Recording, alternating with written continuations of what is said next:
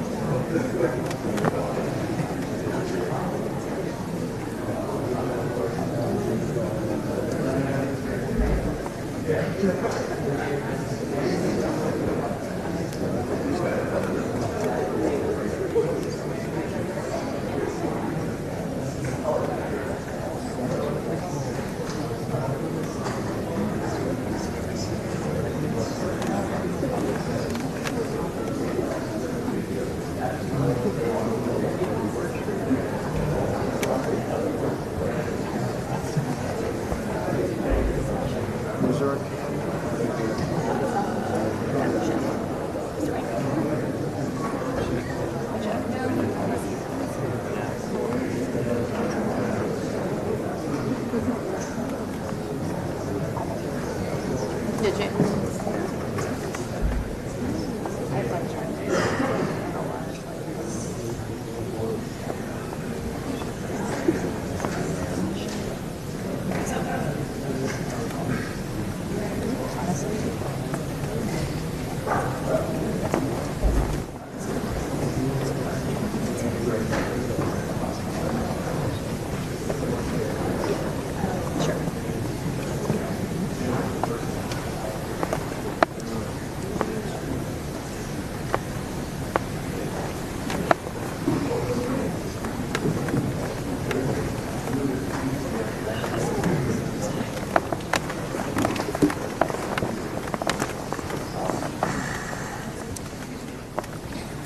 A little chilling. Committee will come, excuse me, the committee will come to order. Without objection, the chair is authorized to declare recess at any time. We welcome everyone to today's hearing on oversight of the Federal Bureau of Investigation. The chair now recognizes the gentleman from Wisconsin to lead us all in the Pledge of Allegiance.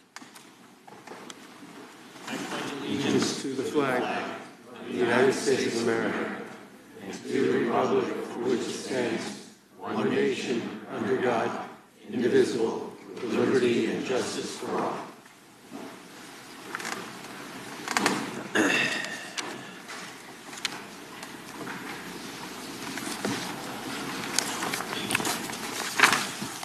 I wanted to begin today's hearing by recognizing the fact that we no longer have one of our great members with us. Sheila Jackson Lee, as we all know, passed away. She was a dedicated public servant. Her service on this committee excuse me, spanned nearly 3 decades and included shepherding through countless pieces of legislation. I said yesterday at subcommittee hearing that I don't know that there was any member of Congress who got more out of 5 minutes than Sheila Jackson Lee did. And she was just a pleasant spirit who we all enjoyed. And we're thinking about her family. We all certainly will miss Sheila. I yield to the ranking member for comments.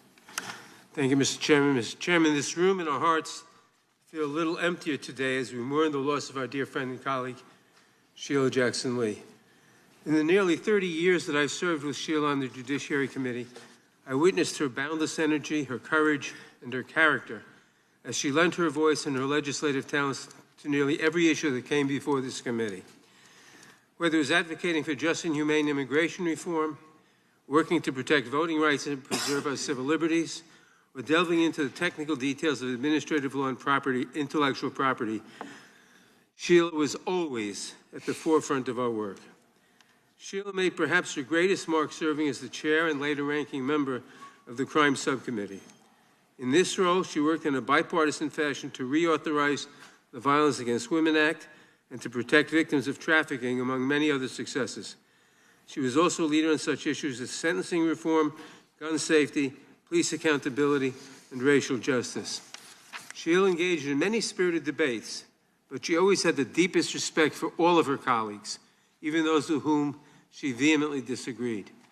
And she deeply loved the institution of Congress, and particularly the Judiciary Committee, because it gave her a platform to make a meaningful impact on the lives of millions of Americans. If Sheila took up a cause, she could be relentless in her determination to see it through, whether that meant making one extra phone call, going to one more meeting, offering one more amendment, or making one more speech. She would not rest until she thought she had done everything she could to fight for the issues she cared about. Through it all, she stayed true to her values and always had the people of Houston close to her heart. We are all better for having known her. The American people are better for having had her in their corner all these years. I will deeply miss my friend and colleague. May her memory be a blessing. I yield back. I want to thank the ranking member. Well said. Now, the chair recognizes himself for an opening statement. July 13th was a terrible day for America. We all agree spirited debate, fighting for what you believe in, are part of what makes this country the greatest nation in the world. But the First Amendment and robust political debate are not consistent in any way with violence. What happened in Butler, Pennsylvania was a tragedy that took the life of a good man, Corey Compertor, leaving a wife without a husband and 2 daughters without a father. Others were injured, and of course, former President Trump, by the grace of God, survived the assassination attempt. There are a lot of unanswered questions about the security failures that day, questions about decisions made before the rally, questions about actions during the rally, and questions about statements made after the event concluded.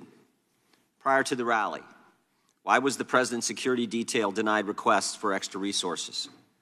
Why weren't all the buildings secured? There were a finite number of buildings that needed to be secured. Why wasn't that done? Why was the president allowed to walk out on the stage when there was a suspicious person on the property? During the rally, what exactly happened between 6:09 and 6:14, those critical 5 minutes? We know from briefings from the director and the deputy director at the FBI and other information we've gathered that at 6:09, the shooter was identified on the roof. At 6:10, the counter sniper was notified. Counter sniper teams were notified about the shooter. 6:11, the shooter fired several shots, injuring and killing one person, injuring others. At 6:12, the counter sniper took down the shooter, and at 6:14, President Trump was escorted off the stage by Secret Service agents. We need to know what happened play by play, moment by moment, second by second, the communications that took place, again, during that critical 5 minutes. And then finally, after the rally, why did both the Secret Service and Secretary of Homeland Security Mayorkas lie to the American people? July 14th, the day after the attack, Secret Service spokesman Anthony Guglielmi said this, quote, "The assertion that a member of the former president's security team requested additional security resources that the U.S. Secret Service or the Department of Homeland Security rebuffed is absolutely false." The next day, Secretary Mayorkas said, "That is an unequivocally false assertion. We had not received any requests for additional security measures that were rebuffed." But 5 days later, top officials repeatedly rejected requests from Donald Trump's security detail for more personnel. And on the 21st of July, the New York Times, confirming what the Washington Post reported, said, quote, "Mr. Guglielmi acknowledged that the Secret Service had turned down requests for additional federal security assets for Mr. Trump's detail." 180-degree change. Why did they initially lie to us in the days after the attack in Pennsylvania? Finally, we hope to learn more today from Director Wray about the shooter, his use of the drone, the explosives that were in his car, how he got on the roof, and a host of other questions. It is our hope that Director Wray's testimony can begin to give answers to the American people about all of these questions and concerns. So, Director, we appreciate you being here, and we trust that you're going to be as transparent with the committee and the country as you possibly can. And I'm sure you understand that a significant portion of the country has a healthy skepticism regarding the FBI's ability to conduct a fair, honest, open, and transparent investigation. And that skepticism is based on what they've witnessed over the past several years. The American people have seen a Biden-Harris Justice Department that can't tell us who planted the pipe bombs on January 6th, that can't tell us who leaked the Dobbs opinion, and that can't tell us who put cocaine at the White House. A Biden-Harris Justice Department who raided President Trump's home, Biden-Harris Justice Department who worked with social media companies to censor Americans, Biden-Harris Justice Department who let the country believe that the Hunter Biden laptop was misinformation when they knew at the time it was authentic, and maybe most importantly, a Biden-Harris Justice Department who retaliated against whistleblowers who came to this committee and spoke to us about these issues. Last week, we sent you 12 questions about what occurred on July 13th. We expect you to answer those questions and the others that I've just outlined. And again, we thank you for being here today and appreciate your willingness to answer the questions that the committee is going to have. And with that, I would yield to the ranking member for an opening statement. Thank you, Mr. Chairman. Mr. Chairman, 2 weeks ago, our country witnessed a shocking assassination attempt on a presidential candidate. Now, I disagree with Donald Trump in almost every policy area imaginable. I am frequently shocked and outraged at the plans he has for our country and the words that come out of his mouth. And I have dedicated much of the last 8 years to fighting his agenda. But regardless of my strong feelings about Donald Trump's behavior, I unequivocally and unabashedly condemn with every fiber of my being the attempt against his life. This was not just an attack on a man, but an attack on our democracy. Political violence erodes the very foundations of our nation. The concepts of freedom of speech, of peaceful transitions of power, of a democratic government at its core, these cannot exist if political violence is allowed to fester and to go unchecked. And if you think that this one assassin's bullet was a bolt out of the blue and not part of a wave of violence that has threatened this nation for years, then you have missed the point of what my Democratic colleagues and I have been imploring you to hear for some time. Election workers, many of them working for free, face near constant threats of violence.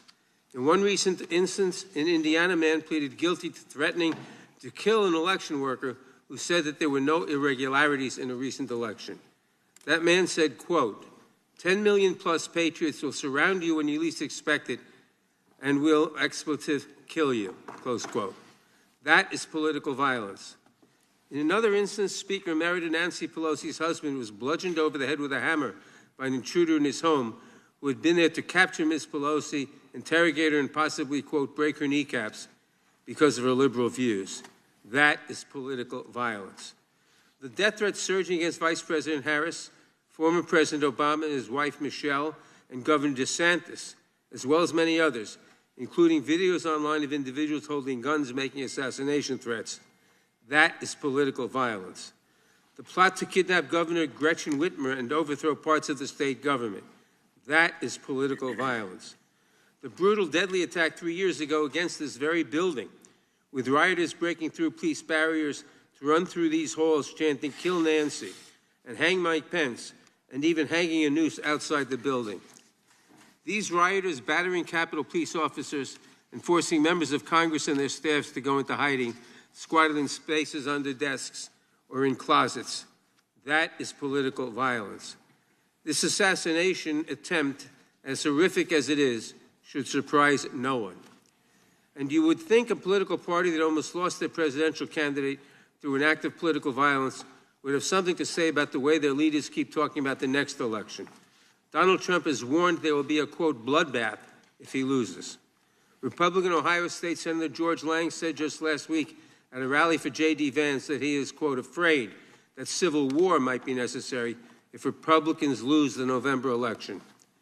President of the right-wing think tank and Project 2025 leader, the Heritage Foundation, Kevin Roberts, said on Stephen Bannon's podcast, quote, "We are in the process of the second American Revolution, which will remain bloodless if the left allows it to be," close quote. Republican former Alaska Governor Sarah Palin said in August of last year of Trump's indictments, "Do you want us to be in civil war? Because that's what's going to happen.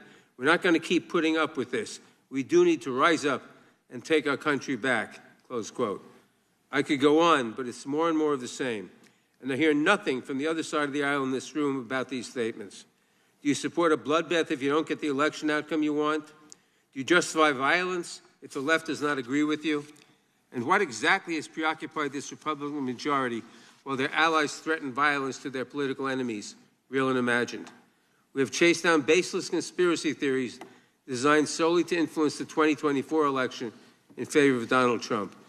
We have spent millions of dollars and thousands of hours of staff time in more than 100 transcribed interviews chasing false accusations against President Biden, supporting an impeachment effort that seemed designed to fail, and hunting for a smoking gun that simply does not exist.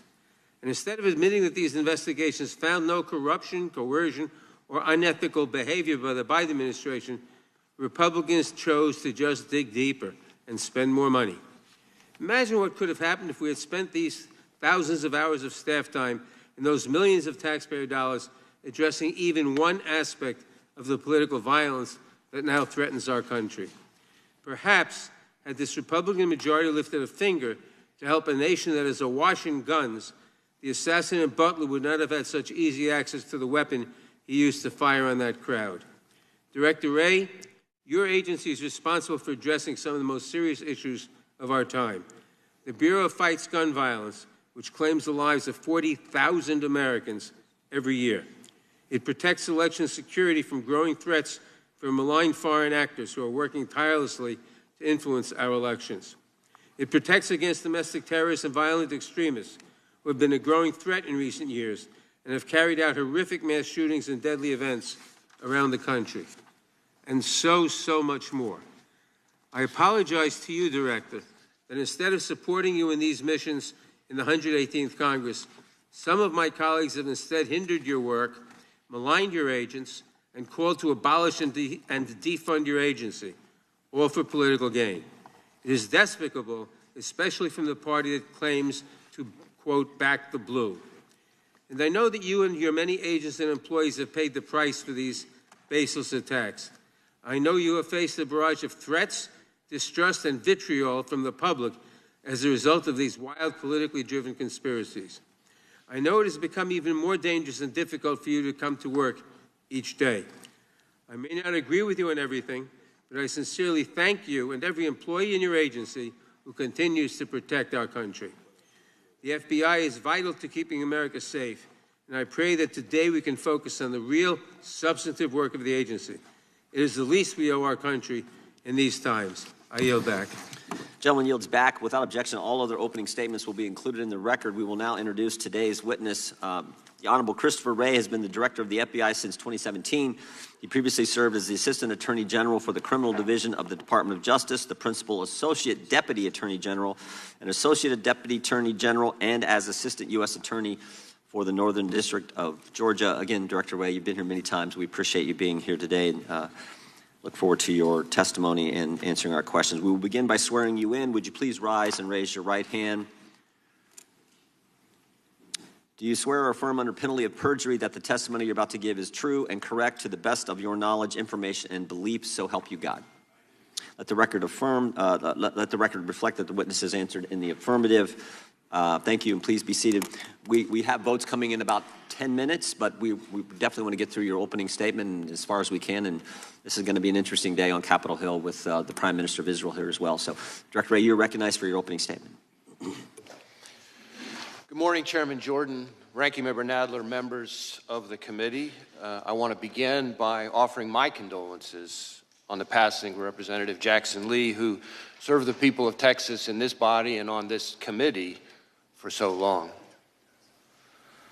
Thank you all for your support of our efforts to protect the American people and uphold the Constitution. I am proud to be here today representing the 38,000 special agents, intelligence analysts, and professional staff who make up the FBI, men and women who every day work relentlessly to counter the most complex threat environment I've seen in my tenure as FBI director, maybe in my entire career in law enforcement.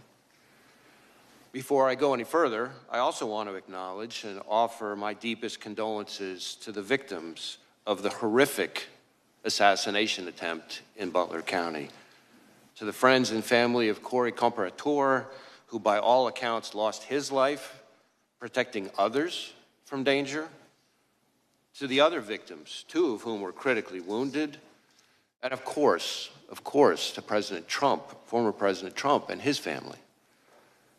As I've said from the beginning, the attempted assassination of the former president was an attack on our democracy and our democratic process, and we will not and do not tolerate political violence of any kind, especially a despicable account of this magnitude. And I want to assure you and the American people that the men and women of the FBI will continue to work tirelessly to get to the bottom of what happened. We are bringing all the resources of the FBI to bear, both criminal and national security. Now, there's a whole lot of work underway and still a lot of work to do, and our understanding of what happened and why will continue to evolve, but we're going to leave no stone unturned. The shooter may be deceased, but the FBI's investigation is very much ongoing. To that point, I also want to acknowledge that I recognize both the congressional and the public interest in this case and the importance of this investigation to the American people. And I understand there are a lot of open questions. So while the investigation is very much ongoing and our assessments of the shooter and his actions continue to evolve, my hope here today is to do my best to provide you with all the information I can, given where we are at this point. I have been saying for some time now that we are living in an elevated threat environment. And tragically, the Butler County assassination attempt is another example, a particularly heinous and very public one, of what I've been talking about. But it also reinforces our need at the FBI and our ongoing commitment to stay focused on the threats, on the mission, and on the people we do the work with and the people we do the work for. Every day, all across this country and indeed around the world, the men and women of the FBI are doing just that, working around the clock to counter the threats we face. Just in the last year, for example, in California, the FBI and our partners targeted an organized crime syndicate responsible for trafficking fentanyl, meth, and cocaine all across North America. We charged the Mexican-based suppliers who brought the drugs into the United States, a network of Canada-based truck drivers who delivered the drugs, and the distributors in the United States who spread the poison into our communities. Staying on threats emanating from the border, I have warned for some time now about the threat that foreign terrorists may seek to exploit our southwest border or some other port of entry to advance a plot against Americans. Just last month, for instance, the Bureau and our Joint Terrorism Task Forces worked with ICE in multiple cities across the country as several individuals with suspected international terrorist ties were arrested using ICE's immigration authorities. Leading up to those arrests, hundreds of FBI employees dedicated countless hours to understand the threat and identify additional individuals of concern.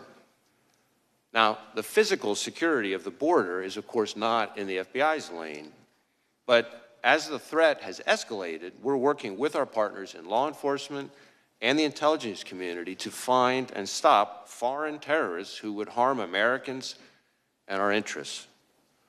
As concerning as the known or suspected terrorists encountered at the border are, perhaps even more concerning are those we do not yet know about because they provided fake documents or because we didn't have information connecting them to terrorism at the time they arrived in the United States. Staying ahead of today's threats demands that we work together. And for the FBI, that means doubling down on our partnerships, especially with state and local law enforcement.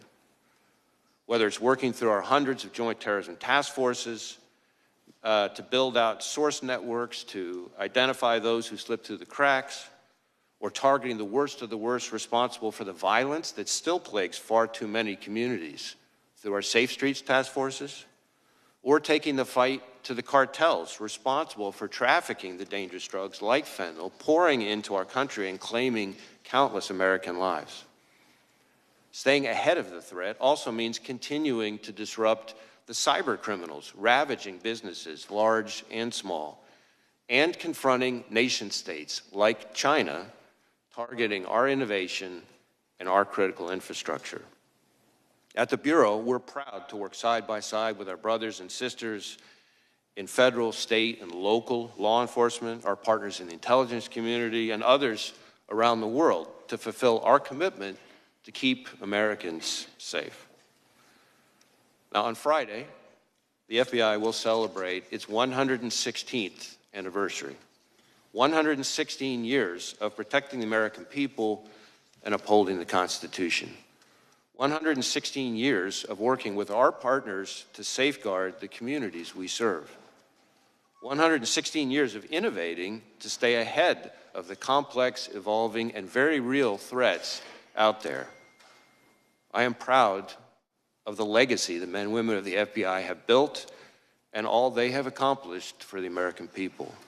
So, if I may, as we approach this week's anniversary, I would just like to say to all those who are part of the FBI family, from our current employees to our formers and to our partners across law enforcement and the intelligence community, thank you.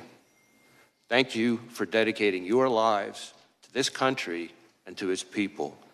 It is both humbling and an honor to serve alongside you, and I look forward to the work we're going to continue to do together. And with that, thank you again for having me, and I look forward to our discussion. Thank you, Director Wray. Excuse me. We'll now proceed under the 5-minute rule. The gentleman from North Carolina is recognized for 5 minutes. Thank you, Mr. Chairman. Director Wray, I'm way down here. I appreciate the chairman giving me this because I've got to leave. But let me ask this question. Why doesn't the FBI disclose to the American people all of the investigative detail and evidence that you are gathering as it is gathered? Well, we have tried to be transparent with both Congress and the American people as we're going along in the investigation, frankly, unusually so for an ongoing investigation given the sheer nature of it. We have provided a lot of information. I expect to continue to provide information. I expect to be able to provide some additional information here today in response to your questions and your colleagues. But part of the issue is that, as like in any investigation, as we proceed, facts evolve. Our understanding of what somebody said turns out to have more context that we didn't have before. We have additional leads out there. So part of our goal is not just to respect the ongoing investigation process, but also to make sure that we don't prematurely provide information that then 2 days later turns out to be different than what we told people, because that's very much, kind of a natural part of any investigation. So, did Crooks fire 8 shots? We have recovered 8 cartridges on the roof. Why was Crooks allowed to get off 8 shots? Well, that, I think, is something we're still digging into. Again, maybe this is a good place for me to make clear the different investigations that are going on.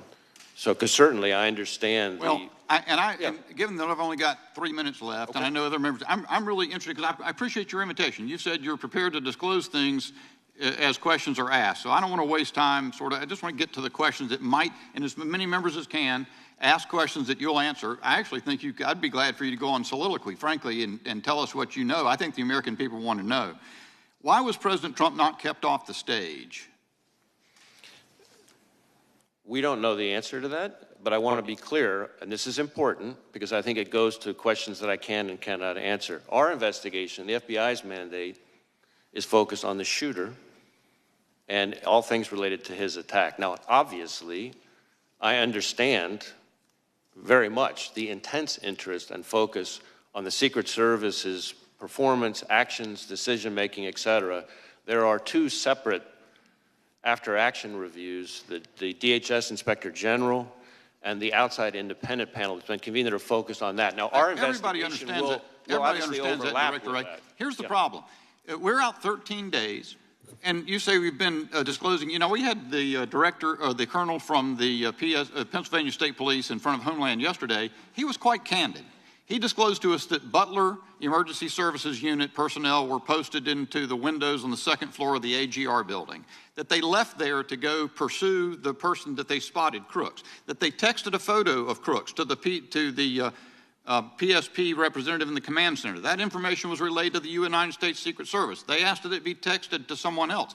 That was many minutes before President Trump took the stand. What we don't know is why were they not keeping him off the stand? And to the extent, I know we always hear when there's a criminal investigation, you got to wait for that to develop. But do you have any reason to, do you have any other target of your criminal investigation other than Crooks, who's dead? We are investigating the shooter both to determine his motive and his preparations and activities before the shooting, but also to make sure whether or not there are any co-conspirators, accomplices. At this point, have you developed any evidence to so suggest that there are any accomplices or cooperators or assisters? Not at this time, but again, the investigation's ongoing. So here's the thing. While we wait, maybe for months, and I hate to say this, I'm not trying to take a pot shot, but the country went for years with the understanding that the Hunter Biden laptop was Russian disinformation as offered by respected former intel officials, and the whole time the FBI had the laptop, and then let that happen in public until finally offering testimony in a case. To the degree we wait to hear as a country and as a Congress what has happened in this event, because the FBI is conducting an investigation, it provides quarter for the U.S. Secret Service not perhaps to reckon with the problems that are obvious to everyone. So let's get a couple in while I've got 13 more seconds. One more question perhaps. Senator Grassley says that the records of the day show that there was a counter unmanned aerial surveillance operator on site. Was there? And why did that person not prevent Crooks from being able to use a drone? So again, questions about the Secret Service's performance are better directed to those other reviews. What I can tell you when it comes to drones is that Crooks himself had a drone, and I'm prepared to answer questions here today about the shooter and his use of the drone, for example. My time's expired. Gentleman yields back. The ranking member is recognized for 5 minutes. Thank you, Mr. Chairman. As I said in my opening statement, political violence is a scourge and entirely unacceptable, no matter the source or the target. Last October, a far-right conspiracy theorist broke into Nancy Pelosi's home and bludgeoned her husband. Prominent Republicans mocked the attack and promoted conspiracy theories about it. Last August, an armed Utah man who threatened to kill President Biden was killed as FBI agents attempted to serve a warrant on him hours before President Biden landed in his state. Some on the right claimed that the man was simply a, quote, Second Amendment enthusiast. And in recent weeks and months, those on the right have repeatedly called for, quote, civil war, with an Ohio State senator saying that if Republicans lose the election, quote, it's going to take a civil war to save the country, and it will be saved. The president of the Heritage Foundation likewise said that, quote, we are in the process of the Second American Revolution, which will remain bloodless if the left allows it to be, close quote. Director Wray, it's obviously important that we respect First Amendment protections, but there is clearly a point at which some violent rhetoric crosses over into threats of violence or leads to actual violence. Could you describe how the FBI looks at this relationship between rhetoric and action and what you are seeing around the country? So I appreciate the question, and this is an issue that I've been talking about for some time. In our view, there is a right way and a wrong way under the First Amendment to express your views, no matter how passionate or even angry you are. And violence and threats of violence is not the right way. And we don't care what you're upset about or who you're upset with. When, from the FBI's perspective, when it turns to violence and threats of violence, that's when we have to draw the line. That's when we get engaged. And there is an alarming phenomenon that we've seen over the last several years of that kind of passion and heated rhetoric turning into actual violence and threats of violence. We've seen it against public officials of all sorts. We've seen it against law enforcement. The number of officers shot and killed in the line of duty in this country is, frankly, outrageous and alarming.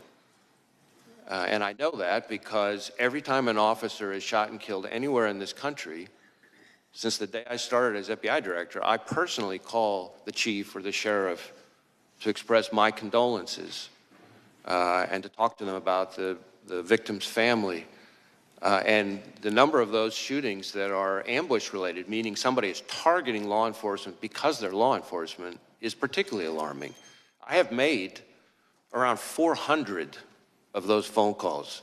It's almost every 5 days that a law enforcement officer is killed in the line of duty. And that is an example of the kind of ways in which passions and heated rhetoric can bubble over into violence. Thank you. Members of Congress, their families, and their staffs have witnessed an alarming rise in threats against them. I appreciate the work your agency has done to investigate and address these threats, but I'm concerned that we do not seem to be stemming the tide. What is the FBI doing to ensure that members of Congress, their families, and their staffs are safe? So we have a very close relationship with the Capitol Police, and we have members of the Capitol Police, for example, who are on some of our task forces. We share intelligence information about things that we're seeing, trends that we're seeing with Capitol Police and others in law enforcement. Obviously, if we have specific information about an effort to target a member of Congress, then we're getting with Capitol Police in a much more specific way. But those are some of the things that we're doing. Thank you. Now, Director, your office is leading the investigation into the attempted assassination of Donald Trump. Republicans in Congress, including members of this committee, have repeatedly called for defunding the FBI. What impact would defunding or even just limiting your funding have on the FBI's ability to conduct this and other investigations? So I understand that there are heated views, opinions about us, just like there are about every institution in today's America. But cutting our funding is incredibly short-sighted, and the people it really hurts are state and local law enforcement and the American people we're all sworn to protect. Thank you. During my remaining time, I want to turn to a different matter. In recent days, Republican members of Congress have attacked presumptive Democratic presidential nominee Kamala Harris as a, quote, DEI candidate, which presumably is code for women and person of color. It's not a new theme for them. In May, Chairman Jordan wrote to you claiming that because of DEI initiatives, the FBI is no longer hiring, quote, the best and brightest candidates to fill the position of special agent. With my remaining time, Director Wray, can you please answer the following questions? Is it true that hiring women and people of color means that FBI is no longer hiring the best and the brightest to serve as law enforcement officers? Is there any evidence that women and people of color are less effective in law enforcement roles And what message does it send to prospective applicants when their leaders demean them and make judgments about them based solely on their race or gender? Witness may respond. So any notion that we have lowered our standards, our hiring standards, is just not accurate. In fact, our standards are as competitive and selective as ever. We have tens of thousands of people applying, and our selection rate is about 3.1%, which is more selective than just about any university in the country. And most of our applicants, I think something like 50% of them are coming from military or law enforcement backgrounds. About 50% of them also have advanced degrees. The average age is around 31, which means they're bringing a wealth of personal and professional experience when they arrive. And to suggest that those people, because of efforts related to diversity or anything like that, are less qualified, frankly, is not at all consistent with what I see, having visited all of our field offices and seen these young people in action, and I think is an insult to those hardworking men and women who've signed up to dedicate their lives for this country. Thank you, Director. I yield back. Gentleman yields back. Director, let me go back to where Mr. Bishop was. Tell me about the drone. You act like you wanted to fill us in on that. Fill us in. So we have recovered a drone that the shooter appears to have used. It's being exploited and analyzed by the FBI lab. The drone was recovered in his vehicle. So at the time of the shooting, the drone was in his vehicle with the controller. In addition, our investigation has uncovered. Do you know what time of day he flew it, and if he flew it on the day of the shot? Yeah. Oh, I'm sorry. Go ahead. Go ahead. So in addition, it appears that around 3:50 p.m., 4 o'clock in that window on the day of the shooting, that the shooter was flying the drone around the area 2 hours. for about 11 minutes. I want to be clear, but when I say the area, not over the stage and that part of the area itself, but I would say about 200 yards, give or take, away from that. We think, but we do not know, so again, this is one of these things that's qualified because of our ongoing review, that he was live streaming, viewing the footage from that, again, about 11 minutes in around the 3:50, 4 o'clock p.m. range. 2 hours before, he's flying a drone in the vicinity of the route. About 200 yards away, yes. 200 yards. Okay, that's important information. What about the bombs that we've heard about in the shooter's car? So again, the FBI lab is exploiting those explosive devices. Yep. There were, we've recovered 3 devices, 2 in his vehicle and 1 back in his residence. Are these what you would call, your experts would call sophisticated operations, or this? I don't know. That's what I've been told by people who have some understanding of this area. Yeah, I think it's. We've seen more sophisticated and less. I would say these are relatively, again, keyword relatively crude devices themselves, but they did have the ability to be detonated remotely. And so to that point, in addition to the 2 devices that we recovered out of his vehicle, there were receivers for those 2 explosive devices with the devices. And then on the shooter himself, when he was killed by law enforcement, he had a transmitter with him. Now, I do want to add one important point here, is at the moment, it looks to us, again, ongoing review, and I can't say that too many times, at a moment, it looks like because of the on-off position on the receivers, that if he had tried to detonate those devices from the roof, it would not have worked, but that doesn't mean the explosives weren't dangerous. And I'm sure we're going to get into all these subjects a little bit later as well. Tell us what you can about the encrypted platforms we've heard about. So one of the things that we're drilling into hard with the shooter in an effort to try to learn more about his state of mind, his motive, his ideology, his context, everything else, is to look at all of his devices, any social media accounts he had, et cetera. And one of the things we've learned in finally getting into his phone, which was also a significant technical challenge from an encryption perspective, but in addition, once we got on the phone, it turned out he was using some encrypted messaging applications. And again, the same question relative to the bombs. Was this pretty sophisticated, or is this is the kind of the norm you see with folks like, similar situation? How would you describe it? On this subject, I would say this has unfortunately now become very commonplace, and it's a real challenge for not just the FBI, but state and local law enforcement all over the state. Tell me exactly the scope of, does the scope of your investigation include what I call that critical 5 minutes from when the 6:09, when this is based, I think, on information you've given to Congress, 6:09 when the shooter's identified on the roof, and 6:14 when President Trump is ultimately escorted off, and all that happens, the shots that take place in between there. Do you have access to the communications that were going on at the time in that critical 5 minutes?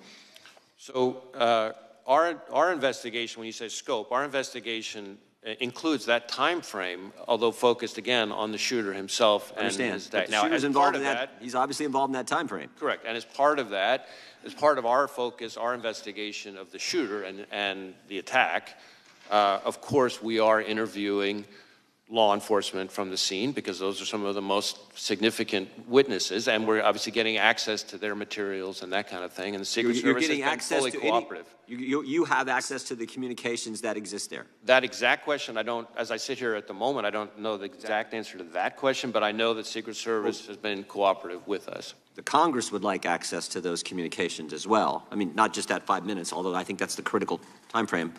There's lots of communications we'd love to have access as well.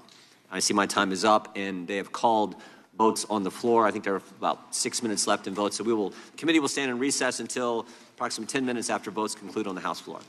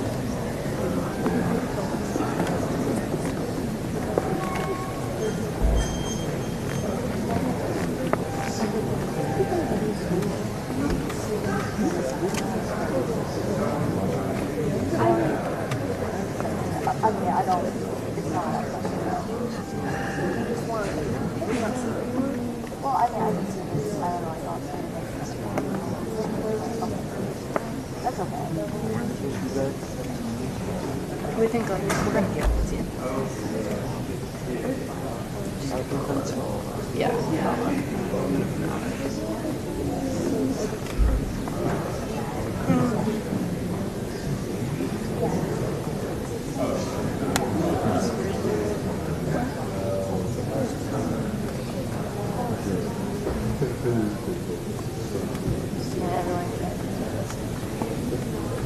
Oh, yeah, you're right. I was-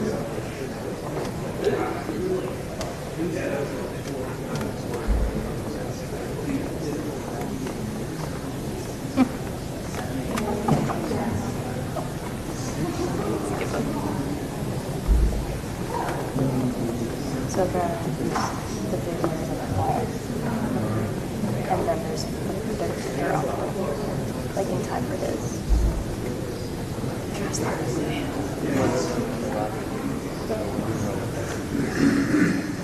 Wow.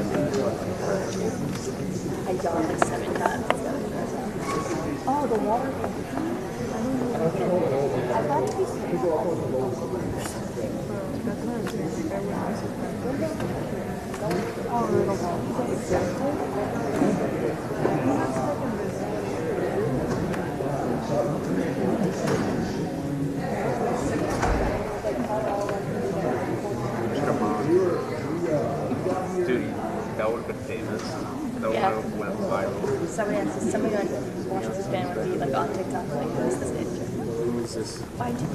Find it. I think I might go now. Really though.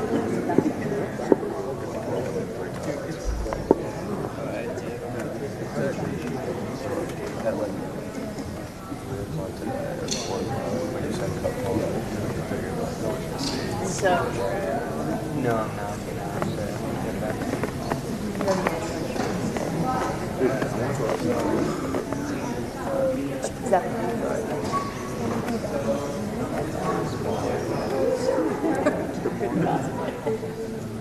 an SC and an H in there.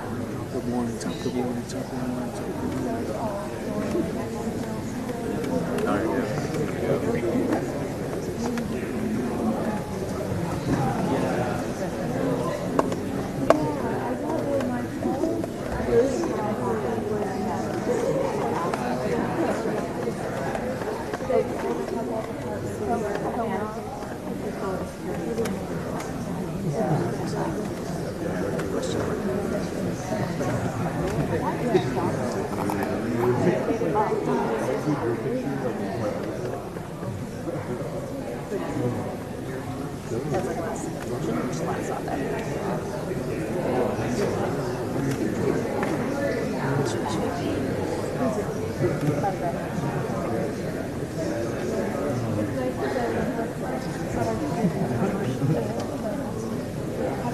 I don't think so.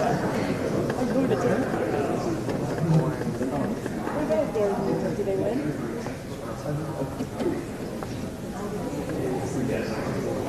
Speaking of juicy head.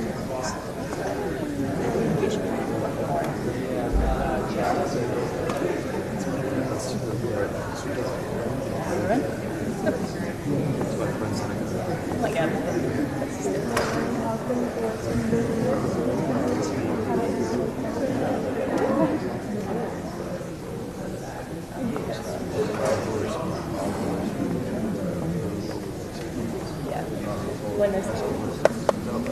Oh, it's today.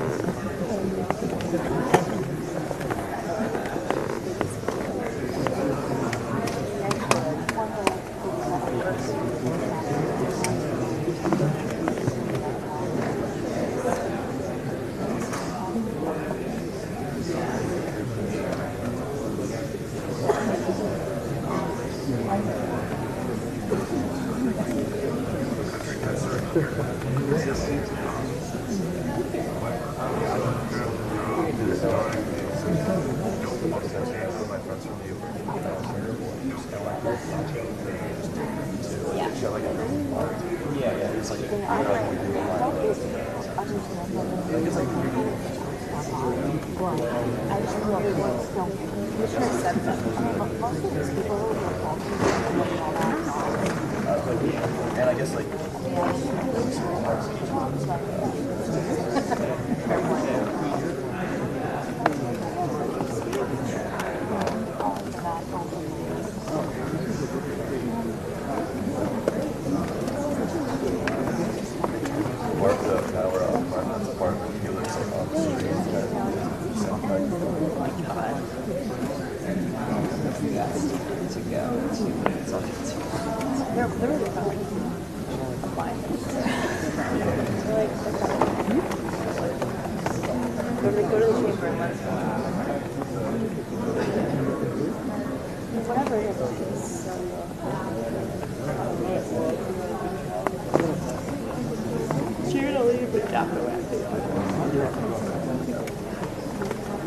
We'll walk around. Yeah. Guessing the fire pictures. Let's get lots of let's get the time for like Was it? There's no one in the building except staffers. For what? I think everyone's going to the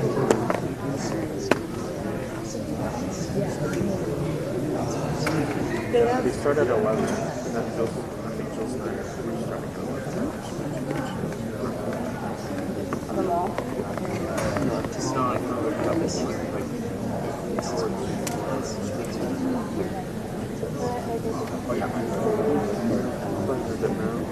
Alright, I guess. concerns. Not that one too.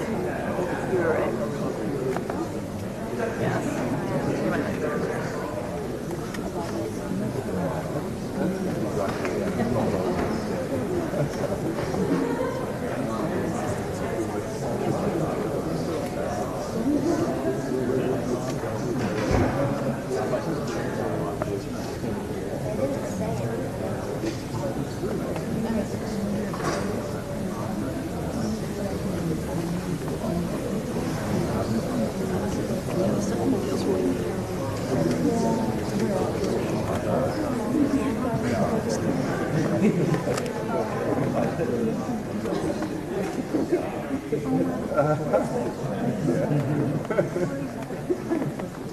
Both of them together make up one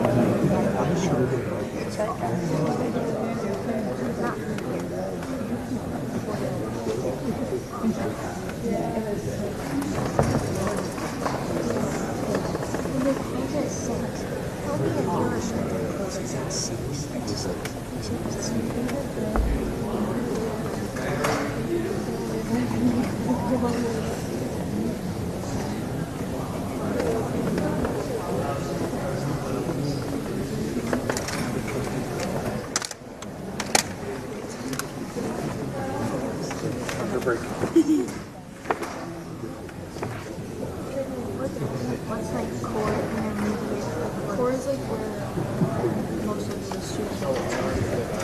I don't think intermediate is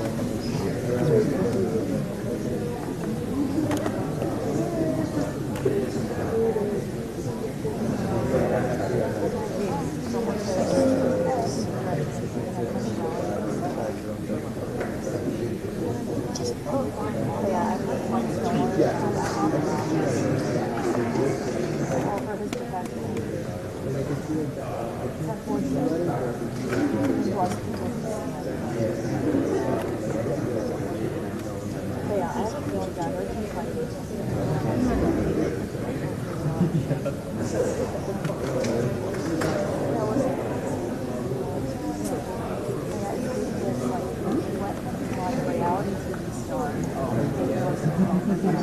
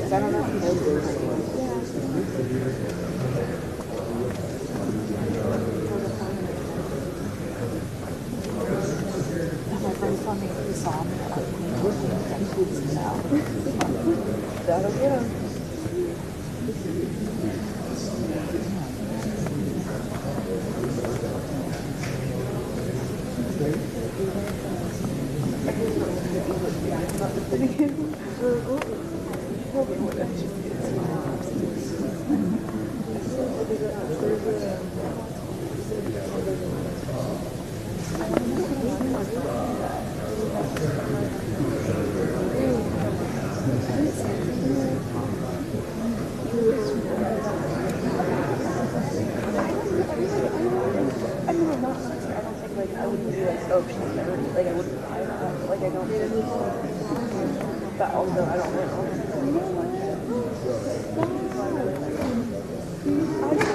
You're like saying, like, I don't get it either. No, it's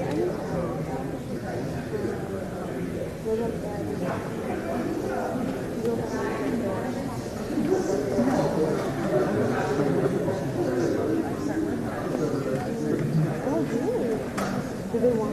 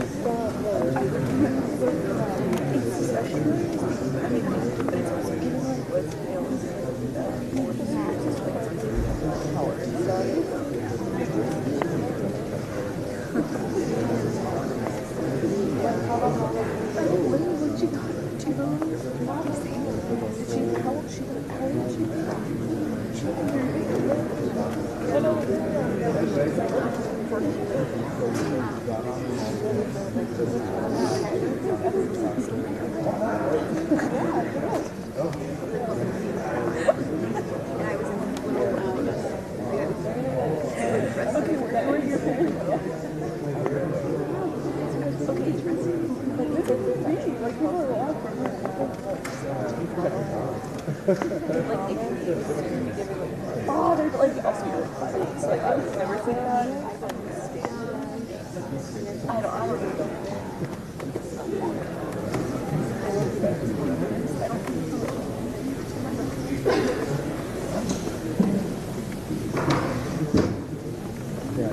Oh, sorry.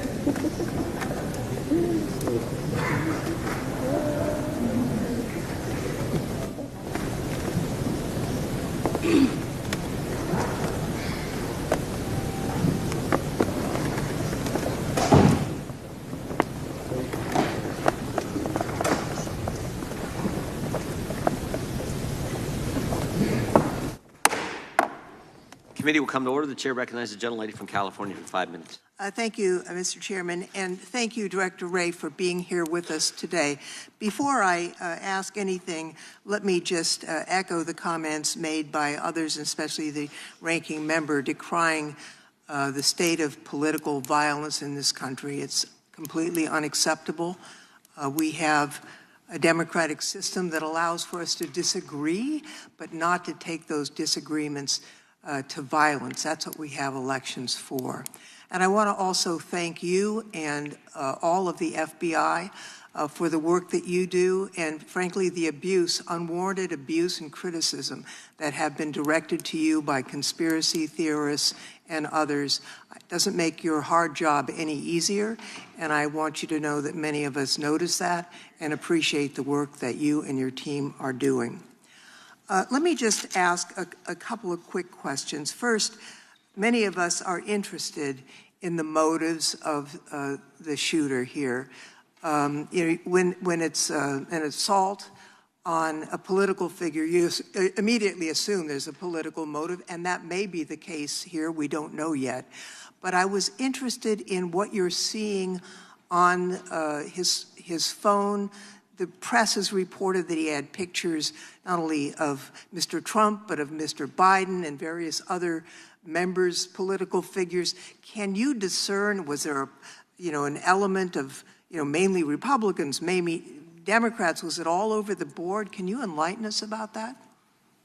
Well, this is a place where it's particularly important for me to reiterate the caveat that I've included before, because in this instance in particular, we have a lot of legal process out for additional accounts and things like that that the shooter is associated with. So we're hoping to learn more, and we're still exploiting a number of the digital devices. Right.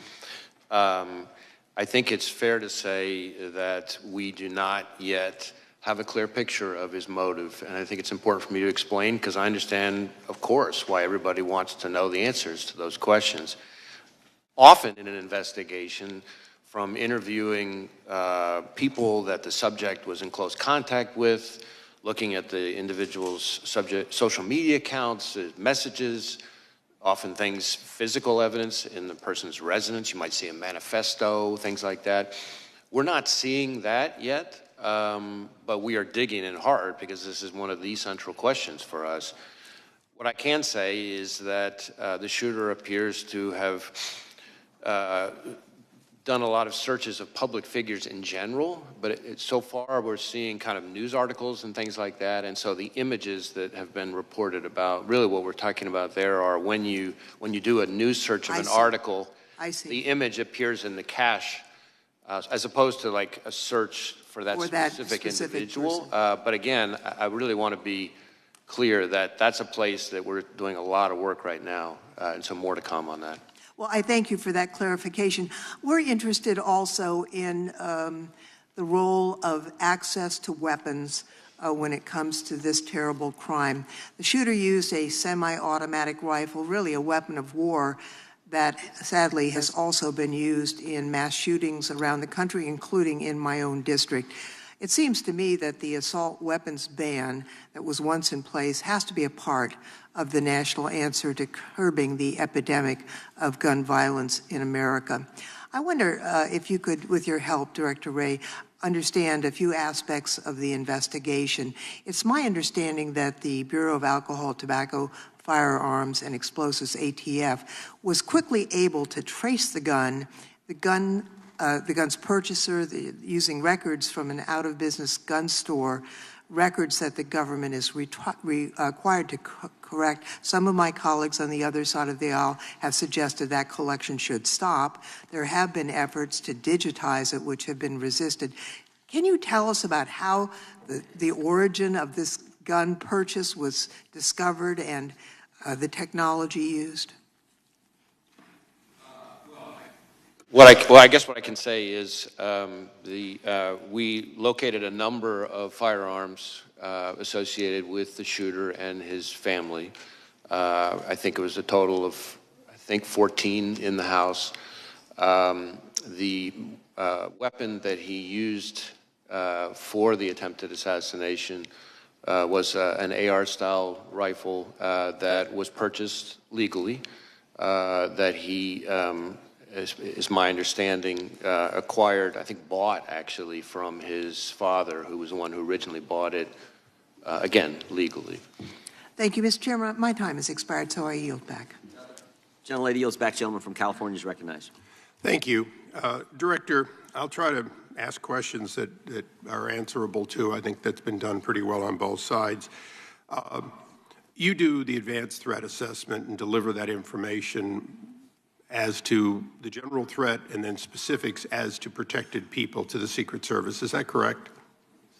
Well, sort of. The Secret Service does a threat assessment, but they're doing that based on intelligence that they receive from a number of sources, including, of course, the FBI. So we share whenever we have threat information related to a particular individual or a protectee, then we share it with the Secret Service at a number of levels.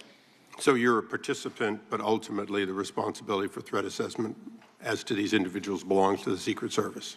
Well, again, the threat assessment for the individual belongs to the Secret Service, but we are an important part of that because we share threat information if we have any. They get threat information from a variety of sources. So, and you get them from that same variety of sources. They've got no sources that are excluded from the FBI, do they?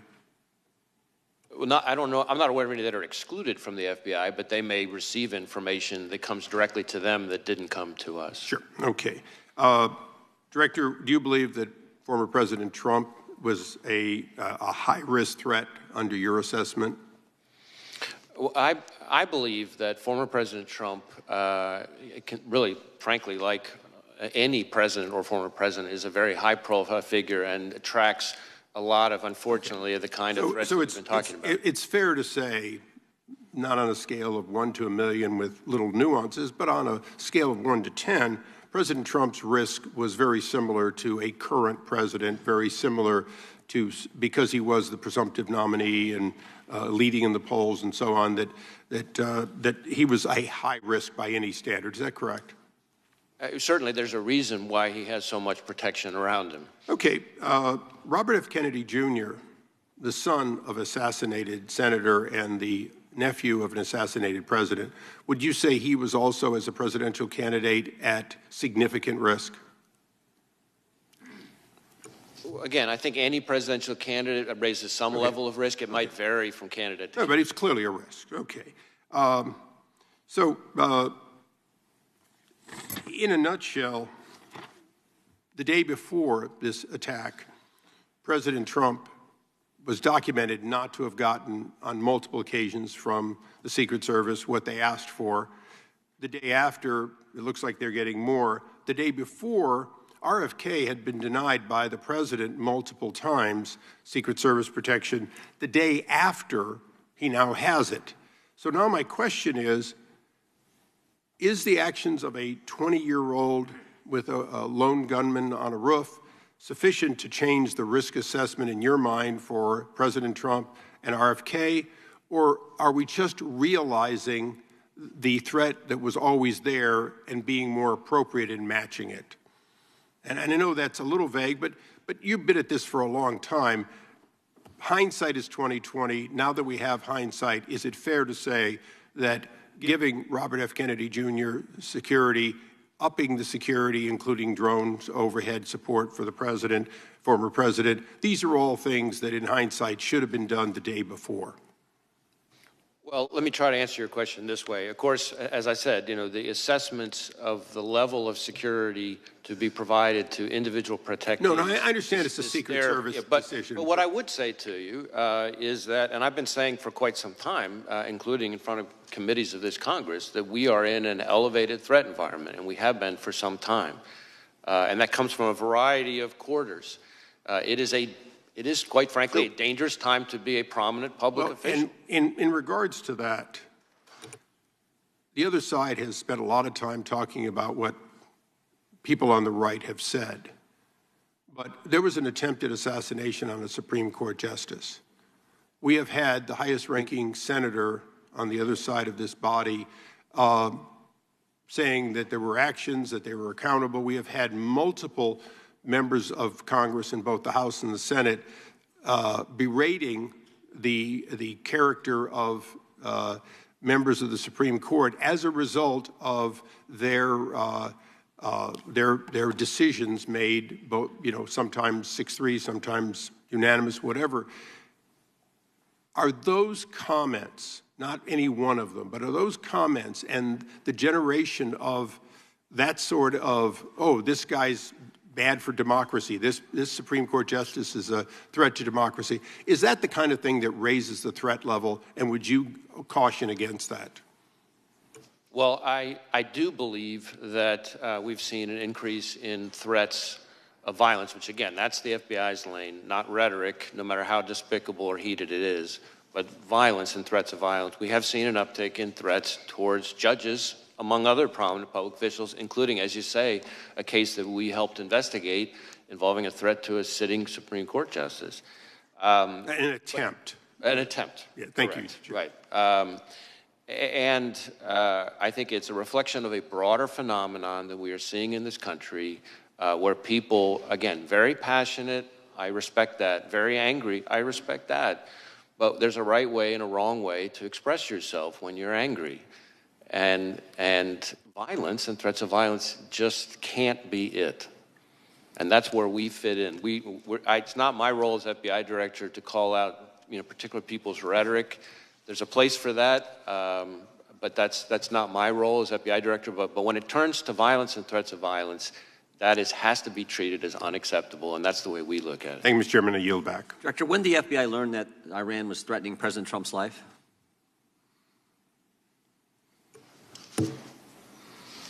So I want to be a little bit careful here, not to talk about specific classified information, but we have been for quite some time, and I'll stick with what's in the open record. We, for some time, and I in particular for some time, have been calling out the efforts by the Iranian government to attempt to retaliate for the killing of Soleimani by going after current or former prominent U.S. officials, and we've even had an indictment against it. And I think that we need to recognize the brazenness of the Iranian regime, including right here in the United States. And I expect that we're going to see more of it, and I expect there'll be more coming on that. I'm not aware of any threat information related to protectees that wasn't, passed in a timely way, but I can't really get into specifics here. It's minority's time here, but I just felt that was a question the committee needed to understand, and it sounds like you've known that for a long time, and that information was conveyed to the Secret Service? Any information related to threats against the former president, which again, as we've sort of talked about, is happens all too often, is something that we have a whole process we routinely share with the Secret Service at a number of levels in a timely way, and to my knowledge, that has consistently been followed. The gentleman from Georgia is recognized. Thank you, Mr. Chairman. Thank you for being here, Director Wray. Director Wray, the FBI is the independent law enforcement agency under the Department of Justice. Is that correct? Yes. And does the FBI director currently report to anyone? Well, you mean in a chain of command, yes. Reporting structure kind of thing? Yeah, so the FBI is part of the Justice Department. On the org chart, you would see that the FBI director, and this has been true for decades, reports to the Deputy Attorney General, who reports to the Attorney General. Obviously, reports in a communication sense, I report to any number of people. As opposed to a micromanagement reporting system. Correct. And you would take issue, would you not, with any proposal that would change or alter that chain of command and place you or place a FBI director in the position of reporting directly to the president? Would you not? You would oppose that? I don't think that would be a wise reporting structure. I think the structure that we've had for decades now makes sense. I think there's a difference between independence in a sort of organizational structure perspective and independence in terms of the way you do the work. Obviously, the FBI is part of the Justice Department. Well, reporting directly to the president would eliminate your independence, would it not?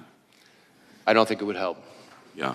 And you're familiar with Project 2025, are you not? I mean, I've seen news reports about it. I'm not particularly familiar with it. You're aware that it is a game plan for President Trump's first 120 days in office, correct? I'm really not familiar with the details. Again, I've seen reporting about it. It is, and what he proposes to do is to force the FBI director to report directly to him. That's what he wants to do within the first 120 days. He also wants to eliminate the position of FBI General Counsel. That is also set forth in Project 2025. How would you recommend that? I think the FBI's Office of General Counsel serves an incredibly important role, including in terms of advising our workforce. We have 38,000 people. The idea of having an organization like ours, an independent law enforcement agency like ours that doesn't have its own general counsel's office doesn't make sense to me. Well, it would seem like any proposal that would force the director to report to the president, and then there would be no legal counsel for the director of the FBI. That seems like it's an attempt to neuter the FBI and render it accountable only to the president. Isn't that correct? Well, let me put it this way. I recognize that the FBI director, this FBI director and every FBI director before me, serves at the pleasure of the president. And that's part of our system. I was appointed by President Trump. I respect that. I think that's a part of our structure. But independence in terms of how we do our work is what matters to me. And we need to be able to do our work in a way that is free from political interference. Well, you wouldn't be able to do that by reporting everything you do to the president and getting his authority and approval before you take action, correct? I don't think that would be a wise approach.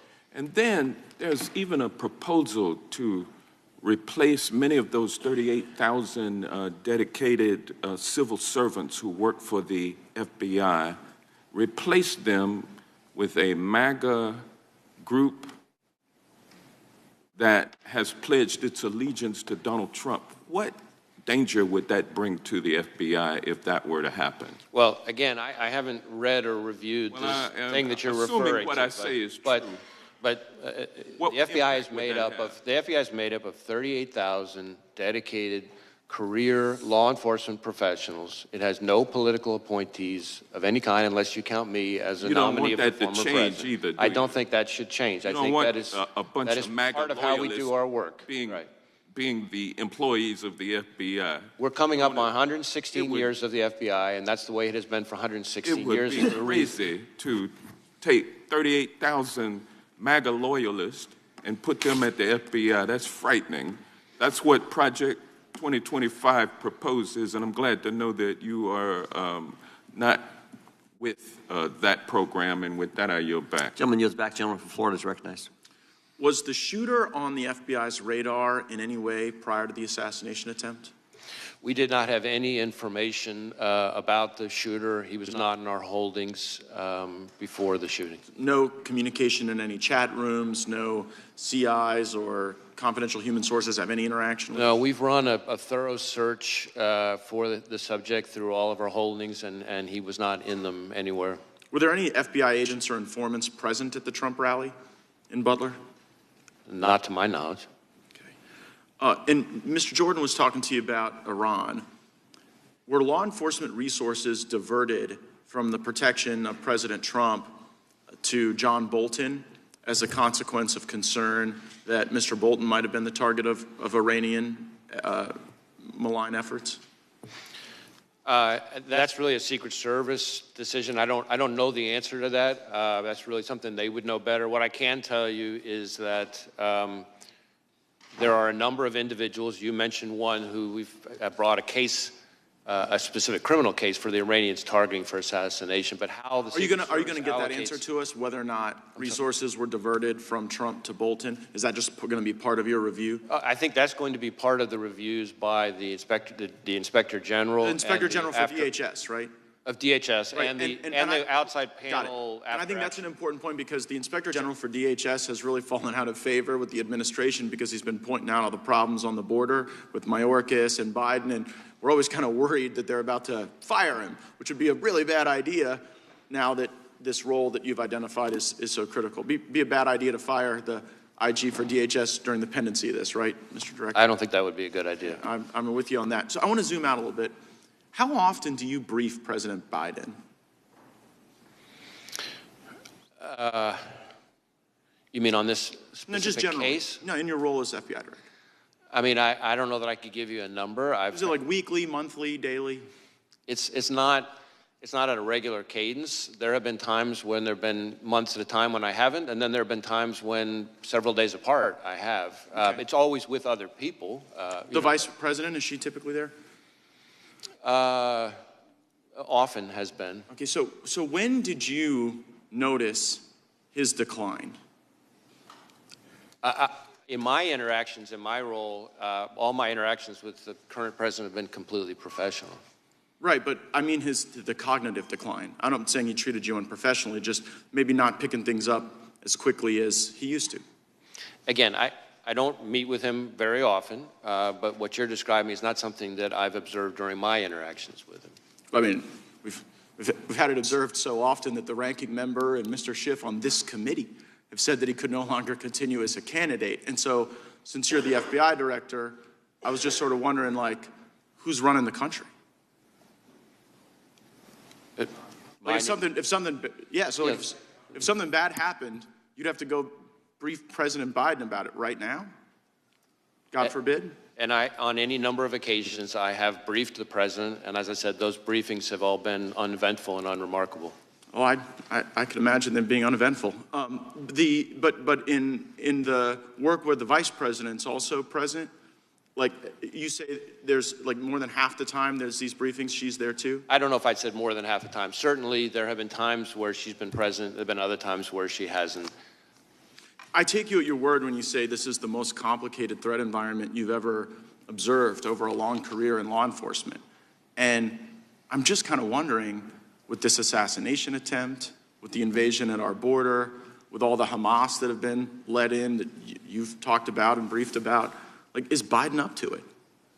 And if he's not up to it, and you're a guy who's been regularly briefing him, like, who's been in on this conspiracy to hide the real Joe Biden from all of us for years? It never occurred to you that this guy wasn't up to it in all these briefings you did? As I said, my briefings with the president have all been completely fine. Were they between 10 a.m. and 4 p.m.? He's asked questions. There hasn't been anything of note in the area that you're talking about. Yeah, did you ever have to brief him before 10 a.m. or after 4 p.m.? We hear those are as good hours. I certainly, times that I have briefed have included outside those hours. Right, okay.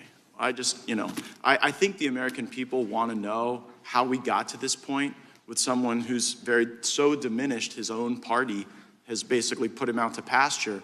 And since you had close proximity and the vice president had close proximity, I'm just kind of wondering if you were being straight with all of us about how things were going with him. I guess we'll have to figure that out. You can count on me to be straight with you, sir. We'll see. Gentleman yields back. Gentleman from Tennessee is recognized. Thank you. Firstly, I'd like to recognize, unfortunately, the fact that our colleague and my colleagues side by side made for many, many years in this committee, Sheila Jackson Lee, is no longer with us. She was a great member and a force for America, and her loss is felt and is great.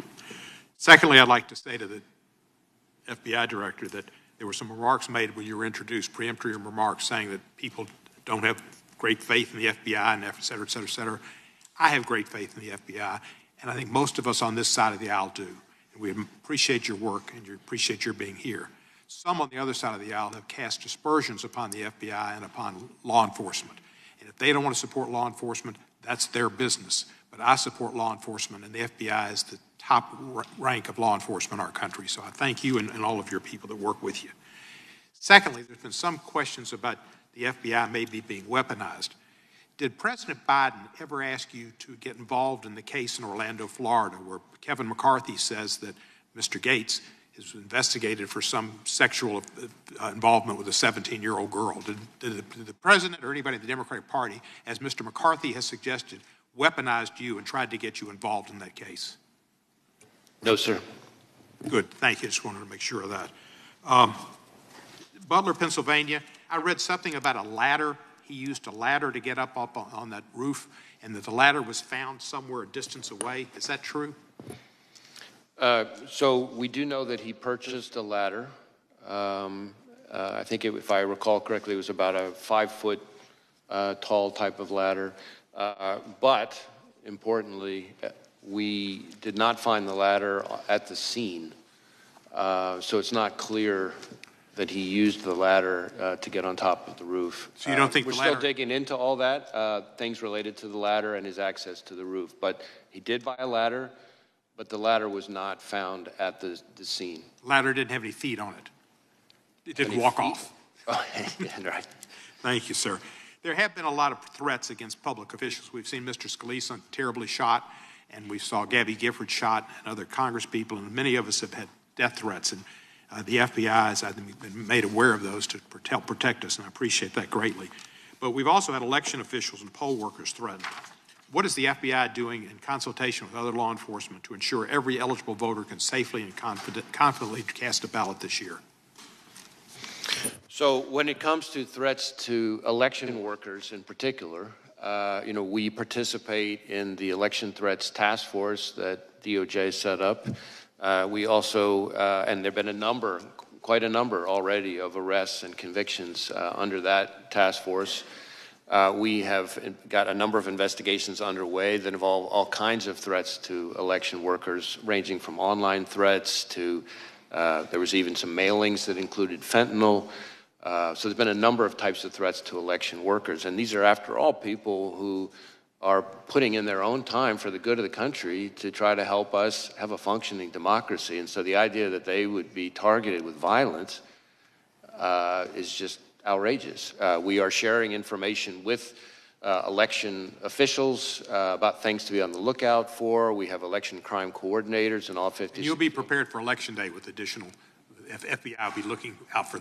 Yes. Thank you, thank you. Jeffrey Epstein, been in the news a lot lately about involvement with certain people high in politics involved. Did the FBI conduct the raid on his townhouse in New York when he was incarcerated in New York? There was a raid on his East Side townhouse.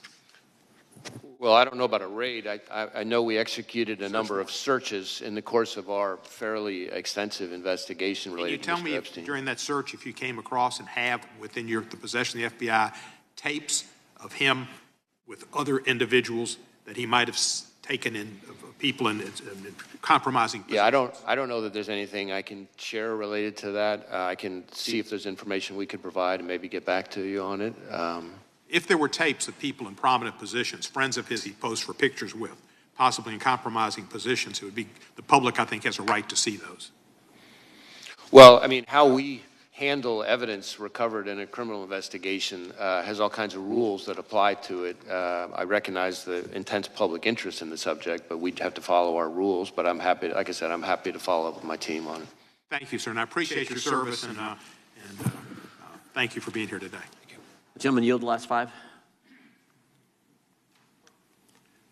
The chair now recognizes the gentleman from Arizona. Thank you, Mr. Chairman, and thank you, Director Wray, for being here. How many shots did the shooter fire? Well, we know that he fired at least 8 because we recovered 8 cartridges on the roof. Okay, and are all the cartridges and the unspent bullets, have they been, you know how many there are? You've accounted for all of those? I assume, yeah. We believe we have. We believe we have. Again, there was lots of work still ongoing, but yes, we believe we have accounted. And did the recovered shells, the cartridges, match the shooter's rifle? My recollection is yes. Okay. And you conducted analysis that confirms that? Well, we work with ATF, but yes, so some of the work has been divided up. But. And how many shells casings were recovered from the location of the counter snipers? I'm sorry, I couldn't hear the last part. From the counter snipers location? That I don't have the answer, at least here at my fingertips. Okay. Did the blood and tissue pattern of the shooter, did it match the stories or the witness testimony that you've heard so far? Can you, well, I'm not sure I'm following the question. Well, I assume you've interviewed the counter snipers, or you have that evidence and other witnesses describing the kill of the shooter.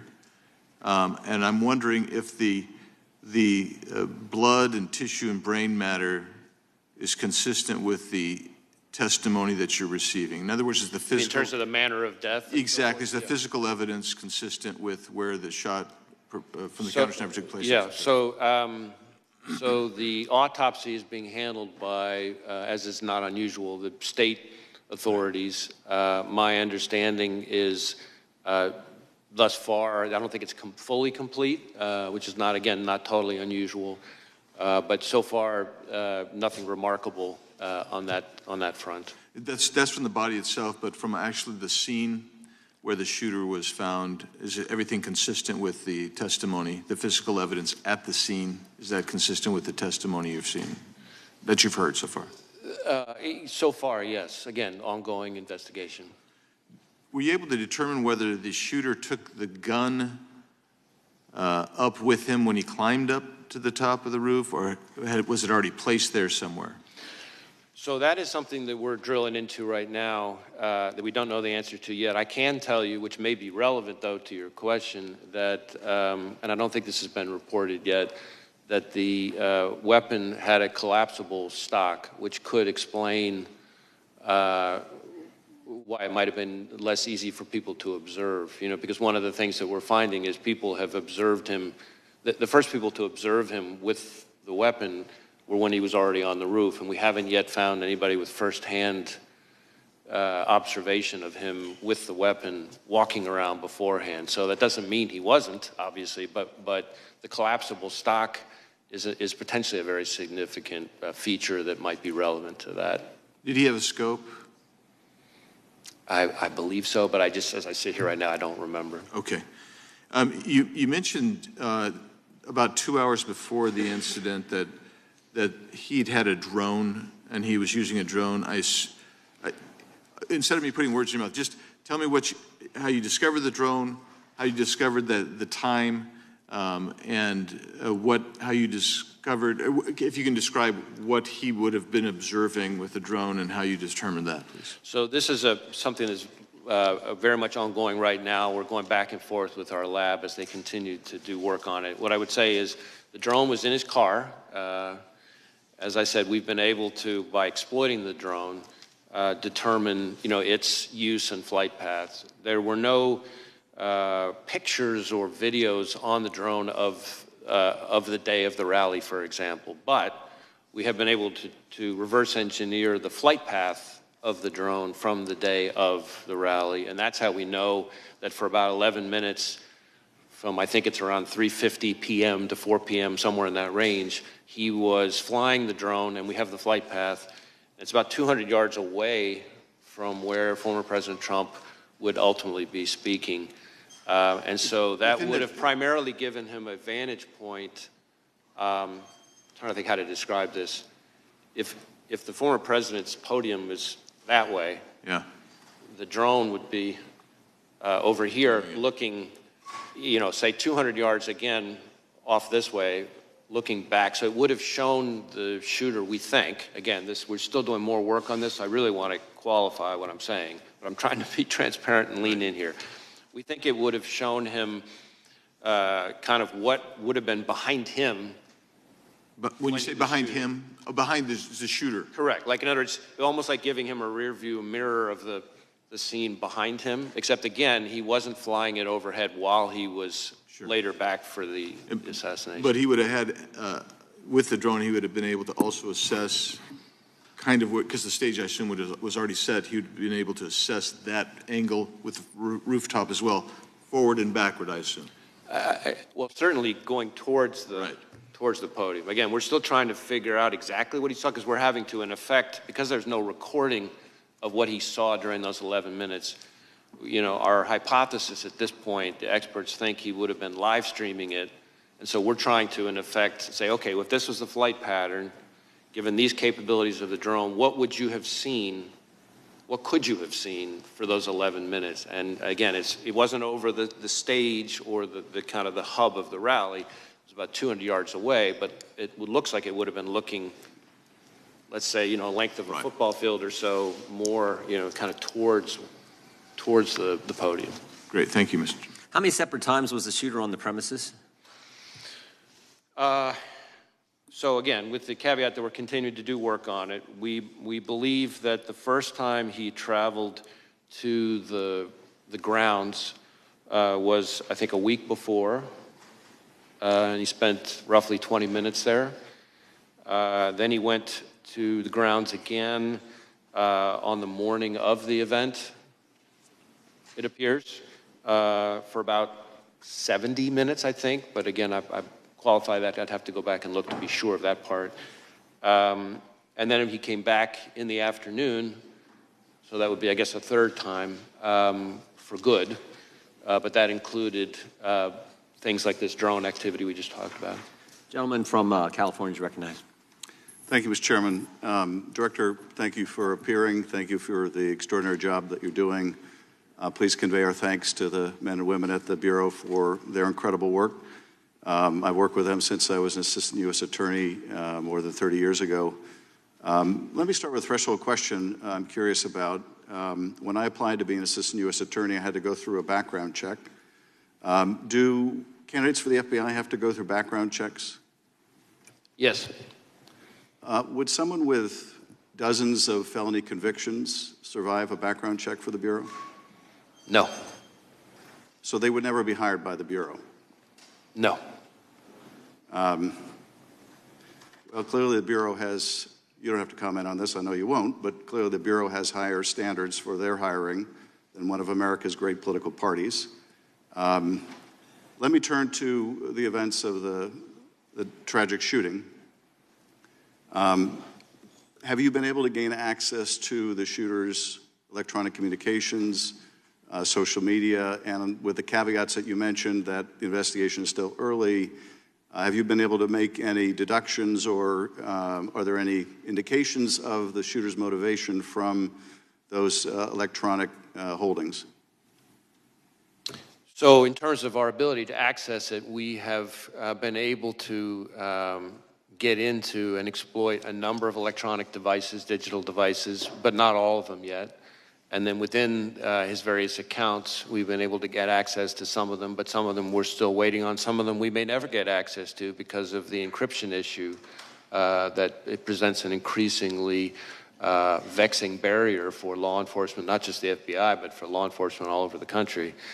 But we're still drilling into that. We have some information. Some places we've been able to look, some places we will be able to look, some places we may never be able to see, no matter how good our legal process is. But that's what we're looking at right now. In terms of what we've been able to find so far, a lot of the usual repositories of information have not yielded anything notable in terms of motive or like ideology. Having said that, it does appear fairly clear that he was interested in public figures, kind of more broadly, and I think this is important, that starting somewhere around July 6th or so, he became very focused on former President Trump and this rally. And so one of the things that I can share here today that has not been shared yet is that we've just in the last couple of days found that from our review, to your point about devices, analysis of a laptop that the investigation ties to the shooter reveals that on July 6th, he did a Google search for, quote, how far away was Oswald from Kennedy? And so that's a search that obviously is significant in terms of his state of mind. That is the same day that it appears that he registered for the Butler rally. And when you say that his electronic holdings indicated an interest in different public figures, without revealing anything you're not comfortable revealing about those public figures, can you tell us anything generally about them, either the offices they hold, their political party, or was it simply people of a high profile? Well, a couple things. First, the images that we've recovered so far from, I can't remember which of his various devices, appear to be what we call cached images from searches of news articles. So if you do a news article search, of course, if there are photos on it, those photos get stored automatically in your cache, as opposed to me searching or him searching for a specific person and getting up images of that person. As far as the pictures that are like that, there doesn't seem to be a whole lot of rhyme or reason to it so far, other than these are all prominent public people, but they cover both parties, they cover both U.S. people and even some foreign public officials. So that part doesn't appear to, that one repository of information doesn't appear to be overly indicative of motive, other than interest in public figures, but that could be just because he was reading news stories. So we're still trying to drill into that. That's why all of these outstanding legal process returns that we're waiting on for various accounts, platforms, et cetera, any one of them could be one that would have very indicative, very important information. If I could be permitted one very short additional question, Chairman. From that, any indication of any other particular target, that is someone who was not just sort of generically the subject of the searches you described, but for which there was more of an interest than others?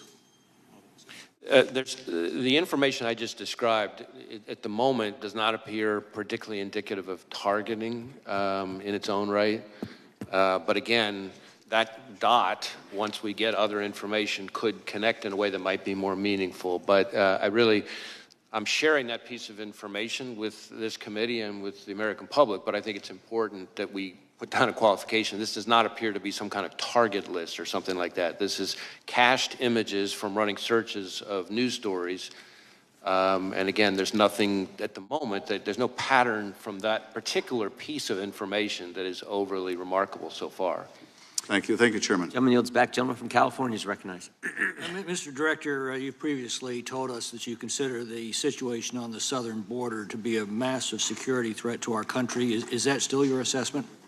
I stand by my prior testimony, and in fact, just in the last month or so, we've done, conducted a significant series of arrests. I say we, our Joint Terrorism Task Force is working with ICE of a number of individuals with suspected international terrorism ties, and I have also been very vocal about the fact that and this is really since the last time I appeared before you, that we are increasingly concerned about the possibility not just of a foreign terrorist-inspired attack, which is very much a concern, but even the potential for a coordinated foreign terrorist attack, perhaps like what we've seen against the concert hall in Russia, for example, but just here in the United States. Well, the 19 suicide bombers who overstayed visas were responsible for 3,000 American deaths on 9/11.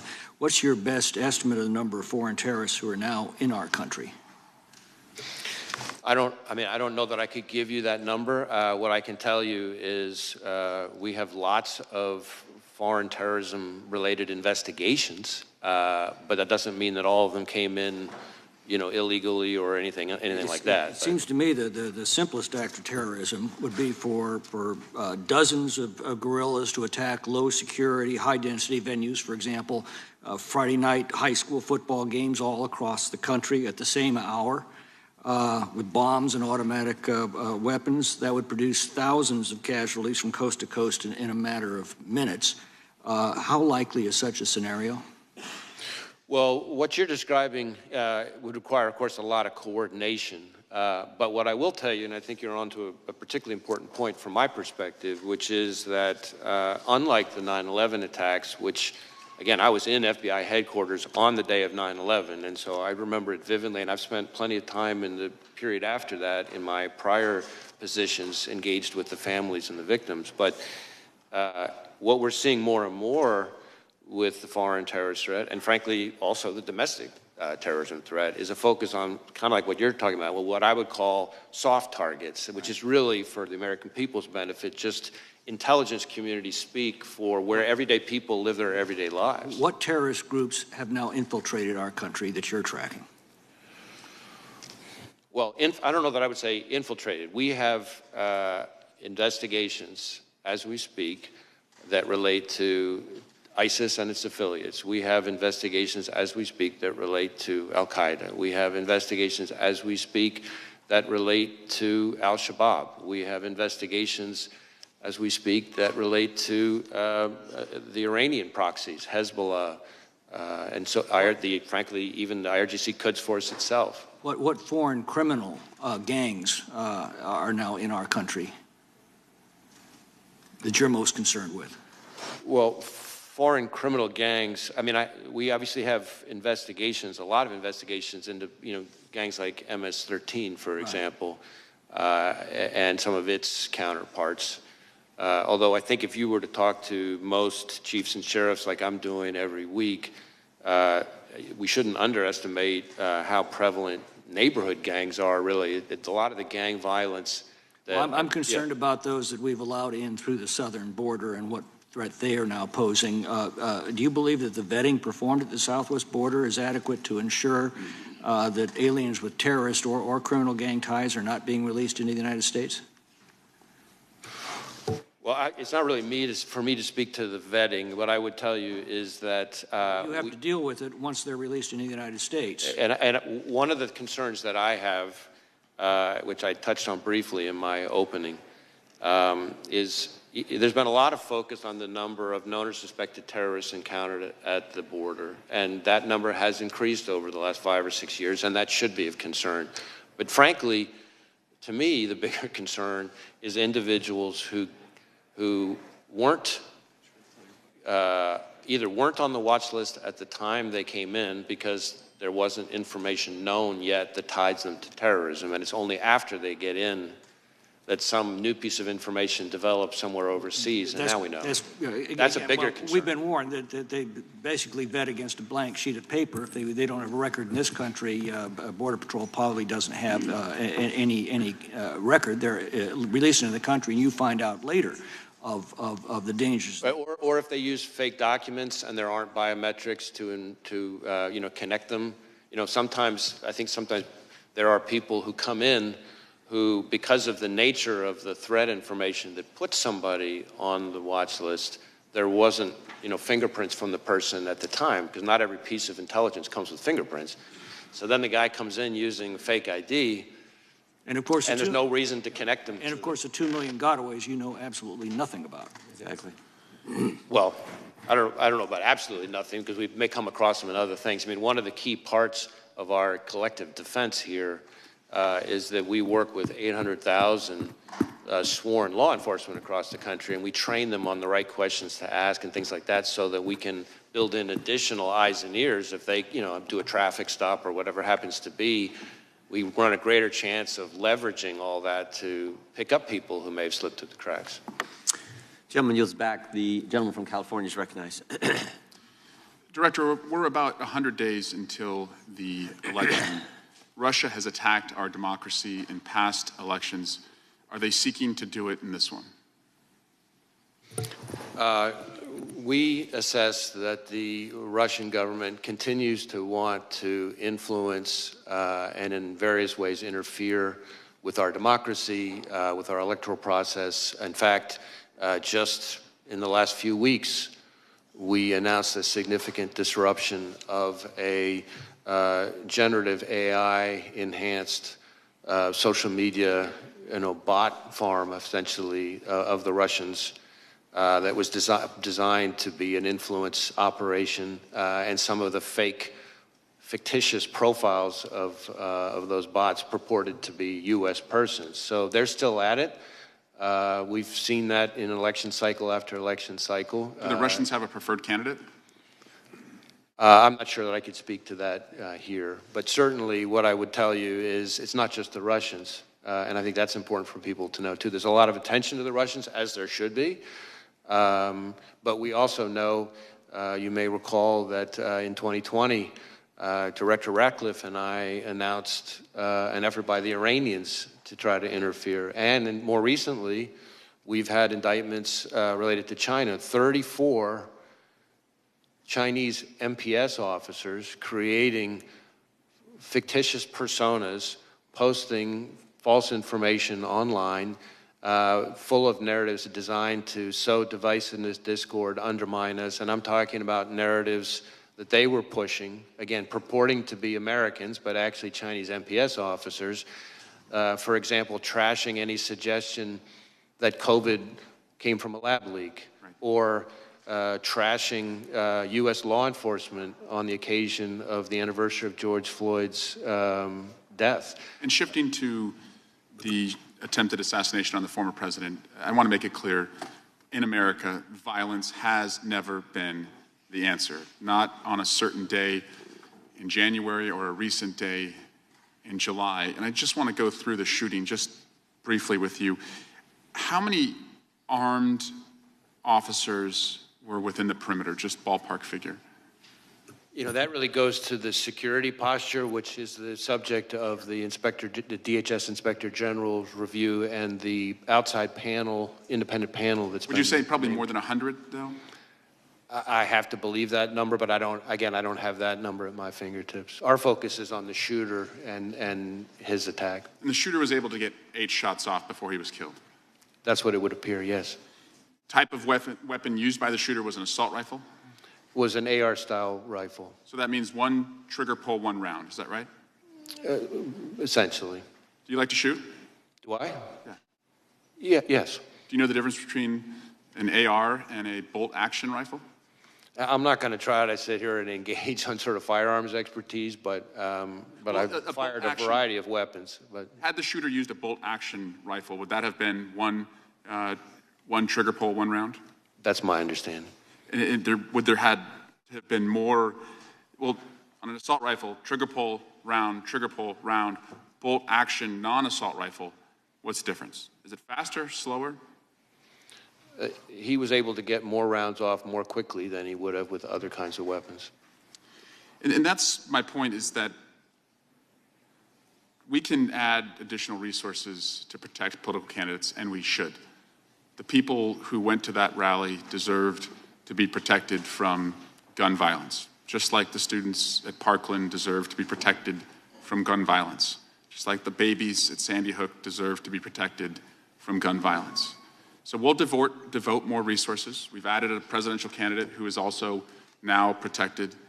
But if we're being honest with ourselves, we have armed this country to the teeth. And we have allowed the most dangerous people to have access to the most dangerous weapons. I say that as a parent of a 7-year-old and a 5-year-old and a 2-year-old, the 2 oldest who have done multiple mass shooter drills in their classrooms. I say that as a brother to 2 police officers who walk a very violent beat. And I say that as an elected official who believes that my colleagues deserve to be as safe as I deserve to be when we are at political rallies. And so we really need to step back and think, if we allow these weapons to be in our country, can we truly protect our elected officials, and can we truly protect, most importantly, our children and the next generation? I yield back. Gentleman yields back. It is good to have Mr. Massey back with us today. Some of us had a chance to go to Kentucky over the last few weeks and visit with Thomas and his family and hear all kinds of wonderful stories about Rhonda. Amazing lady, gentle spirit, and we're glad to have Mr. Massey back with us. And the next 5 minutes belong to you, Congressman. Thank you, Chairman. Director Wray, how many counter snipers were present at the rally that day, and which of the counter snipers took the shot that took out the would-be assassin? I don't have the number of counter snipers. I know it was a Secret Service counter sniper who took the shot that eliminated the shooter. And we've conducted a number of interviews, including of him. So was it one of the 2 that we see in the videos on top of the roof, or was it a different location that was shot? I'm afraid I don't have that at my fingertips here. Okay. You mentioned that the would-be assassin bought a 5-foot ladder. You have a credit card evidence of that. But it looks like on the scene there was a larger ladder that he might have used. Do you know which ladder he used to get to the roof? And do you have possession of that 5-foot ladder and the other ladder? And do you know how the taller ladder got to the scene? So this whole business about the ladder is something we're drilling into more. We do have possession of the the 5-foot ladder that he purchased close in time to his attempted assassination, that we've traced the purchase of that ladder from a receipt, a bloodied receipt that he had on him at the time his body was recovered on the roof. We do not yet know for sure how exactly he got up on the roof. We're looking at, various forensic pieces to try to kind of piece that together. So more to come on that. Do you know where the 5-foot ladder was found or retrieved? Was it near the roof, or was it still in his vehicle? Neither. I don't have it in front of me, but I know that it was not. I know that it was not on scene, and I know that it was not in his vehicle. But we can circle back to you and get to that. Is there any evidence at all that he may have been in contact with somebody else before this occurred that may have had any prior knowledge or may have helped him plan this event? Well, needless to say, that is a question that we're intensely focused on, because that would obviously be incredibly meaningful. So far, underline, so far, we have not found any evidence of any accomplices or co-conspirators, foreign or domestic. And you're using geolocation data to see if his cell phone was near another cell phone, I presume? Right, we're doing lots of different kinds of cellular analysis, geolocation stuff, looking at his accounts.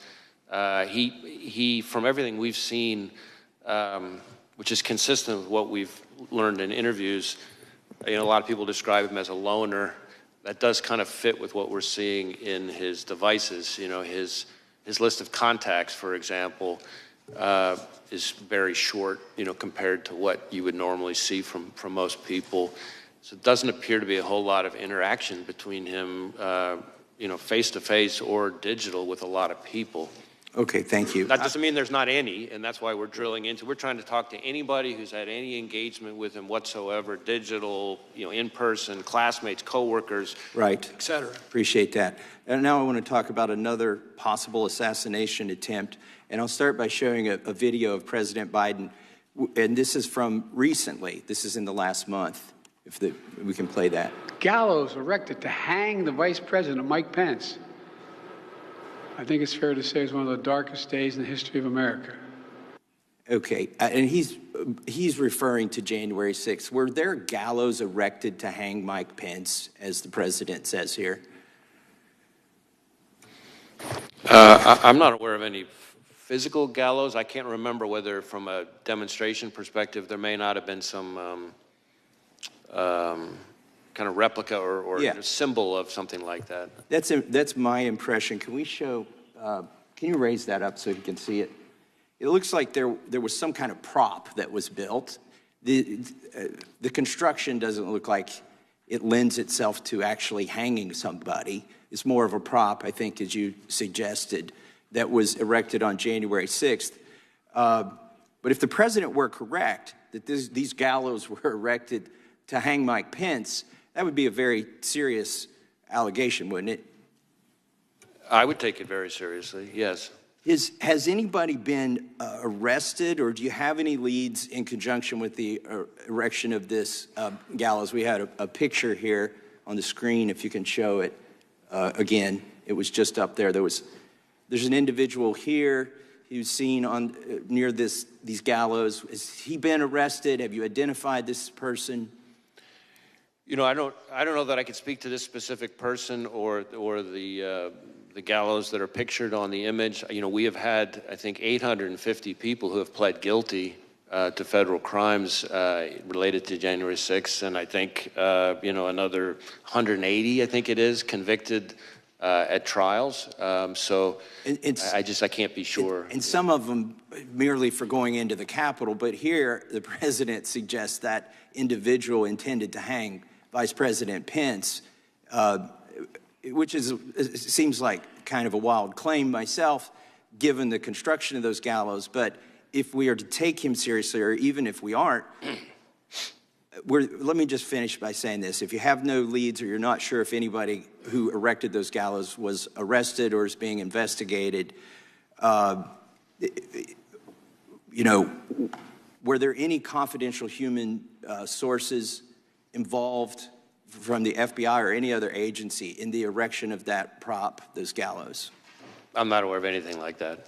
All right. Thank you. I yield back. Gentleman yields back. Gentlelady from Washington is recognized. Thank you, Mr. Chairman. Welcome, Director Wray. Political violence of any kind is dangerous, unlawful, and totally unacceptable.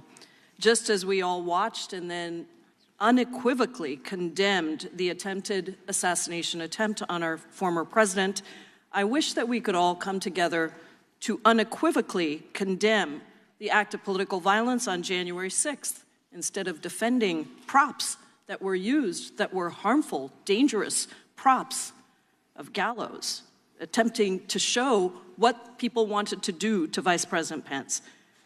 Extremists attempted to subvert our democracy in the worst assault on the U.S. Capitol since the War of 1812. Many of us were trapped in the gallery that day. We feared we would not make it out. Insurrectionists were chasing down former Speaker Nancy Pelosi and then Vice President Mike Pence. And I myself have been the direct target of political violence when an armed man with a gun showed up at my door, threatened me and my family, and we actually ended up having to move our home. So I understand the increased tenor of political violence that is racking our country.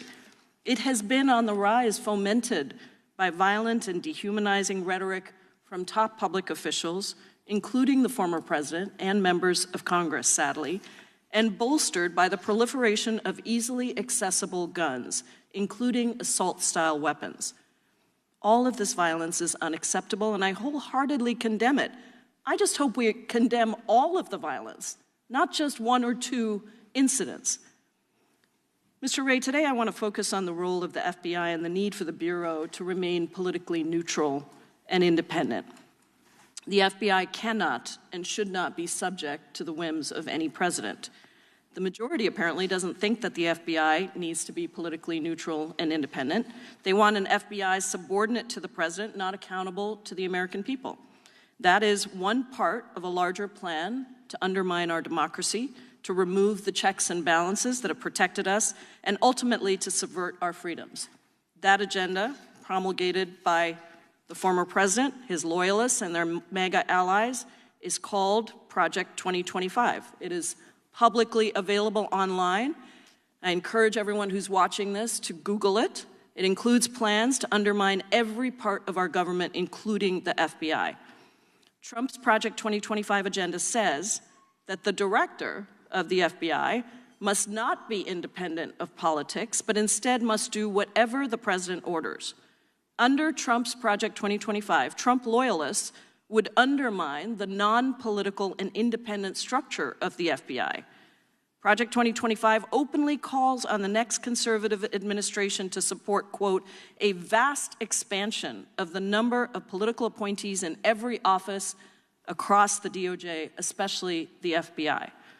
And so, Mr. Wray, given your extensive experience as a law enforcement professional at DOJ across multiple Republican and Democratic administrations, why do you think it's important that the FBI maintain political independence from the president? I think the FBI is and needs to stay independent, and that means protecting the American people without fear or favor, upholding the Constitution and the rule of law, and it means following the facts wherever they lead, no matter who likes it. And I add that last part because the essence of independence and objectivity is not that an investigation is going to always yield the result you want. Our independence and objectivity can't only be respected when you like the outcome. That's the very essence of objectivity. Sometimes you're going to like the result, sometimes you're not going to like the result. And that applies to everyone, including us. Any number of times we're disappointed and frustrated by the results of our investigations.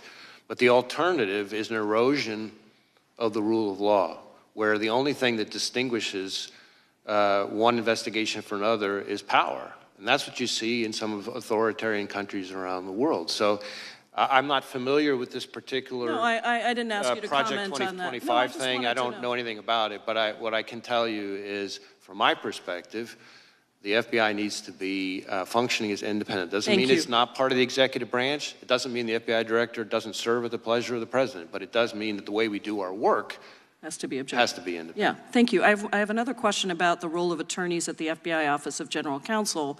How do we protect that work?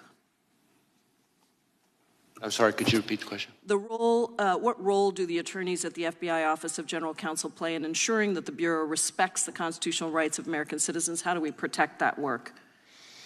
So, in my experience, the lawyers in the Office of General Counsel play an incredibly important role in ensuring that our agents have their questions about how to comply with the law and conducting their work answered. And ensuring that we conduct our work in the right way, which means scrupulously adhering to the laws and the rules that apply to us. I just wanted to say before I yield, Mr. Chairman, that the Project 2025 also eliminates the FBI's Office of General Counsel in-house lawyers who are responsible for that role. I appreciate your indulgence, and I yield back. Gentlelady yields back. Gentleman from Wisconsin's recognized. Yeah, thank you, Mr. Chairman. I think it was when you were here December of last year, Mr. Wray, that you said blinking lights were going off in regards to the southern border and what is happening down there. Has the border situation improved in terms of your assessment with the security of Americans since you were last here in December? Well, I guess a couple things, and I appreciate the question. So first, the blinking lights comment that I made refers more broadly to the threat environment that I'm seeing as FBI director across a wide range of threats.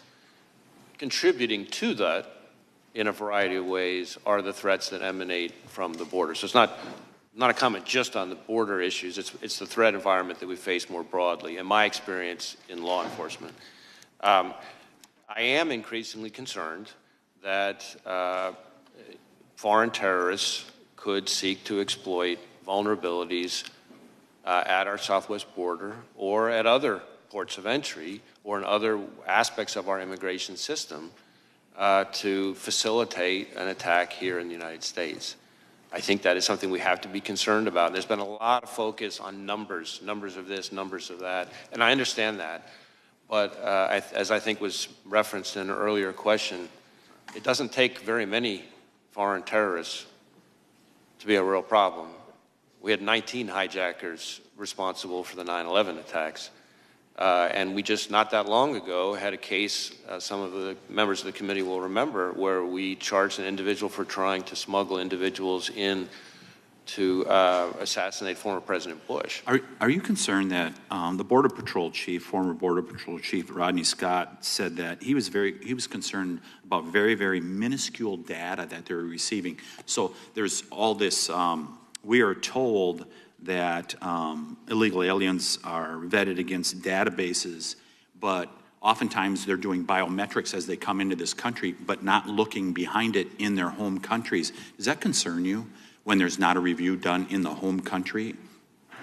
Well, we certainly need as much help as we can get from the countries of origin of these people. And when I say origin, not just where they come from originally, but countries they've come through. And the biometric enrollment piece is, of course, an important one. We have situations where even if... Are we doing a thorough enough job of reviewing them, their actions, and their lives in their home countries before they came here? Well, I mean, we need more help from our foreign partners. There's no question about that. And I think that's an important part of it. How about our domestic partners, like the CIA and others that are supposed to protect us? So there's been a lot of discussion, of course, over the last several years about the pivot to what's called the hard targets, right? The understandable focus, which I support, of focusing on the threat posed by China and Russia and Iran. But with that comes, if you look at, for example, the withdrawal from Afghanistan, we start to lose sources of information about foreign terrorist threats from overseas, and that is a concern to me. Yeah, my time's running out. Has Vice President Harris met with you in regards to the border? Well, I've been in meetings that have included the Vice President that have in different ways touched on border issues. Has she issues. specifically asked you for a meeting in regards to the threat that is at the border? You know, I'm not going to get into sort of specific meetings, but I can tell you that I've been in meetings that have included, among other people, the Vice President that touch on border security issues.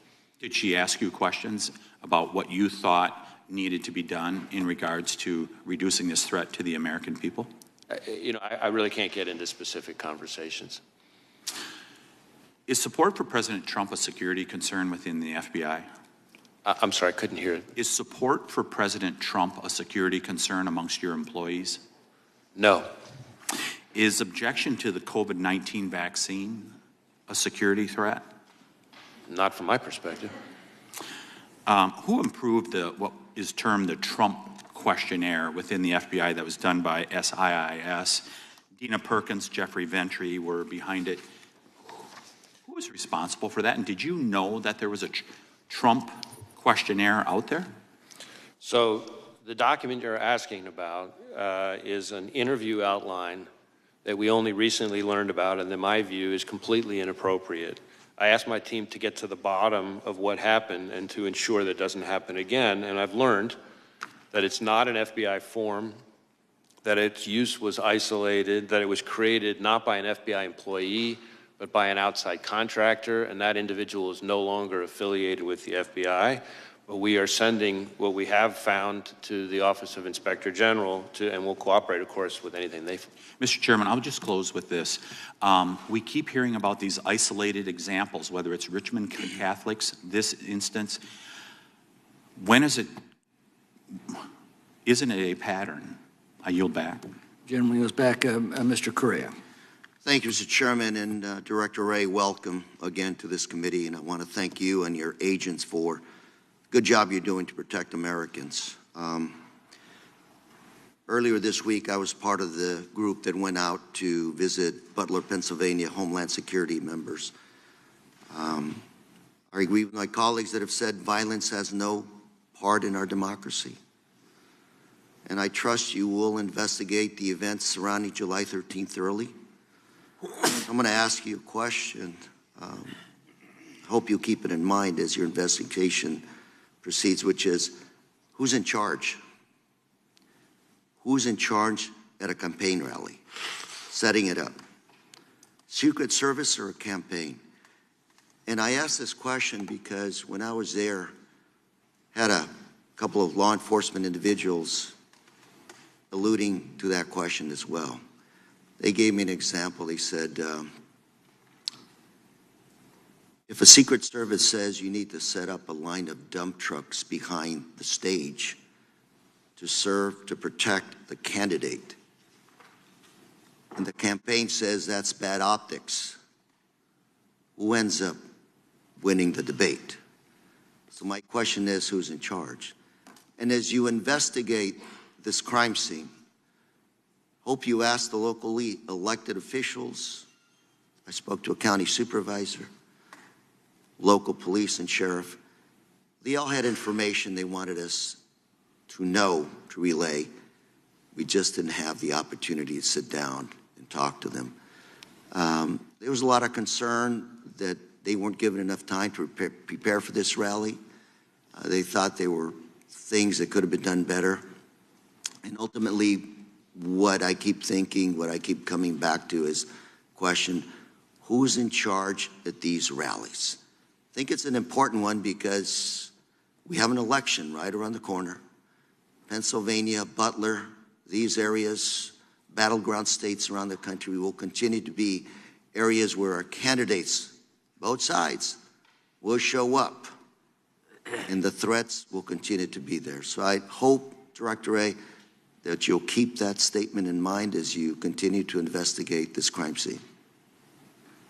Well, I appreciate the question. I will tell you that we've conducted well over 400 interviews, but we have many more still to conduct. And as is not unusual in an investigation, I'm sure there will be situations where we have to go back to people we've already interviewed with follow-up questions.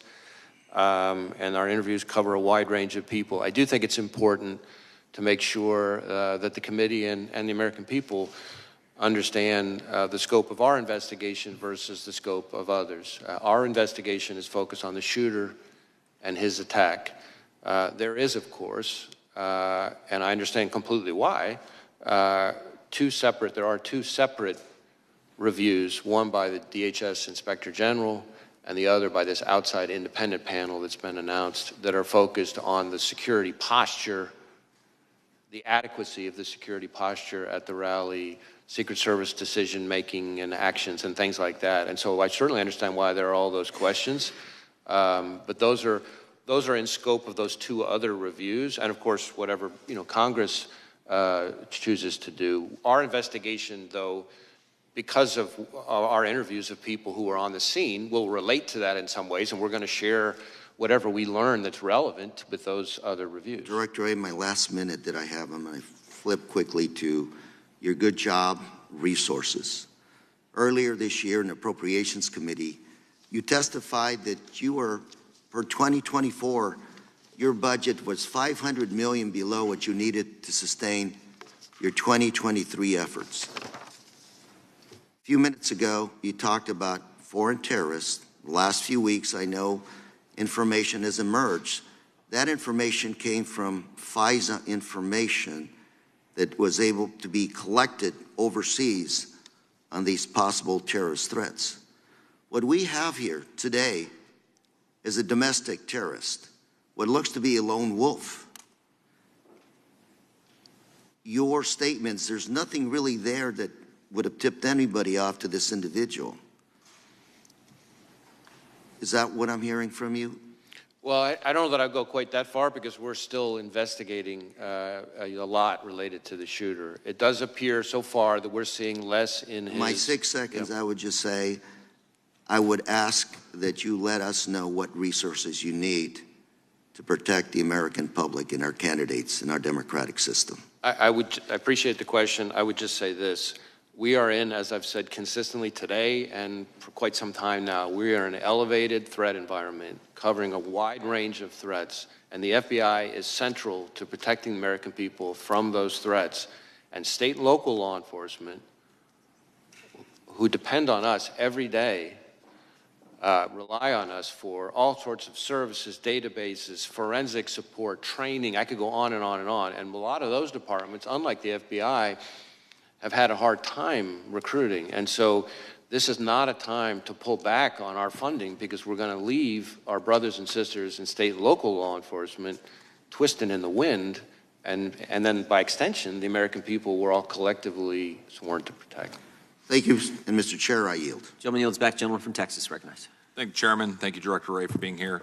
When did you last speak with President Biden?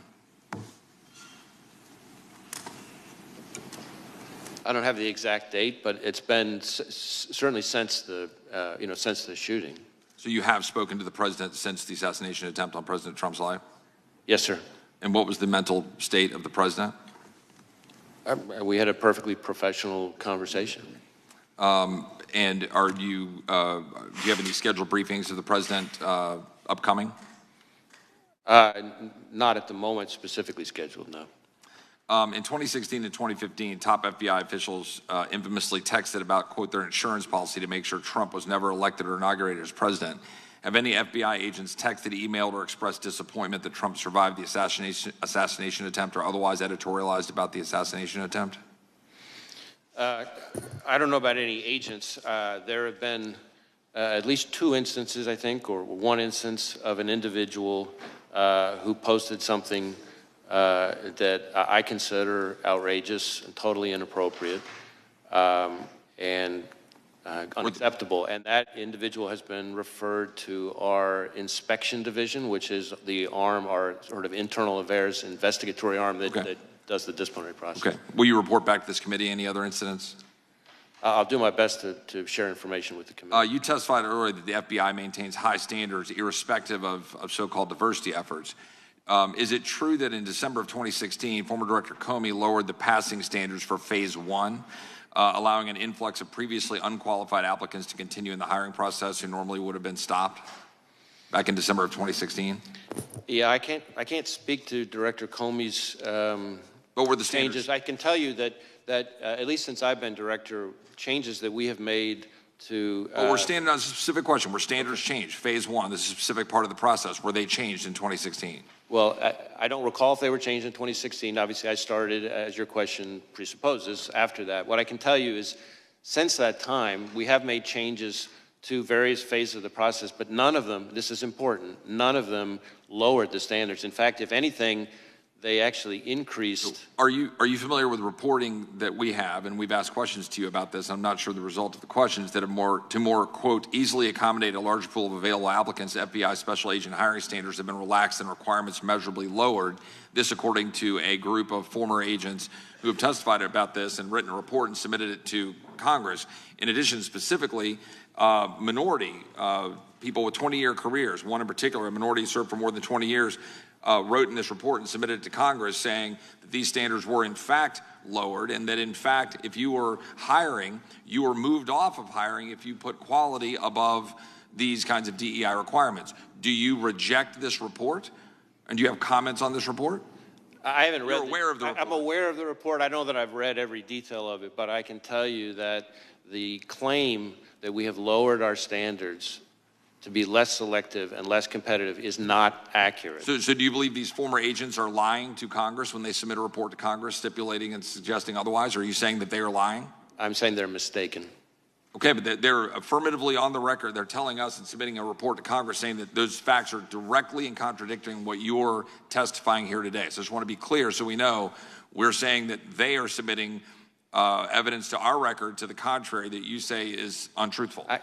I encounter all the time when I travel around the country and have conversations with our agents, and one of the things I try to do is have meetings with some of the longer-serving agents without executive management. That's okay. My only question is and my point here's the implication is it's untruthful. So I need to move on. I got 1 minute left. Are you familiar with the case of Paulette Harlow? She's a 75-year-old elderly woman from Massachusetts with a debilitating medical condition. She was prosecuted for violating the FACE Act and sentenced to 2 years in prison. She has to go to Texas in 2 weeks. She was praying at an abortion clinic in Washington, D.C. The FBI interrogated and investigated her. Do you think it is appropriate for a 75-year-old woman who is praying at a clinic in D.C. to be put in prison for 2 years for that activity? Just a simple question. Do you think that's appropriate? I'm not familiar with the specific case.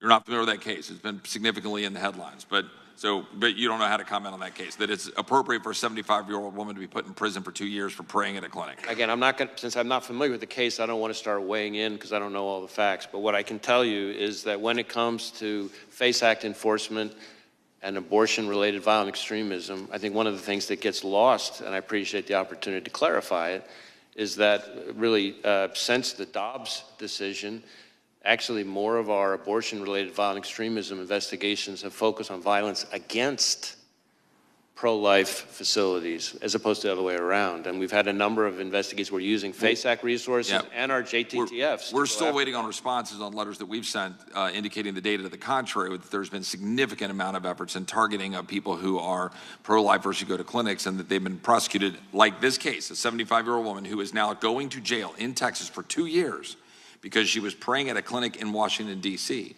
And we've submitted questions on that, and I'd appreciate a response on it. I yield back. Gentleman yields back. Gentlelady from Pennsylvania is recognized.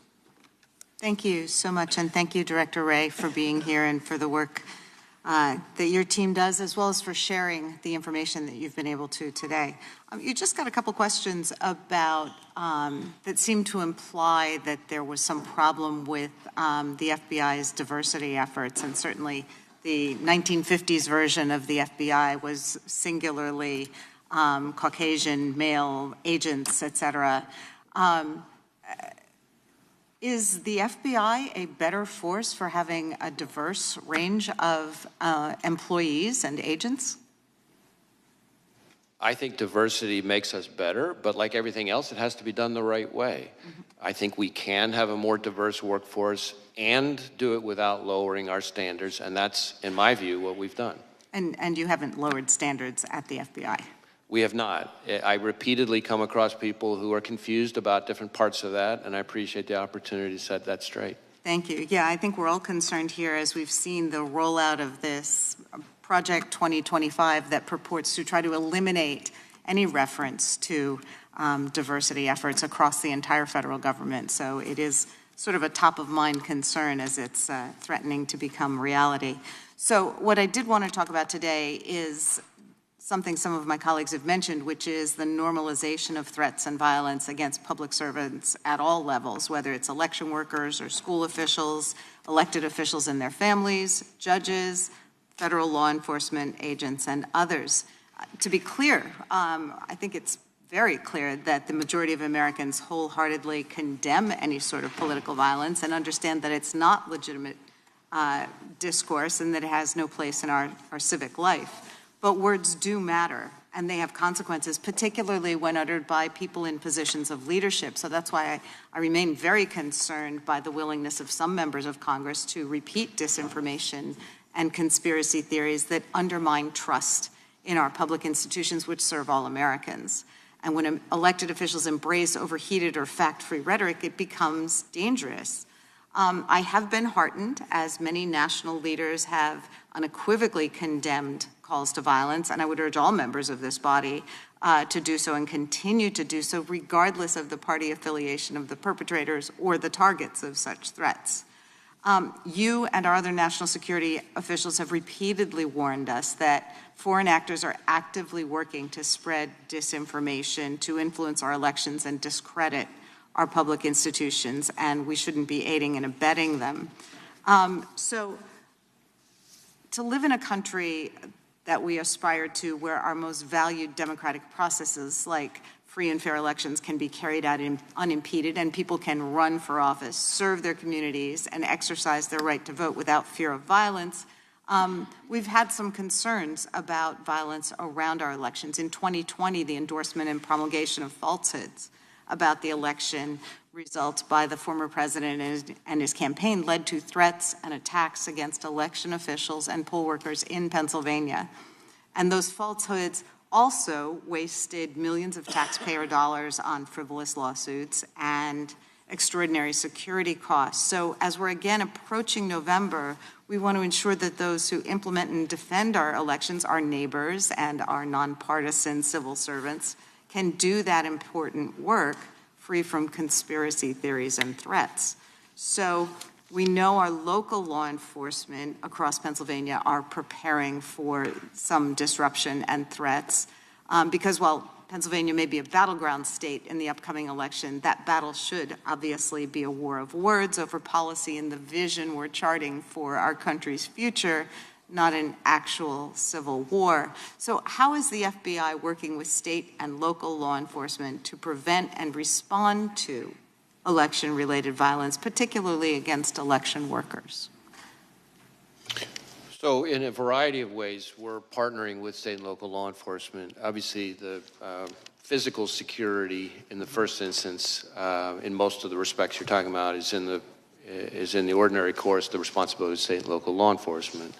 But we play an important role in a number of ways. So we share, threat bulletins, information like that about things to be on the lookout for, things we're seeing. If we ever have specific threat information, then we work to get it to the right people. We have election crime coordinators, which we've had for decades in all 56 field offices who have existing relationship with not just state and local law enforcement, but election officials, especially focus on security and threat-related issues. And then, of course, we're participating in the election threats task force that DOJ set up, which is focused on threats of violence or actual violence against election workers specifically. And we've had a number of arrests and even some convictions already on that. Okay. Thank you for your input. I yield back. Gentleman yields back, Director. It's my intention to go approximately another half an hour. Then we will break for the Prime Minister of Israel's address to the Congress on the floor, give you a chance for lunch, and then resume after that. But we'll keep pushing through for the next half hour if we can. Gentlelady from Indiana is recognized. Thank you, Mr. Chairman. Thank you, Director Wray. I think you have a little bit better tone in conversation, so I appreciate it, and answer some questions, so I appreciate it. Hopefully you'll answer also on 2 letters that I sent you over a year ago, one related to Durham report and the other one related to Russian-infiltrated SBU that collaborated with FBI. So hopefully we'll get these answers and hopefully we'll start doing authorization. Don't you think doing authorization would help us to get better answers? Congress should be probably working on authorizing new agency. Don't you agree with that? We work very hard to try to get information to this committee and to other committees. But authorizing spending probably would be a good thing for us to do. Don't you agree? Oh, I'm sorry, authorizing what? Our spending, not just doing appropriating, but actually doing authorization of spending through this committee. Yes. Okay, thank you. We might start doing that. But we can talk about, and a lot of my colleagues on the other side, you know, AR-15 gets a lot of bad rap, you know, like to bring it up, this issue. But really, there are a lot of hunting rifles that probably, maybe even more accurate than a lot of ARs. And don't you agree? We have like millions, right? Don't you agree? We have millions of rifles owned by law-abiding Americans. So do you think we should be taking them, millions of rifles from law-abiding Americans? What do you think about that? Would that be something feasible, and really we should be doing that? Well, again, I'm not going to be addressing anybody's specific legislative proposal. From our perspective, from the FBI's perspective, the concern is any dangerous weapon in the wrong hands. But all weapons in the hands of the wrong person. But all weapons are dangerous, right? I'm sorry? All weapons are dangerous. Knives are dangerous, Sure. Explosives are dangerous. There are a lot of weapons are by their very but are we going to be definition confiscating, you know, hunting rifles and rifles for millions of Americans? Do you think it's even feasible to do something like that from law-abiding citizens? It's not something I'm advocating. Okay, well, thank you. I appreciate that. So we have to go back. That was a catastrophic failure of security. That's what's happened, you know, recently with attempted assassination. Don't you agree with that? Well, I think former Director Cheadle has already publicly acknowledged that it was, I think her words were, a significant operational failure. Then we had, you know, similar situation, a different, you know, talking about bad optics. Speaker Pelosi at that time didn't want to have bad optics on January 6th, and we didn't have proper security here on January 6th. That was a catastrophic failure too. Are we looking at that? Any one conclusion was made from that? Have we made any adjustments? Because I know a lot of people, you know, got hurt now just being here. There was a lot of cases bringing up the Department of Justice, and a lot of them were really just law-abiding Americans that really just upset with the government, and they have a reason to do it. So I think we need to think about it before we prosecute, or instead of actually, you know, looking how we can deal with real criminals and how we can have a proper security when we have events with so many people there. So did you have confidential human sources? I think you never answered that question on January 6th in the Capitol. Did you have some? I'm sorry, what's the question? Confidential human sources. Did you have them on January 6th in the Capitol? Well, again, I'm never going to be getting into when and where we have or have not used confidential human sources. But are you willing to stand the record that you had, you know, you had no confidential human sources that went into Capitol on January 6th? As I've said consistently, I'm not going to get into where we have or have not used confidential human sources. I can tell you that if you are asking if the violence at the Capitol on January 6th was part of some operation orchestrated by FBI sources or agents, the answer is no. No, I didn't ask you that. I asked, so did you investigate any confidential human sources? Did you do any investigation and looking at that? So you're not answering if you had any or not. So if you had potentially, did you do anything you needed to make sure to investigate that none of your sources did anything wrong? If they did wrong, they were prosecuted the same way, like you're trying to prosecute a lot of people that really, even in Supreme Court ruled recently that some unconstitutional charges. Let me just add that there have now been, I think, 180 individuals who've gone to trial, in addition to the 850 who've pled guilty. Right, but I think the problem is you put these charges, a lot of people would put guilty. But let me say just quickly, because I only have 10 seconds, really. So I hope you will take seriously what you're doing. You know, related to the border security is also a crisis. You know, your vice president was a lead-in on that. Has she initiated meetings with you to lead, like weekly or monthly meeting where she actually gets briefings from you as a lead-in border czar that had that function? Have you had that? Has she initiated any meetings on a regular basis with you? Again, gentlelady's time has expired. The gentleman can respond. Right. On this issue of confidential human sources, number one, I will say there is a DOJ OIG review that's underway that I think addresses some of these kinds of topics, I believe, but I won't speak for the Inspector General. Second, as to this suggestion, which I've heard all too many times, that somehow January 6th was orchestrated by FBI agents or sources, I will note that in addition to my prior comments, that there have now been 850-ish individuals who've pled guilty, another 180 who've gone to trial. They've all had access to defense counsel, discovery, all the things the Constitution and the rules provide them. It's been in front of something like 15 different judges, I think dozens of juries, and not one has given credence to this notion. And in fact, I don't think any of them have even really seriously tried to raise it. So it's not just my word for it. Look what's happening in the cases. Thank you. The gentleman from Colorado is recognized for 5 minutes. Thank you, Mr. Chairman. Thank you, Director Wray, for being here, for your testimony today, for the work that you do each and every day, and that your frontline agents across the country do each and every day to protect Americans, to keep our country safe. Also grateful for the work that you're doing in investigating the horrific events of July 13th and the attempted assassination of former President Trump, which everyone must and has condemned. I would first just ask, do you believe that the FBI has the adequate resources to ultimately ensure that your agency gets to the bottom of it and fully investigates this terrible crime? Well, we are devoting massive amounts of resources to this specific investigation. We have easily several hundred FBI agents, analysts, and professional staff working on it. It involves over half of the FBI's 56 field offices, almost every headquarters division. We even have some of our overseas offices working on it. You might say, well, why is that? Well, because some of the companies that involve accounts or purchases or communications or what have you that the shooter used are foreign companies, so we have to get evidence from overseas from those companies. I've talked about our lab a little bit earlier today. We've got our Office of Technology Division working on the digital devices.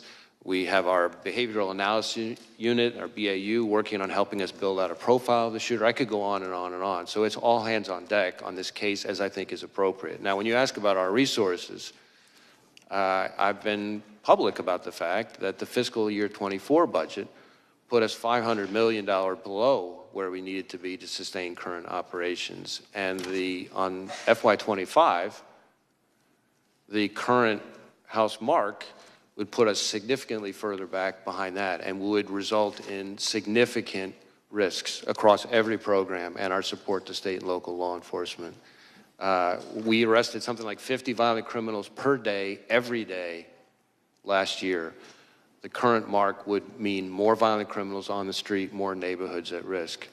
We have about a 1,300% increase in our investigations related to China and its targeting of us. And I can assure you, China's not cutting its budget. This would mean more threats from China. We have something like 300 to 400 investigations just into cartel leadership.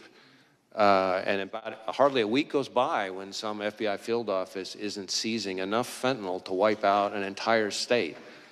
Those cuts means more fentanyl on the street, more people dying.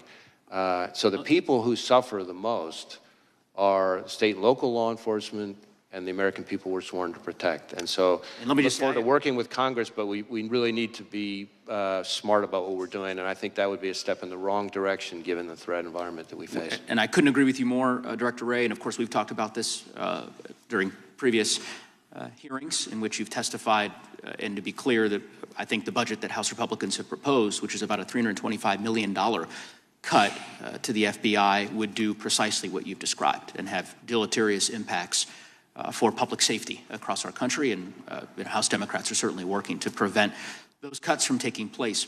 You've talked at great length about the events of July 13. There's justifiably a lot of public interest in the investigation, which we understand is ongoing. Wonder if there's anything that you'd like to disclose or provide to the committee or to the public that perhaps has not yet been gleaned during the course of this hearing, and just give you an opportunity, because there's a lot of folks related to the investigation. Yeah. One thing I can give an update on, which is pretty fresh here, we had some conversations with some of the members about the access to the roof and the ladder and so forth. And our evidence response teams and their forensic collection, we now believe that the subject climbed onto the roof using some mechanical equipment on the ground and vertical piping on the side of the AGR building. In other words, we do not believe he used a ladder to get up there. One question, if the chairman might indulge me with just a few extra seconds. There's an article recently regarding several former Trump administration national security officials who had received a duty to warn briefing from the FBI regarding the potential threat from Iran.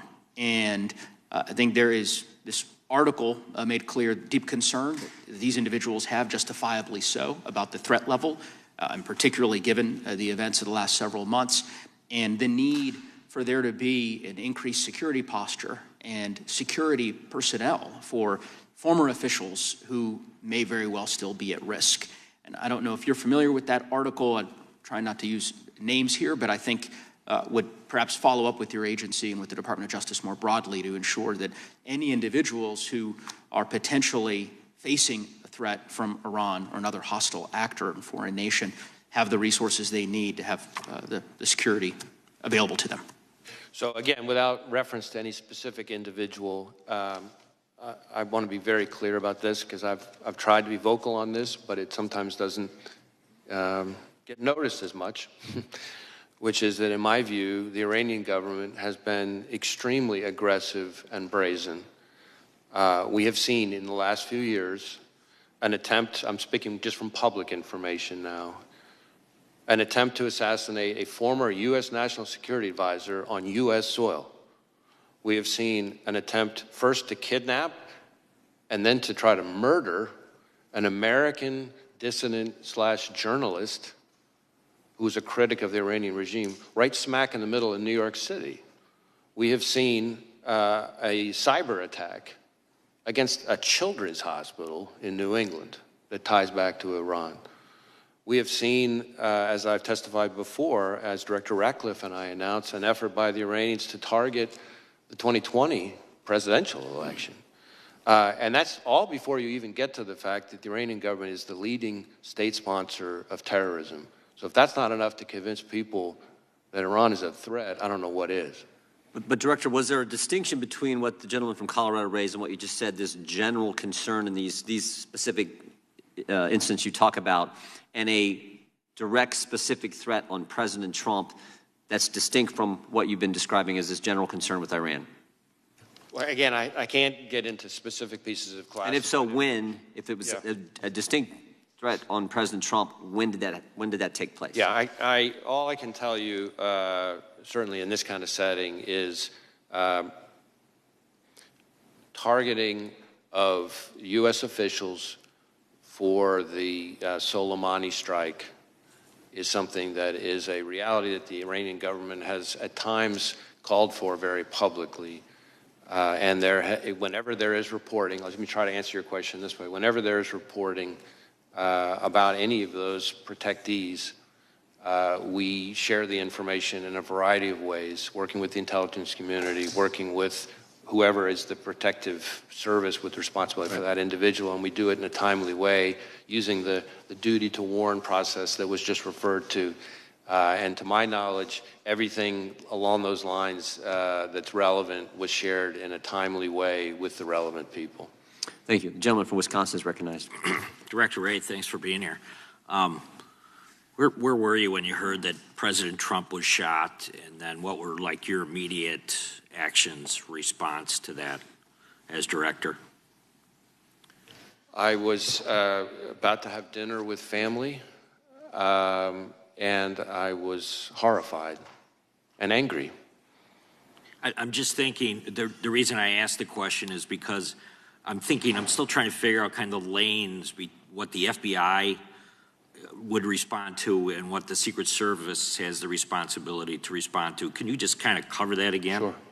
So the FBI is not responsible for, has never really been part of our mandate or mission for the physical security of venues, of specific protectees or anything like that. That's, if it's somebody within Secret Service's scope, that's their mandate and mission. We are a law enforcement and intelligence agency, and so if you think about it this way, we're the Federal Bureau of Investigation. We're not the Federal Bureau of Security. You might say, well, what's the difference? Well, there is a difference. We investigate crimes, we investigate threats to national security, but we don't, questions about security posture, the adequacy of resources and assets that were deployed to protect a specific individual, whether there's enough security, and certainly the staffing of that security is not something the FBI, again, we're 116 years old, has historically done. So at this point, have you been able to go through the shooter's home and kind of document kind of what you found as far as evidence goes? So we have been able to search the shooter's home. So again, just sort of tying your first question to your second question now, our role is to conduct an investigation of the shooter and the attack. And so we're going to conduct a painstaking, intense investigation of that. We have, among other scenes that we've processed using evidence response teams, in addition to the rally scene itself, of course, we have been through the shooter's home, his bedroom, other parts of the house, et cetera. Have you been able to establish that he did go to a range and either zero that weapon in or, at least target shoot that weapon prior to the assassination attempt?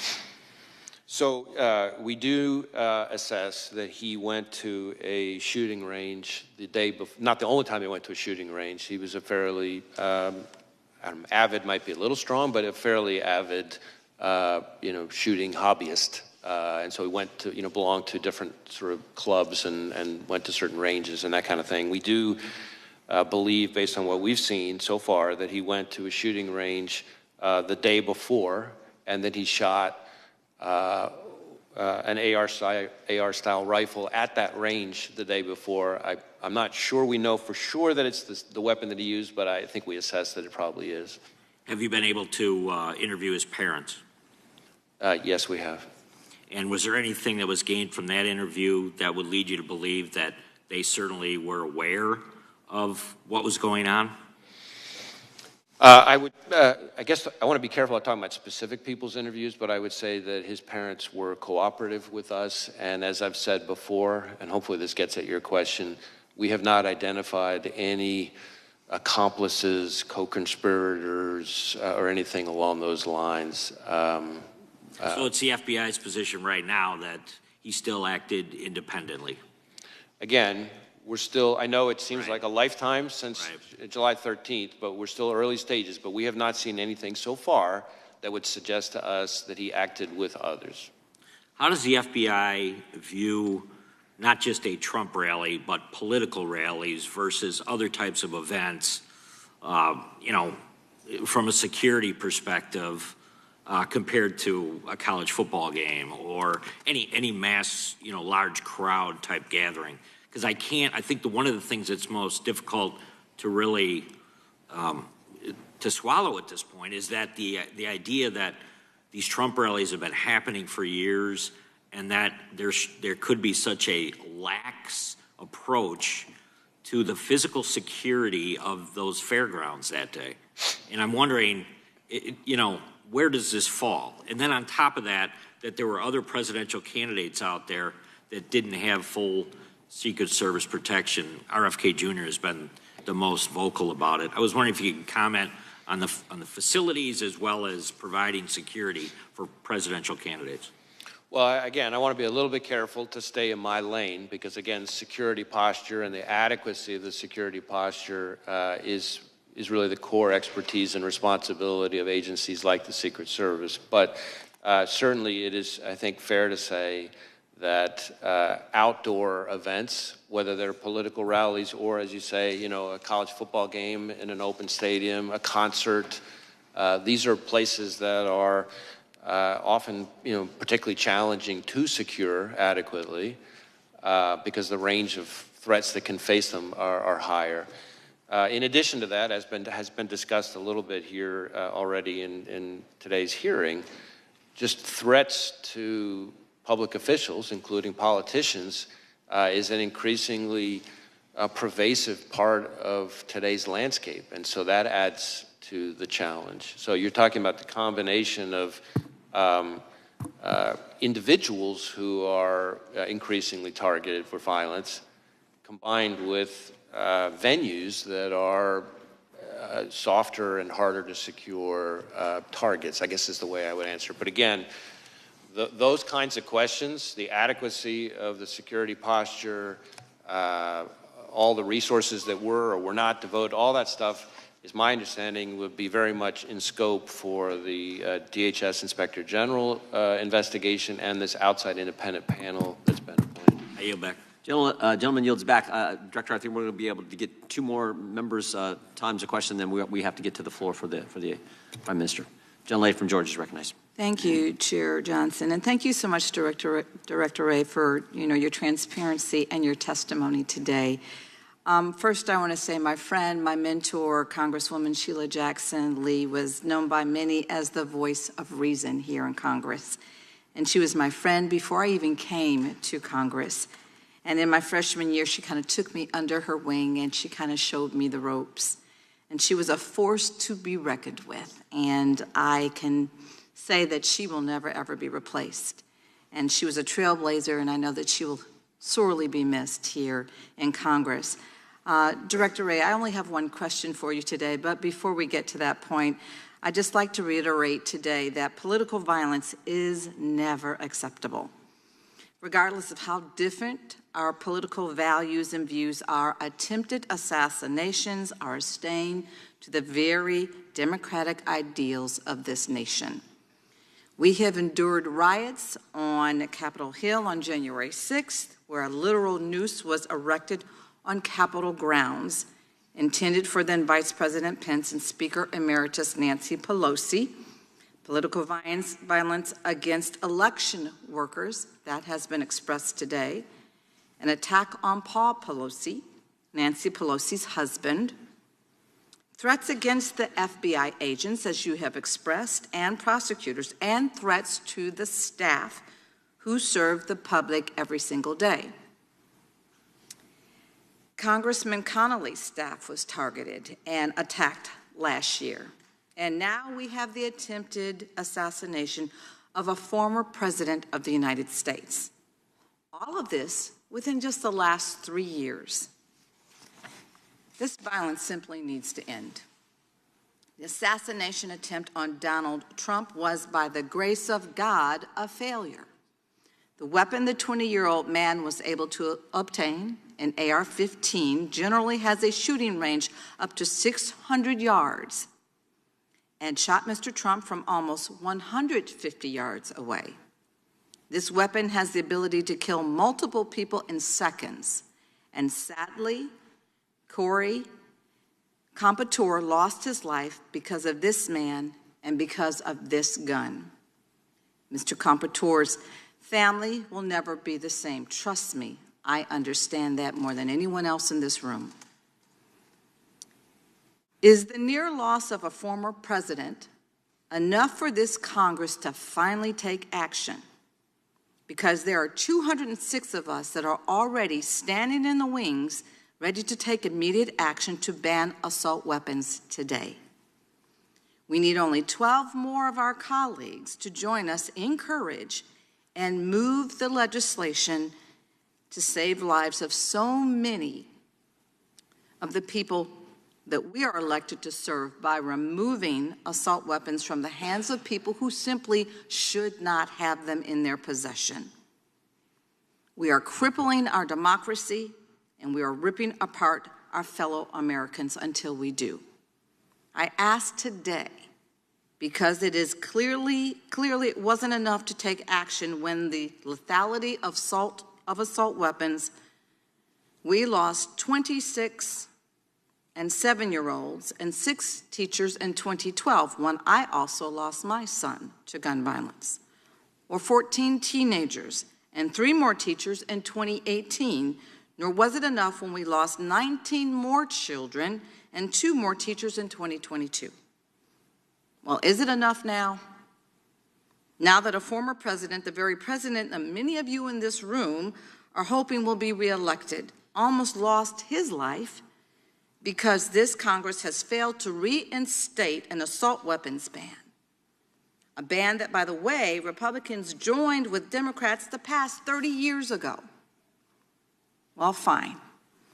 If y'all don't like assault weapons ban, we can bring another bill that I have introduced to a vote, the Go Safe Act. This bill focuses on the components of the semi-automatic firearms and regulates their infrastructure, sale, and transfer. This, again, is not the time for thoughts and prayers. This is a time for action. Director Wray, just one question I have for you. Would you rather have your officers protected or protect someone against an assault weapon being shot from 147 yards away, or a standard pistol with no accessories attached? Well, again, I'm going to refrain from appearing to comment on specific legislative proposals, but I can tell you that we are certainly concerned about the danger to law enforcement from any kind of high-powered weapon in the wrong hands. And it hits close to home for us because just not that long ago, two great agents, Laura Schwarzenberger and Dan Alphen, down in Miami, executing a search in a crimes against children case, were shot and killed by a subject with an automatic weapon. So, again, dangerous weapons in the wrong hands is something that, of course, from a law enforcement perspective, concerns us. But I'm not going to wade into the legislative process. Well, thank you for that answer. I'd rather give our agents a fighting chance. And I yield back. Gentlelady yields back. Gentleman from Oregon is recognized. Thank you, Mr. Chair, and thank you, Director Wray, for being here today. So we spend $3 billion a year, excuse me, on the Secret Service, $3 billion. And it would seem that we could and should have had a better job done a few weeks ago on the 13th than what we saw. Will you have anything to say about correcting what are the obvious deficiencies in what the Secret Service did? Well, for the most part, the deficiencies or adequacy or inadequacy of Secret Service's performance, decision-making, resources, all that stuff is in the purview of those two other investigations. That is the DHS Inspector General and the outside independent panel that's been announced. Having said that, our investigation, which, as I've testified now, involves several hundred FBI employees and every asset we can bring to bear, of the shooter, again, our investigations of the shooter and his attack, of course, involves interviewing law enforcement, including lots and lots and lots of Secret Service people. So we'll share all that with those reviews so that they can answer those questions. The reason I'm asking this is because this isn't the first time the Secret Service has been before Congress. There was a 435-page report issued in 2015 by Congress saying, fix yourself. They didn't. In fact, there was a follow-up in 2019 where they had only done a few of the, I think it was 18 or 19 different specific things they were supposed to do. They'd done some, but certainly not all. There was another follow-up in 2022. And again, the Secret Service had not done what Congress had asked. I guess my question to you, Mr. Director, is what should Congress do? A 435-page report 9 years ago, and still the Secret Service didn't do what it was told to do then. Can you help, Director Wray? Because this type of performance is not acceptable. Well, I think even former Director Cheadle has acknowledged that this was a significant operational failure. If there are ways for the FBI to be helpful beyond what we're already doing in terms of our investigation, we stand ready to try to be helpful. I do want to say, as somebody who's been in law enforcement for most of my career, I've worked with some just phenomenal Secret Service agents. Going all the way back to my time as a line prosecutor, and they have an incredibly hard job, and I have a lot of affection and respect for the men and women of the Secret Service. I'm sure you do, and I'm sure you're right. But the trouble is, when Congress says you need to do these 19 things and they don't, something needs to change. Now, the director has resigned, but you're going to be in a position, because your agency is doing such a careful review, to say a lot about what should have been done.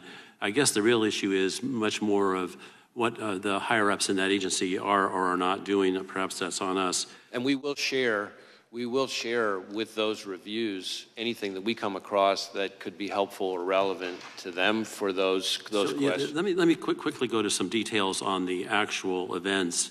It appeared to a lot of us, as the Secret Service was taking former President Trump from the stage, that he was clearly still in view of everybody. And had there been another shooter I didn't see him being protected. Are you going to raise that issue? I think that's really more in scope of these two other reviews, both of them. Okay, that's fine. Let me go to the shooter as he was on top of the roof. Apparently another officer from another police division saw him and quickly ducked down because the shooter aimed a gun at him. And then the shooter apparently, was he prone at the time he took the shot toward the president? So my understanding is that the local officer that we're talking about, with the assistance of another local officer, was able to kind of get up and see onto the roof where he observed the shooter, I believe, in a prone shooting position. The shooter then turned and faced him, the local officer, with the weapon. From the prone position. That's my understanding. And then he went back to the prone position. And this is all seconds before the shooter took his But that entire time, the shooter was in the scope sight of the counter sniper, correct? That one I'd have to double check on. I know we've interviewed the counter sniper, but I'm not sure I know the answer. The counter sniper didn't take a shot until after the assassin attempted to shoot the former president and others. He got off 8 shots before the counter sniper shot the shooter. What's with that protocol? Can you get that fixed? Well, I really want to be careful not to be, given the scope of our investigation, somehow second-guessing the very difficult act and decision it takes for a counter sniper to kill another human being in that situation. It's all happening in seconds. So 8 shots. Yeah. And that was after he'd been seen for 20 minutes. I yield back. Thank you. Director, that's an important question, though, because you've talked to the counter sniper. And that, I mentioned this in our opening statement, that critical 5 minutes from 6:09 to 6:14 and what takes place there is critical. And I think that's what the gentleman was getting at. And we were hopeful that you could tell us something about your interview with the counter sniper. Yeah, I guess I want to distinguish a couple things. There is some individual, not law enforcement, I believe, who spotted the shooter on the roof a few minutes before. But I think law enforcement spotting him with the weapon on the roof is seconds before the shot. Okay, so that's important. Yeah, so I think there's two different things going on. I think what you're saying is it wasn't maybe that if the bad guy shoots at 6:11, then you're saying this encounter with local law enforcement that Mr. Bentz was just getting into happened just seconds before that and maybe not 2 minutes before that? That's my understanding. That, in other words, that there's different things here. There's an individual, at least one individual I can think of, not law enforcement, member of the public, who observed him on the roof. Not clear whether or not the individual saw a weapon or not, but saw him in a way that was concerning. That is some number of, not many, but like just a handful of minutes. I think separate from that, as far as law enforcement goes, in terms of a weapon, this local officer that we just talked about observed the individual, again, literally just seconds before the shooter took his shots. Separate and apart from all of that, roughly, I think, maybe a little less than or around an hour before the shooting, there were local law enforcement officers who observed the shooter, not up on the roof, not with a weapon, but with I believe, a rangefinder, kind of like you would use if you were playing golf or something, in a way that was odd and suspicious. So that started happening with local law enforcement beforehand. But in terms of shooter, meaning with the weapon, law enforcement, my understanding is that the first time that happened was this local officer climbing up on the roof seconds before the shooting. Again, we want that timeline. I think the committee wants that timeline and communications that were taking place in that short period of time. Again, as I've said with everything else, I really want to be careful. I'm leaning in, trying to share as much as I can here. Facts are evolving, things may change, but we are working on a timeline, among other things. Committee will stand in recess until after the Prime Minister's remarks conclude.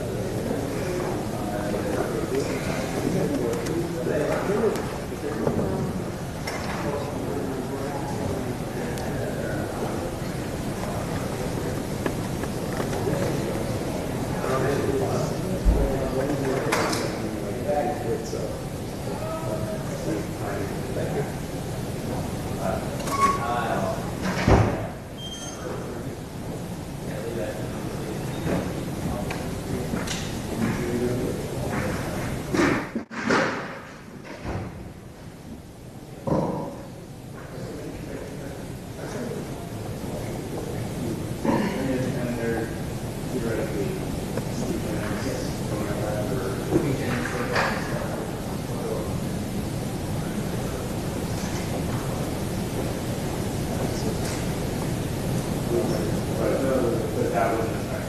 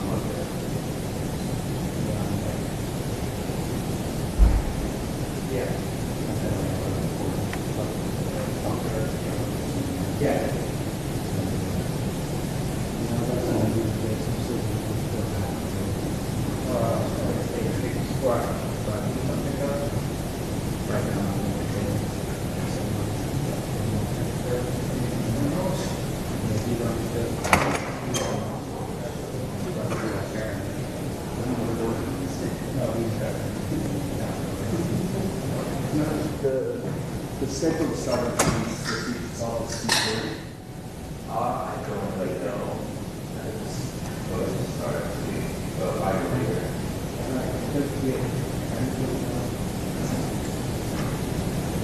It's suggesting, yeah, sounds like yeah.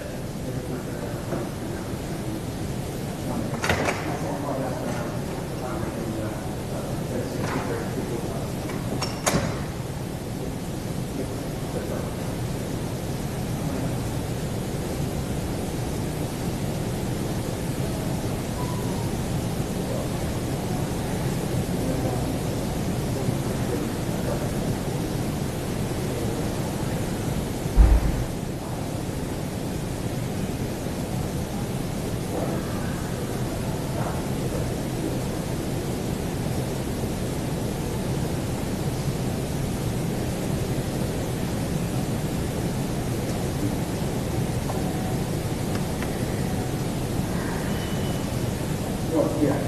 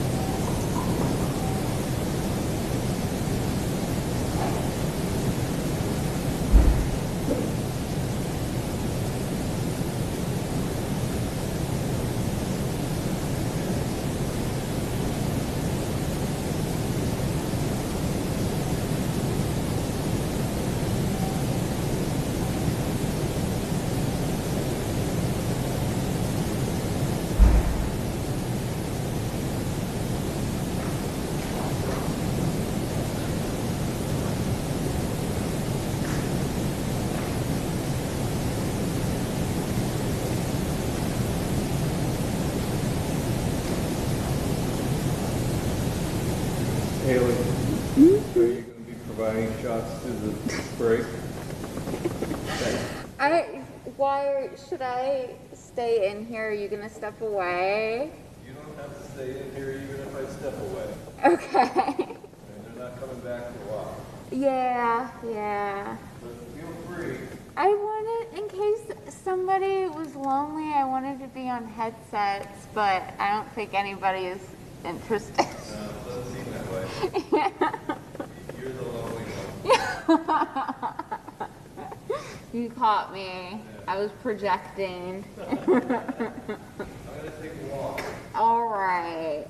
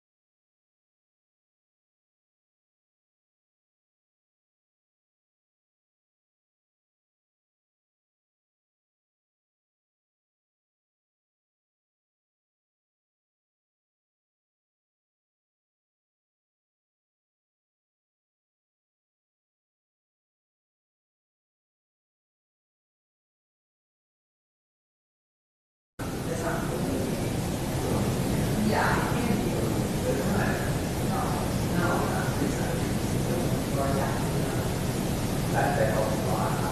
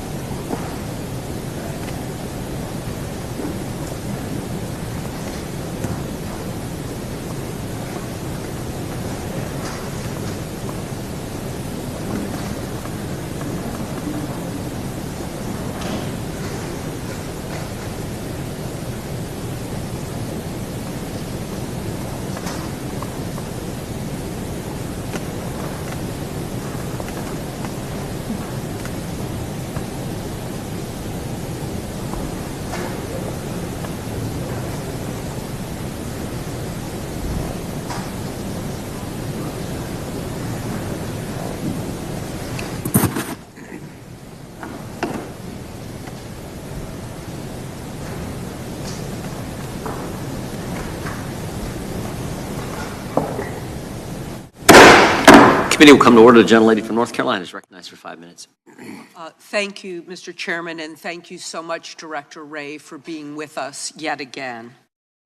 As you know, we've seen a disturbing rise in domestic terrorism and far-right extremism across the United States, and we've heard from you several times about this. White supremacist and far-right extremist groups continue to outpace all types of terrorism and domestic violent extremism, according to the National Institute of Justice report from this past January. Part of this dramatic rise in extremist violence and threats stems from malign foreign actors who are actively working to sow division in American democracy. They're desperately trying to inflame extremists and deepen divides, all to support far-right agendas and candidates that will erode our democracy. The DHS threat assessment has warned we expect the 2024 election cycle will be a key event for possible violence and foreign influence targeting our election infrastructure, processes, and personnel.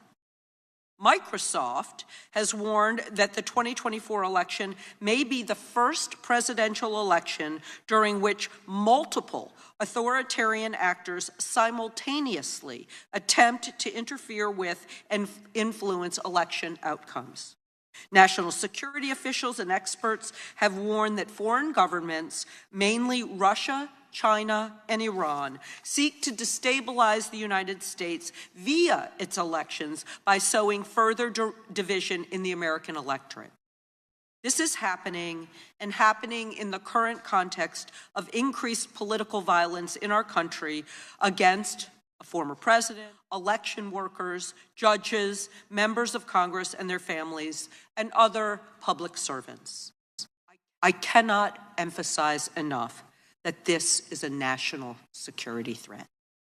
Director Wray, reports have found that these propaganda campaigns will sometimes target racial groups. Why would countries like Russia, China, Iran seek to inflame racial tensions via social media?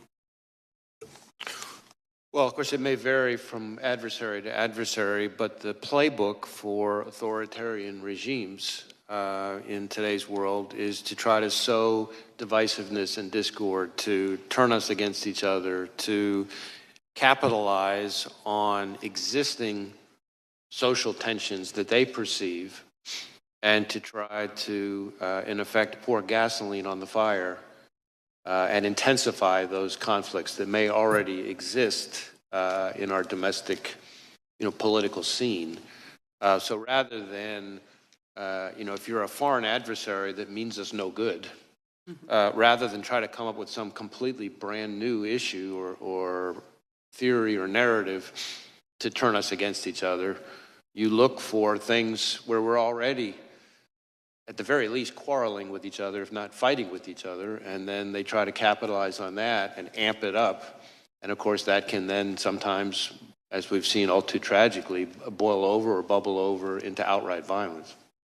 And so how has the FBI worked to combat this propaganda and infiltration on our social media networks? So our focus is on the foreign actor, China, Russia, Iran, and on their efforts.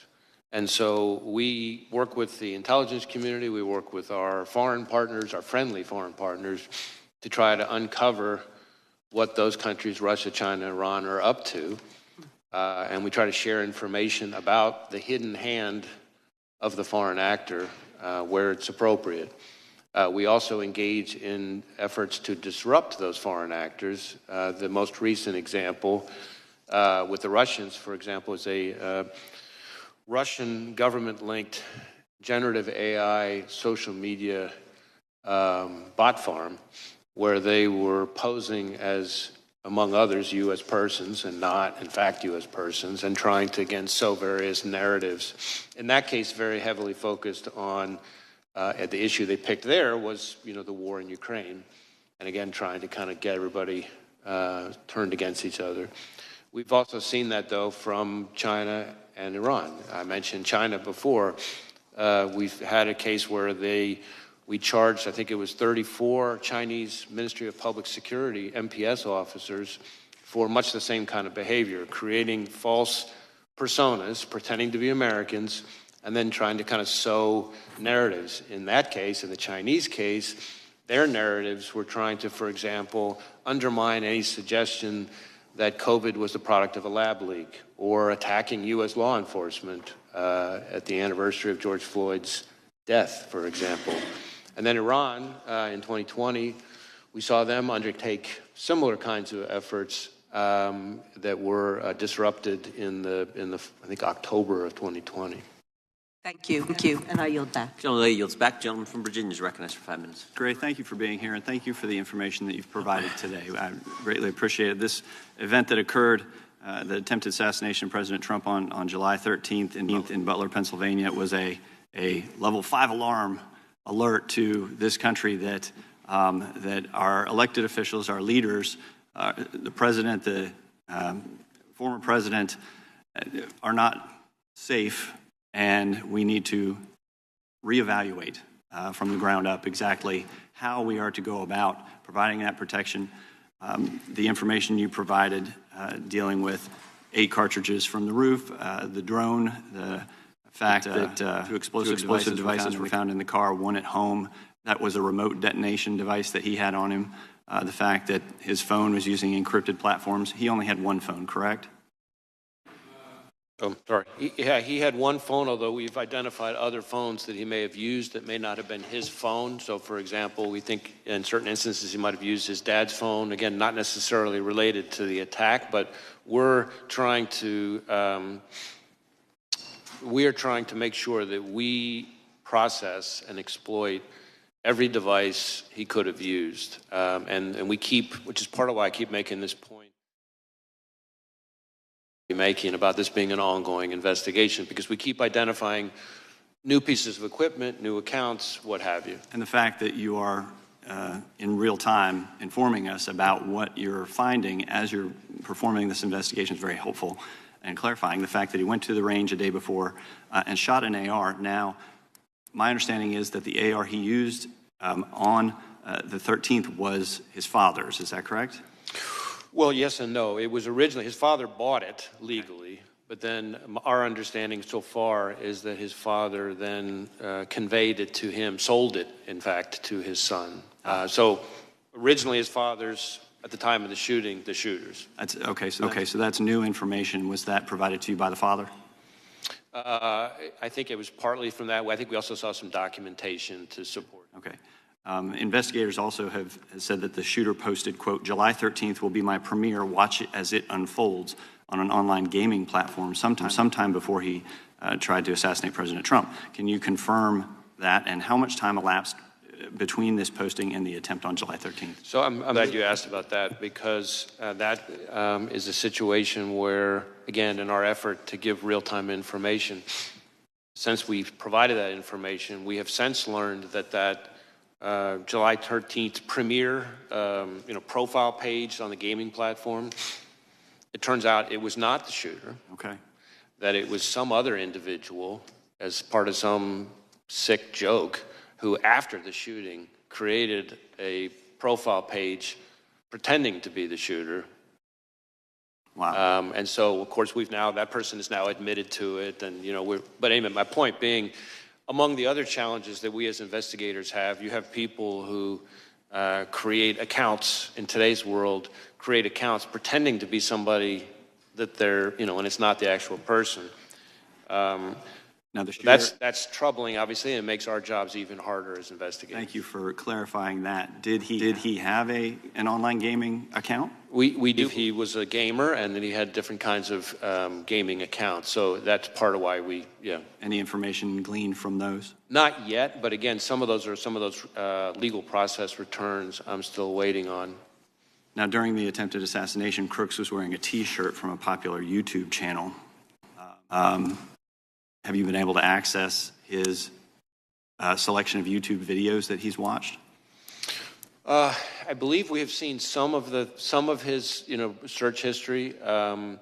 but I think we've got a ways to go on that. I know there's some manual work that we're doing on that. I think the most notable thing that we've found recently, which I don't think has been shared until today, is that on a laptop that the investigation ties to him, that on July 6th, it revealed a Google search, and his search, if it was him, again, it's a laptop tied to him. We obviously believe it's him, but we'll continue to investigate. But his Google search was, how far away was Oswald from Kennedy? Right.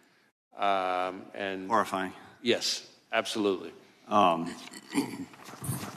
you clarify that you have in your possession all of the video that was taken on that day at the scene?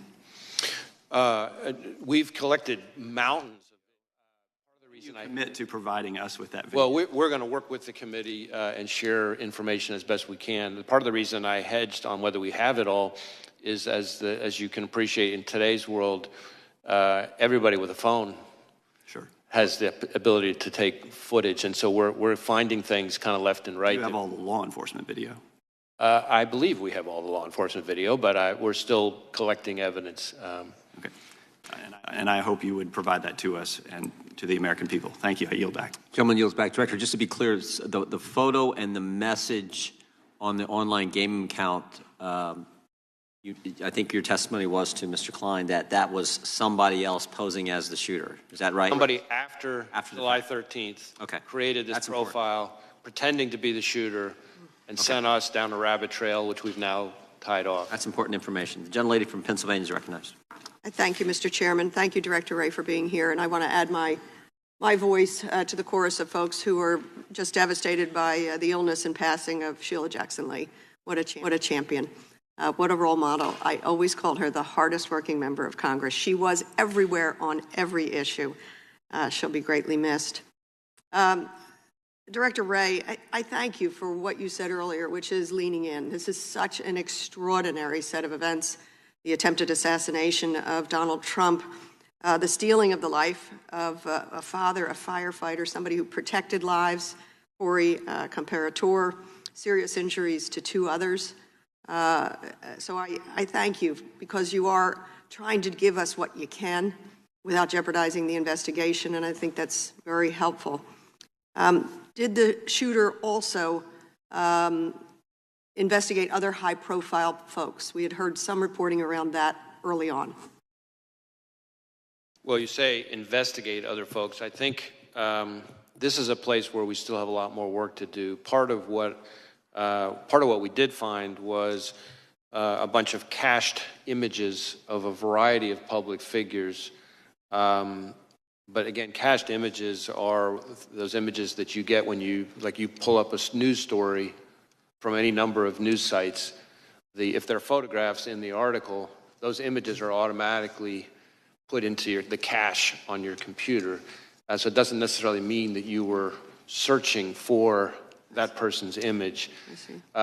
We do have the fact that starting around, at the least around the period early July, so the search that I just mentioned related to Oswald and Kennedy, that's about July 6th, which is the same day we believe that he registered for the rally.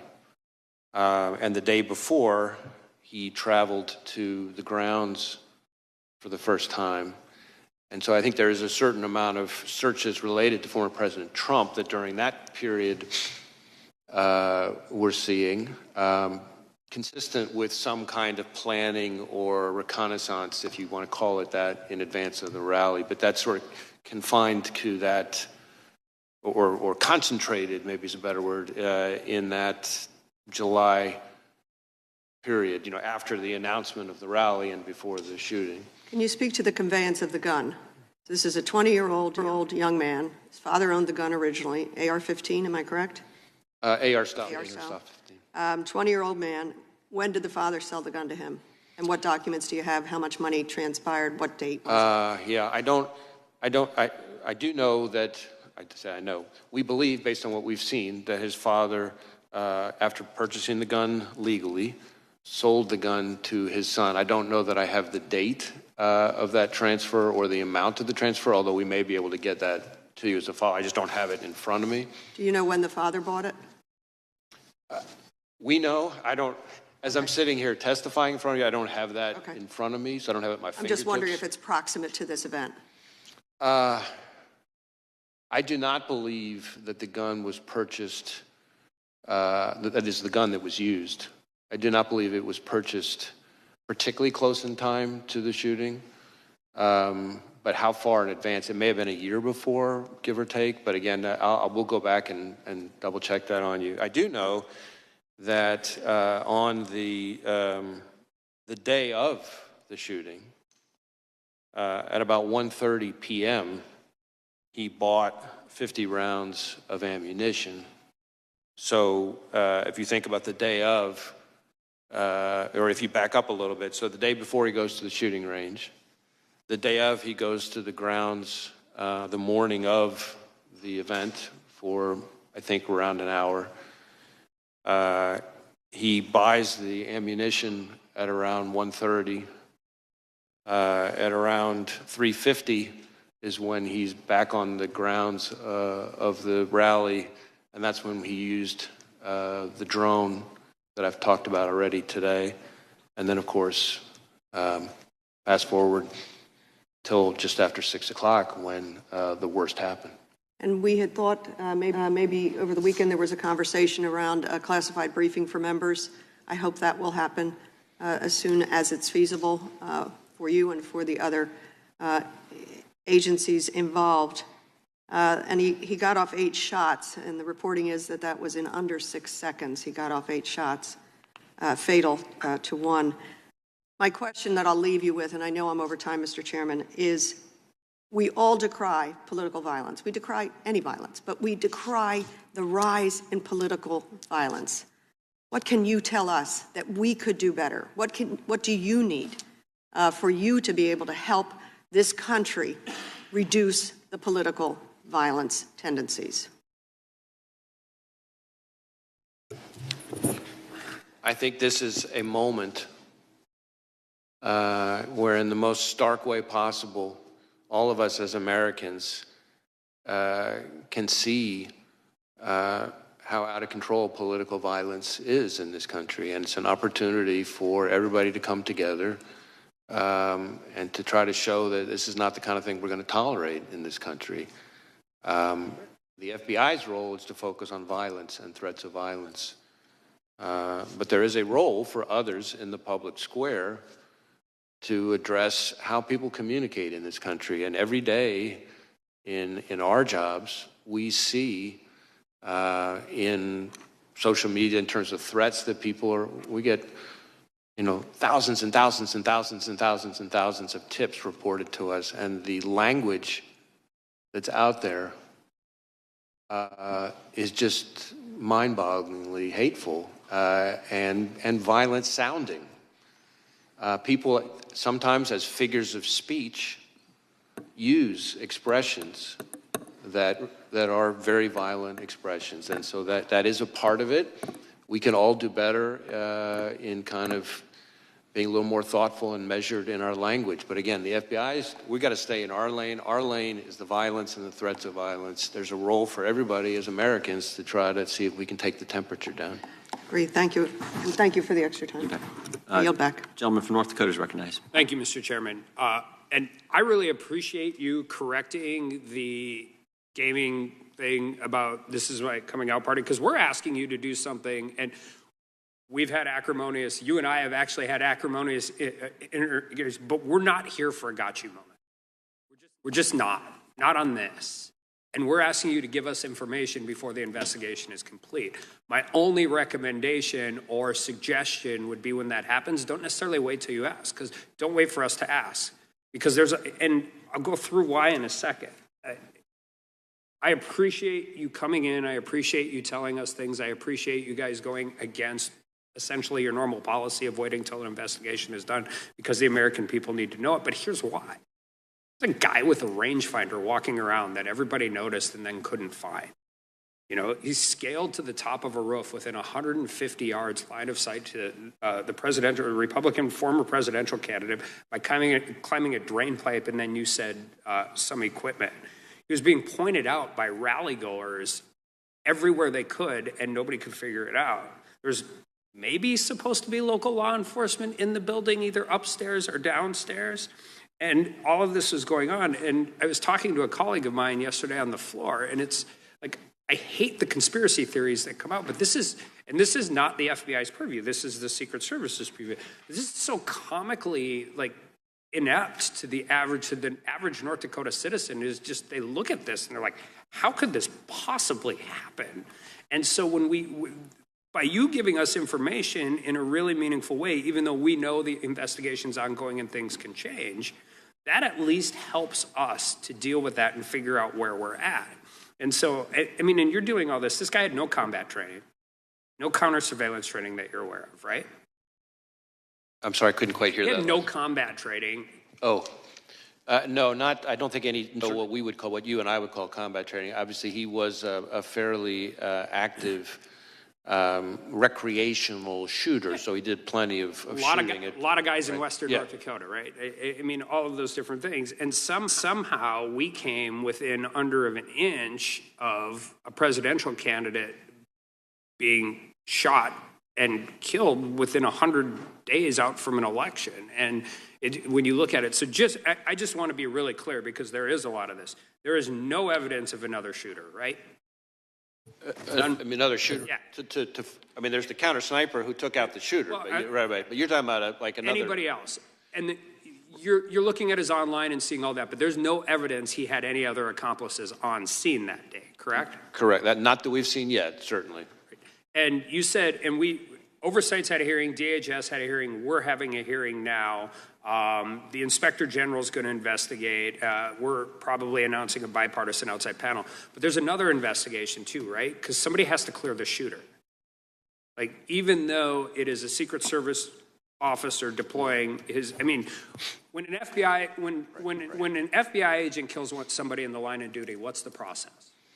So we have what we call an agent-involved shooting, is I think what you're getting at. And we have a whole process. Usually get put on leave, paid leave, get a lawyer, depending on how it is, right? Well, those things depend, but we have, our inspection division does a shoot review of each time when there's one of these situations. And they sometimes have to coordinate with local prosecutors who are also doing some kind of review. But so yes, Secret Service would have a similar kind of process for the counter. I mean, because you have to actually establish one of the defenses to homicide. Just like, I mean, you don't do it in a court system the same way everybody else does, but you have to justify that shooting was justified. So when the FBI does that, do they conduct that all internally? Most of the time, yes. Every once in a while, there's a situation where the Inspector General gets involved. Do you know how the Secret Service does it? I don't. Okay. And I just think that's important, because when we're talking about how this works, and I don't think anybody is arguing it wasn't, anybody who's seen it knows what happens, but it's just knowing it and making sure that the process is handled correctly. And I just want to shift gears with my last 30 seconds really quickly, because we had a hearing on the northern border in Grand Forks, and you were talking about specific threats from Iran, but also generally. And we've diverted an exceptional amount of resources at the southern border. Our interactions, 114% increase in apprehensions. And the one specific thing, with all due respect to my friends and my neighbors from Canada, it's a lot easier to get into Canada for some of these countries where we have these real issues with terrorist threats than it is to the United States, particularly Iran. And are you guys monitoring that and making sure whatever coordination you have with Canada that we're paying attention to that as well? An excellent relationship, we, the FBI, with our Canadian counterparts, both RCMP, the Mounties, as some people euphemistically call them, and CSIS, my intelligence service counterparts. We have great relationships with them, and terrorism is, I find, probably the #1 thing we talk about. Yeah, they're understaffed and overworked on the northern border, and they can use all the help you get. And with that, I yield back. Gentleman yields back. Maryland's recognized. Thank you, Mr. Chairman. Director, thank you for today. I think I greatly appreciate your candor. I know it's highly unusual to go into this level of detail during an active investigation.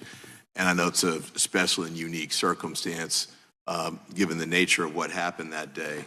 I'll ask my colleagues that we not try and take advantage of this in other circumstances. I think we need to be careful about pressuring our investigators, to disclose information in the middle of an investigation in a casual or routine way. But thank you for what you've done here today. I do want to mention this too. Like Congressman Correa, I went up to Butler with Homeland Security Committee, and had a chance to meet with a number of the people there, including people who were there at the rally. And several of them were elected officials. In fact, one of them that spoke with me a lot was sitting directly behind Mr. Trump when he was shot, and she had video that she'd taken, and she'd love to share it with you all. But she mentioned a couple of things, too, that I hope you all will have a chance to have conversations about. And I know some of it's going to be in the Secret Service lane, some's going to be in the FBI lane. But one of the things she talked about was the fact that the day before the shooting, she and other officials in the town and people who just wanted to prepare the stage showed up and started working on putting the bunting up and decorating it. But the point she noted was that none of them had been vetted. There was nobody there to keep an eye on them and make sure that everything that was being done was appropriate.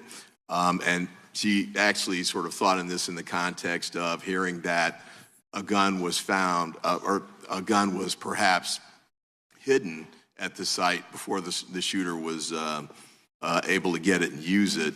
I don't know those details, but those are some of the things that came up that day. She also mentioned that there was sort of the outer perimeter. So you had a perimeter around the stage that the Secret Service had set up. Beyond that, you had a field, and then you had the building where the company was, and the shooter got on the roof. Apparently, there was a sort of a second level of a perimeter there that wasn't particularly restricted from an access standpoint, as with the street that was just beyond that. So she raised, and another elected official raised as well, issues about security that may actually kind of get into what you're talking about, whether the ladder was there, how the guy got on the roof. There are all sorts of issues with respect to that. And there was a lot of people, as you said, that had videotape. I talked to 3 that were showing me videos while I was standing out there in the grounds. But I had a couple of questions to ask of you briefly. Apparently, there was no Secret Service recordation of communications during that day. There's no radio runs, we call them, but there's no tapes. Do you know if there are any recorded conversations among law enforcement from that day? I don't know the details of that. I believe there may be some, but I don't have in front of me exactly what we've seen or heard. Okay. And then with respect to email communications, there were a lot of issues about, because my personal view, having gone to the site, was that they just shouldn't have had the rally there. It should not have been permitted. I thought there were just too many roofs.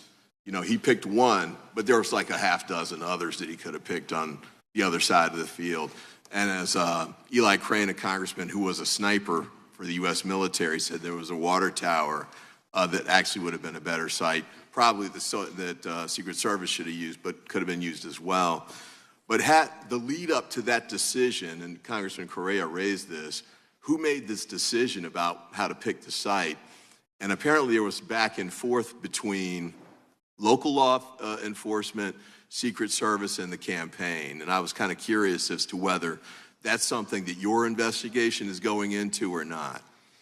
So I think that primarily falls within the scope of the 2 other reviews, that is the DHS Inspector General review and the outside panel, independent panel that's been announced.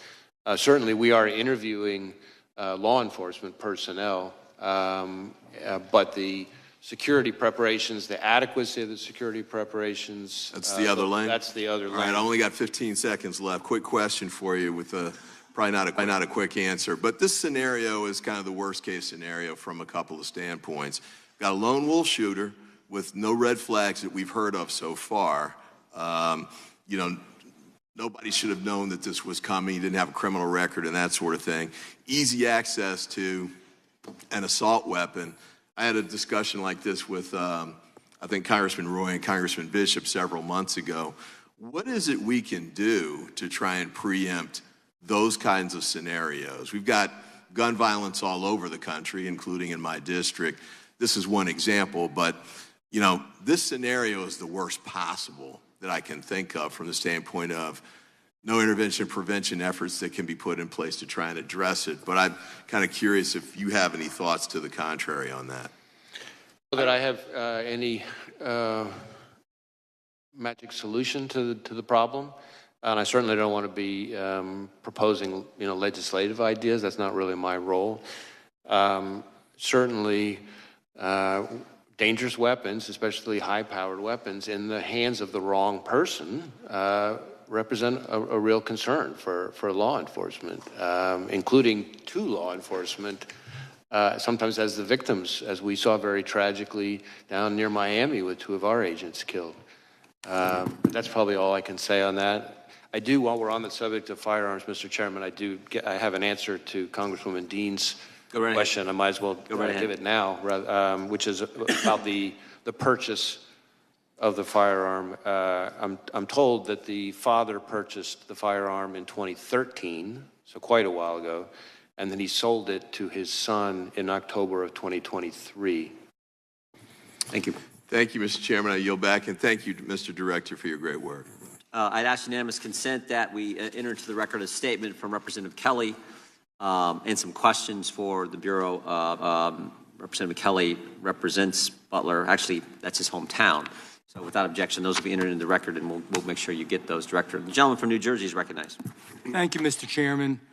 Before I begin, and this is not directly with you, actually, I just wanted to straighten something out. I know my colleagues, the gentlemen and the gentleladies from Georgia, Washington, California, Pennsylvania, they all mentioned Project 2025. Well, I don't know how they expect you to know about that, number one. I'm pretty damn involved. I don't really know a whole lot about it.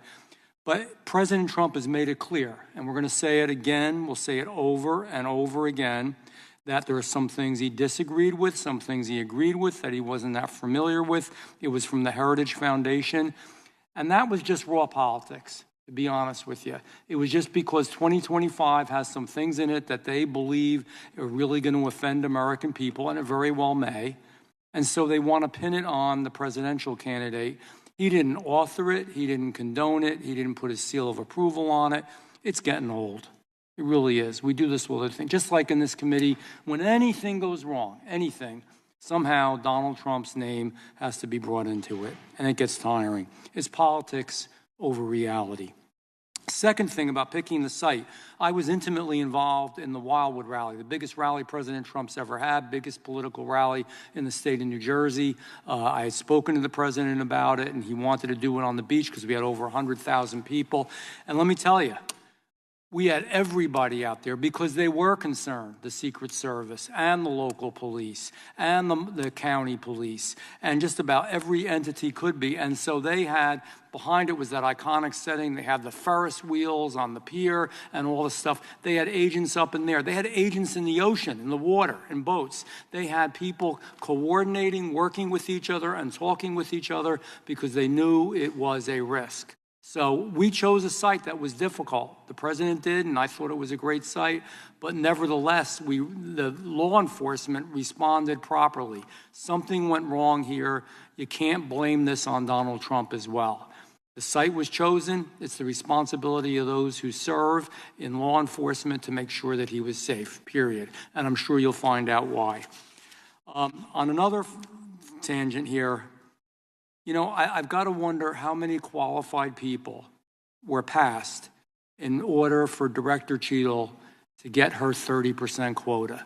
That's a lousy way to run an agency, especially when it's dealing with law enforcement, to say we've got to have 30% of anything. And I worry about these practices because it's policy over protection. And Director Wray, I know that some things were left to you. I understand that. But one of your early acts on the Biden presidency was hiring the FBI's very first chief diversity officer. And since that time, and even before your time, and you're going to disagree with me, but respectfully, I'm going to disagree with you. Recruitment standards under your lead has resulted in deterioration in many areas, including physical fitness, illicit drug use, financial irregularities, mental health issues, full-time work experience, and integrity. And I know you dismissed them, but in October 2023, they are a prestigious group of retired FBI special agents and analysts both expressed concern regarding the FBI's willingness to recruit agents that, quote, I'm not saying this, they said it, not me, can't even pass the new relaxed standards for fitness, who are illiterate in some cases and need lessons, educational lessons, don't want to work weekends or after hours, their words, and have serious disabilities or mental health issues, which is not the place for them. Most of your agents are great people. I love them. I love them for what they do. I'm not criticizing most. But these new standards, don't you think this is a hindrance and reduces the morale of the vast majority of good people that you have in the FBI? And I ask you for a quick answer because I have a few other things. So I respect our retired agents. Many of them come to our graduations now, and I can tell you emphatically that they are mistaken. Those who think that we have lowered our standards, whether it's on physical fitness or anything else, are mistaken. And you can prove that. The facts back me up on that. The standards are the same today as they were a decade ago. I mean, they've changed in some ways that are appropriate. In fact, the physical fitness standards, depends on how far back you go, but the physical fitness standards that our current graduates have to graduate from Quantico actually exceed some of the physical fitness standards that were in place if you go back far enough with some of our retirees. But what I would tell you, I think part of the reason there's confusion, and again, I accept that these folks are raising their concerns in good faith, but we have actually access to the facts. And part of the reason I think there's confusion, just take the physical fitness thing as an example, is that before you had to pass the physical fitness test before you showed up to Quantico. Now you have to pass it in order to get a badge at Quantico. The standard hasn't changed. You still have to pass the same test, the same 12-point standard, et cetera. All that stuff applies.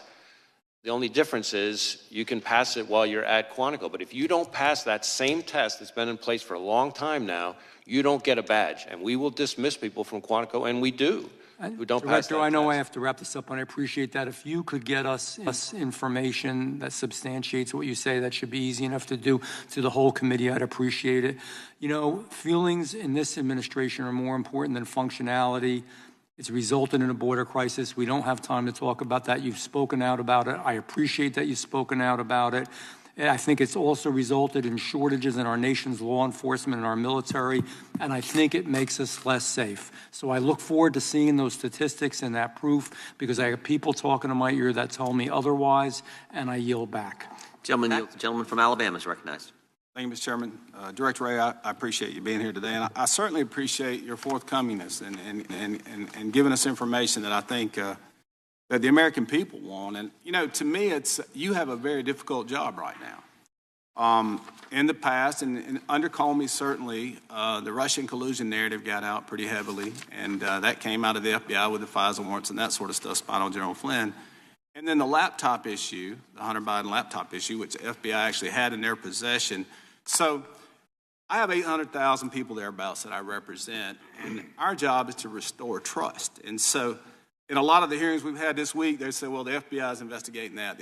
Every answer was the FBI is investigating this. And so in some ways it kind of landed in your lap, and I appreciate you being here. But, you know, it's just, for me, the question of how does a 20-year-old acting alone get a long gun, a rangefinder? We know he bought a ladder. I guess he reconned here and realized he didn't need the ladder to get on top of the building, so he left it at the house. Get on a roof within 150 yards of one of the most famous people in the world, I guess now, and a former president. How does that happen? And how do we restore trust in the American people that the FBI and the DHS, who is under Mayorkas's directorate now, how do we verify and get trust back to the American people that these agencies are really working to protect the president? And I'm not trying to place blame specifically, but I never thought that we'd raid his house. I never dreamed that they'd raid a former president's house. I certainly never imagined that they would actually indict him. And I felt, well, they'll never find him guilty. And now we've had a threat on his life. So How do we restore trust in the government of this country and the agencies that are here that we pay and provide $3 billion a year to the Secret Service to protect some of the leading political candidates in America? That's a lot. I'm sorry, that's a lot of questions, but I'm going to give you a little room to talk. Right. No, listen, obviously you included a lot, as you said, in your question, and as you might imagine, I disagree fairly strongly with a number of parts of it. But sensitive to the time, I guess what I would say this, I can speak to my approach to running the FBI. Again, the FBI was not involved in the physical security of the rally. That's, we come in as the investigators afterwards. And as I've said before, our investigation is an investigation of the shooter and his attack. There are separate investigations, the Inspector General of DHS and this outside independent panel that's been announced that would be looking at the Secret Service's performance. And those, I think, will be important to trust and confidence, if you will, in Secret Service. But from the FBI perspective, we can't promise that everybody's going to like the results of what we do, right? What we can promise is that we're going to do our best to do the work in the right way. That's all we can do. And so I keep telling our folks every day on this and on everything else, our focus has to be, we got to do the work in the right way. We got to make sure we do the work in the right way, and then no matter who likes it, because everything we do, somebody doesn't like it. And it's a credibility issue at this point. Do the American people trust what the FBI and the DOJ is going to tell them? And, that's the thing with this. When I was early on, and I've only been here about 3.5, 4 years now, but the American people was the fear of the weaponization of government. So now we have this issue. Tucker Carlson asked the president, he said, are you afraid they'll kill you? And I remember that interview, and I thought, wow, I can't believe he went there. But here we are. And so as we work through this process, I think it's so important, and I think the chairman hit on this, is the audio of the shooter. You've interviewed the sniper, the Secret Service sniper that took out the target. Was he waiting on a green light? What was going on, and why did Mr. Crooks have a chance to get off 8 rounds? And we knew he was on the rooftop. I don't know for how long, but we know he was a marked target. So was he trying to get the green light, and was somebody not giving it to him? So again, the performance, the adequacy of the performance of Secret Service will be the subject of the Inspector General investigation and this outside independent panel. What I can tell you, and I'm glad you asked the question, because this goes to something that that was part of an earlier exchange. The first time that anybody from law enforcement saw the subject on the roof was a few minutes before the shooting. Not with a gun. They didn't, at that point, they didn't, but local law enforcement, a few minutes before, saw him on the roof and started radioing. Did he have a backpack going up the roof? Well, we haven't found anybody yet who saw him climbing up the roof. The reason why I've talked about how we think he got on the roof is that's based on forensic, our evidence response team and forensic analysis, that we're, without getting into all the details, footprints and things like that we can, fingerprints, et cetera, that we can see how he got on. But we don't have an eyewitness at the moment who saw him climbing up. So a few minutes before the shooting, local law enforcement saw him on the roof. Again, no weapon identified at that point. A few seconds before the shooting is when the law enforcement officer that I've talked about already is the one who was assisted by another officer who saw up on the roof, saw the shooter in a prone shooting position with the gun, turns. How long did that happen before? That was that sighting, that is the first time, to my knowledge, the first time anybody from law enforcement saw him with a weapon. That is seconds before he shot at President Trump. Thank you, Mr. Chairman. I yield back. So did the counter sniper not see the bad guy, the shooter, until after he fired a shot?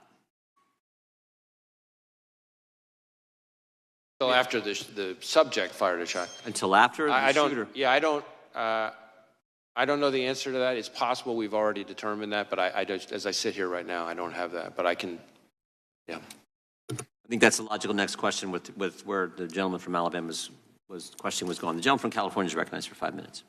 Director Wray, to the best of your understanding, how close did the assassin's bullet come to killing President Trump?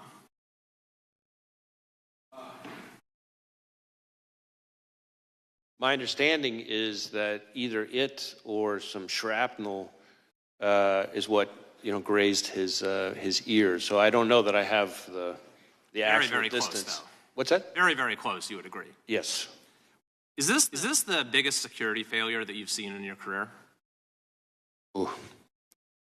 Well, certainly, I think former Director Cheadle has already, I think, acknowledged that this was a significant, at the very least, a significant operational failure. I forgot her exact words, but I will defer on that. I think we really haven't seen anything like this in at least decades in this country, right? The attempted assassination of a president, current or former, is a historic event. Was this a sophisticated plot that Thomas Crooks carried out? Well, I think it probably depends on your definition of sophisticated, right? So on the one hand, he's a 20-year-old, seems to, from what we've seen so far, loner, without a lot of elaborate criminal history, without any criminal history or anything like that. On the other hand, he did clearly do some level of planning and recon. When did the planning start, to the best of your knowledge? What's that? When did the planning start? Well, we're still drilling into that, but we assess that on July 6th, so a week in advance. For example, it seems to be that he seems to become very focused on it, because that's when, as I've testified here today, that's when the laptop that we've tied to him has the Google search, how far away was Oswald from Kennedy? I mean, that seems like an indication of a total amateur, right? Someone who's searching for that, and he's doing it a week in advance. Again, I don't want to characterize him. I frankly don't want to give him the credit of characterizing him as amateur or professional. But what I will say is that there are some things he did that involve a certain amount of planning and preparation. On the other hand, if you're telling me, do I think this is the most sophisticated ever? Of course not. We deal with much more sophisticated adversaries all the time. You probably prepare for more sophisticated plans to target high-level officials. I'm sorry, I couldn't hear you. Probably prepare for more sophisticated plans to target high-level officials, correct? We don't do physical security, but yes, obviously we're investigating much more sophisticated attacks all the time. How about the encrypted applications on his phone? Were those there for a while, or did he download them, in the days or weeks leading up to the assassination attempt? I don't have the answer to that sitting here right now.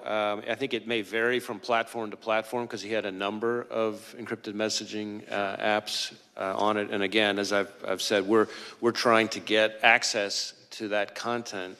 And that's important. I think it's important for everybody on this committee to understand that this is a real problem for law enforcement. That these companies, let's be clear here, these companies are designing their platforms in a way to, no matter how heinous the crime, no matter how rock solid the legal process, I'm run out of time, to get so access. I want to get the next question. At this moment, are you confident that high-level protectees, presidents, former presidents, are well protected?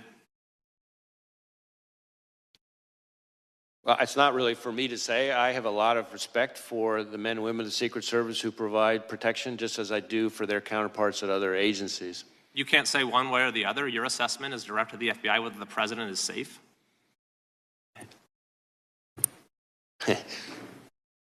I'm not an expert on protective details and physical security. What I would tell you is that we have a very robust system for sharing threat information with those agencies, and that in my experience, the men and women of the Secret Service are professionals who are hardworking, who are literally willing to take a bullet for their protectee. You mentioned a thwarted assassination attempt against former President Bush. Are there any other thwarted assassination attempts against current or former presidents that you could discuss?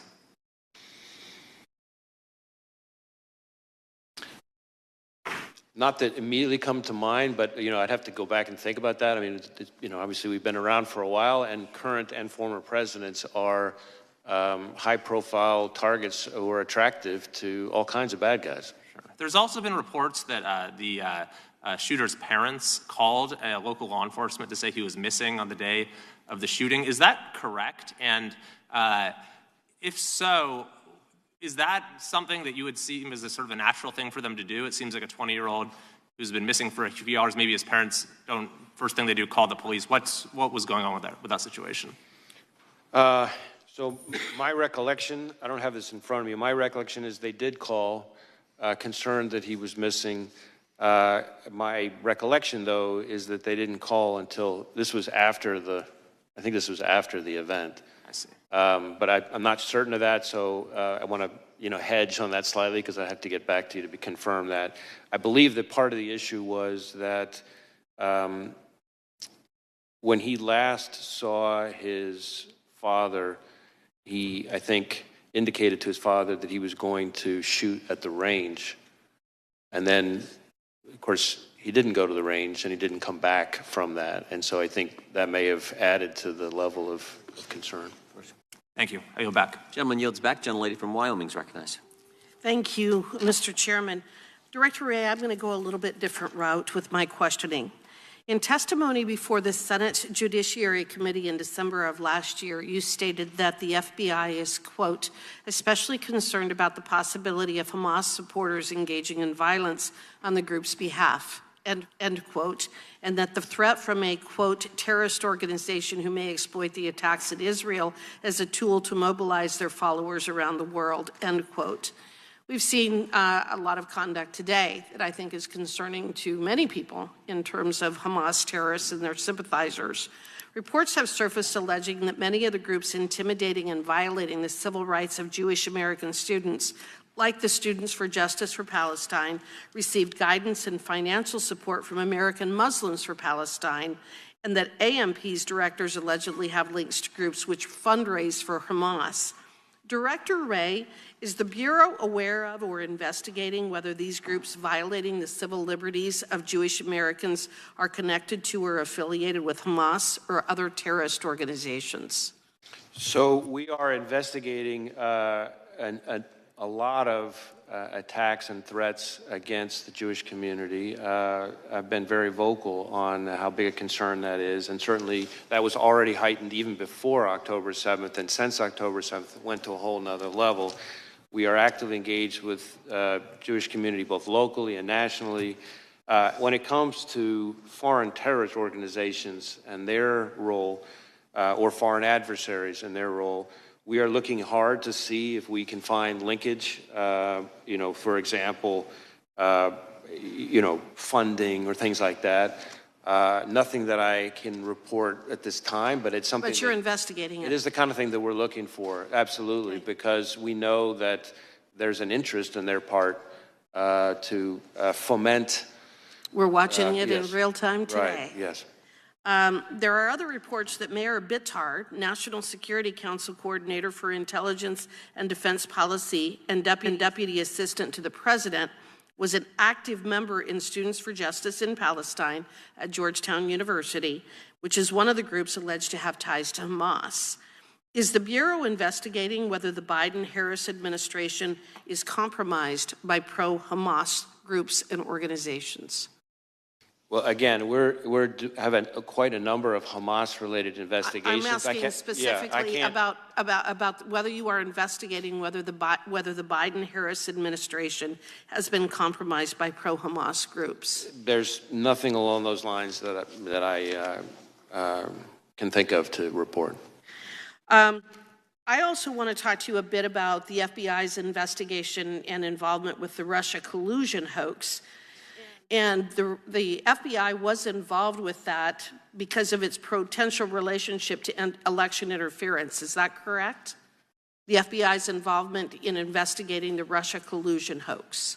That was because there was concern about election interference. Is that correct?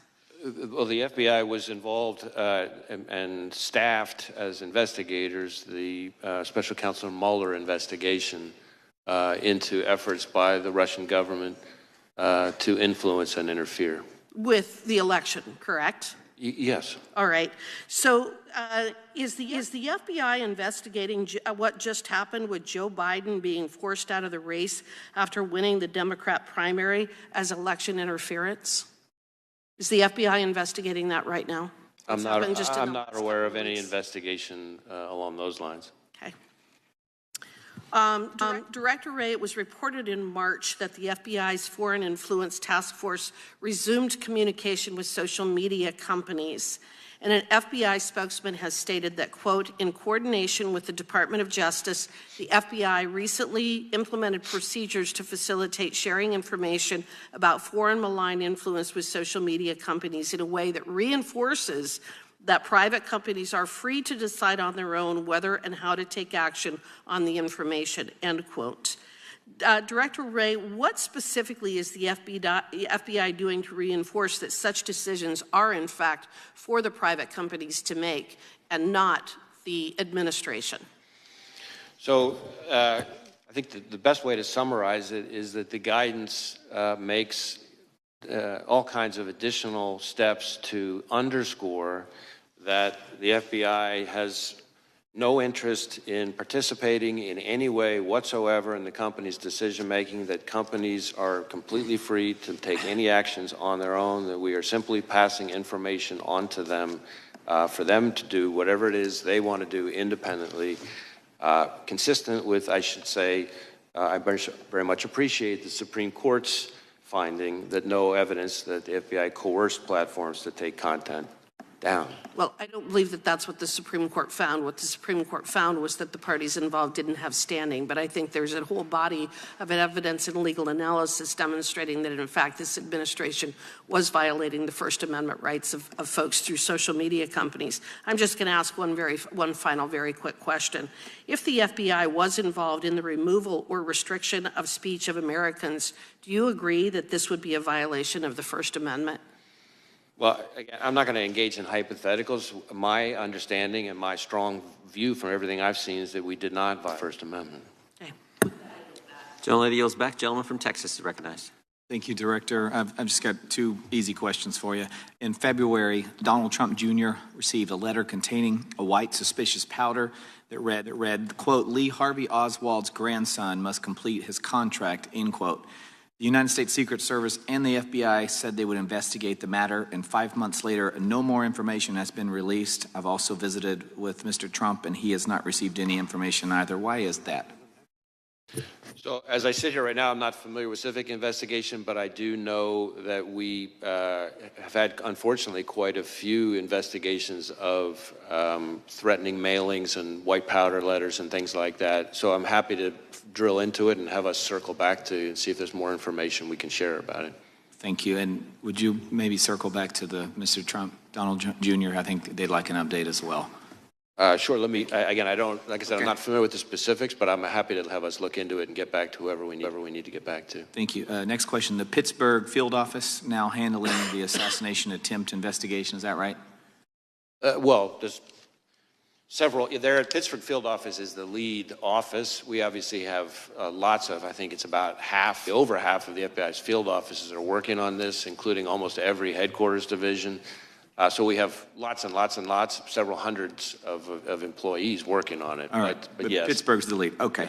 This is the same office that botched the Hunter Biden laptop case. And they, in my view, and my constituents and many Americans, displayed a clear reluctance, that's a quote, reluctance to really do any tasking, quote, effectively failing to investigate, according to the U.S. attorney on the case. My question is, how can we trust this office, and why does it keep reappearing in critical election-related investigations, or is that just dumb luck? So I want to be a little bit careful on what I can say here, because some of what you're talking about relates to an ongoing investigation being led by the special counsel, Mr. Weiss. But what I can tell you is that the Pittsburgh field office's involvement in the matter that you're talking about was the choice by the Attorney General Barr to have the U.S. Attorney and the FBI field office in Pittsburgh handle that particular matter. As to your summary or characterization of what U.S. Attorney, now former U.S. Attorney Brady actually said, I'd have to see the whole context. I'm not quite sure that's what he said, but I think as to your overall question about confidence, what I would tell you is that's the point I'm trying to make about the sheer breadth of our investigation. Yes, the Pittsburgh field office is the office on the ground. That's where the attempted assassination happened. But we are using the full might of the FBI, criminal and national security. That's why I'm pointing out that multiple field offices, over half of our field offices, almost every headquarters division, several hundreds of employees. These are people who are working around the clock to deal with this historic attack. And I have the utmost confidence in those hundreds of employees, agents, analysts, and professional staff, and the American people should too. I yield to Mr. Jordan. I appreciate the gentleman yielding. Director, I guess I'm not clear exactly where you said there were 8 shell casings on the roof, so 8 bullets were fired. We obviously know that Mr. Comparatori lost his life. Two other rally goers were injured, seriously injured, and then the one that hit President Trump. Does that account for, were some of these individuals hit multiple times? Where did all 8 bullets go, is I guess my question. I don't have that in front of me. I'm happy to circle back and get that to you. It's assuming we have that information yet. As I said, I think with respect to former President Trump, there's some question about whether or not it's a bullet or shrapnel that that hit his ear. So it's conceivable. Although, as I sit here right now, I don't know whether that bullet, in addition to causing the grazing, could have also landed somewhere else. But I believe we've accounted for all of the shots and the cartridges. So let us get that. It's my understanding that the very first one was the one that hit the president. Is that the very first shot, or is that not accurate? I don't, as I sit here right now, I don't know the answer to that. I believe we know the answer to that. I just don't have it in front of me. Okay. Is there any chance I mean, it seems to me that this bad guy, this shooter, was focused on President Trump, but you indicated that he purchased 50 rounds of ammunition, I believe, earlier that day. Do you have any indications thus far in your investigation that in addition to going after and trying to assassinate the former president, he was also looking to do a lot more damage to other individuals? That's a hard question to answer. What I would say is I agree with you that his preparatory activity is what we've seen so far, the limited information that has been relevant and interesting about his preparatory activity does seem to be that he had settled on former President Trump as a target and this rally as his moment to try to take a shot. But in addition to the 50 rounds, of course, you have the issue of these explosive devices. Right. And so what else he may have had in mind is something that I think is very much of an open question. On the one hand, you have these explosive devices, including the one still back in his home that wasn't in quite the same stage as the one in the the ones in the vehicle. But he clearly had those explosive devices for some reason. And so we're trying to figure that out. As I've said before, sometimes in these kind of situations, you find like a manifesto or something like that. It's frustrating to us, and I'm sure frustrating to you and the American people, that we haven't found anything quite like that. We'd love to have a roadmap that tells us exactly what he was thinking. We haven't found that yet. Doesn't mean we won't. We're looking all over the place, and we're going to leave no stone unturned. Thank you. A gentleman from Texas is recognized. Thank you, Mr. Chair.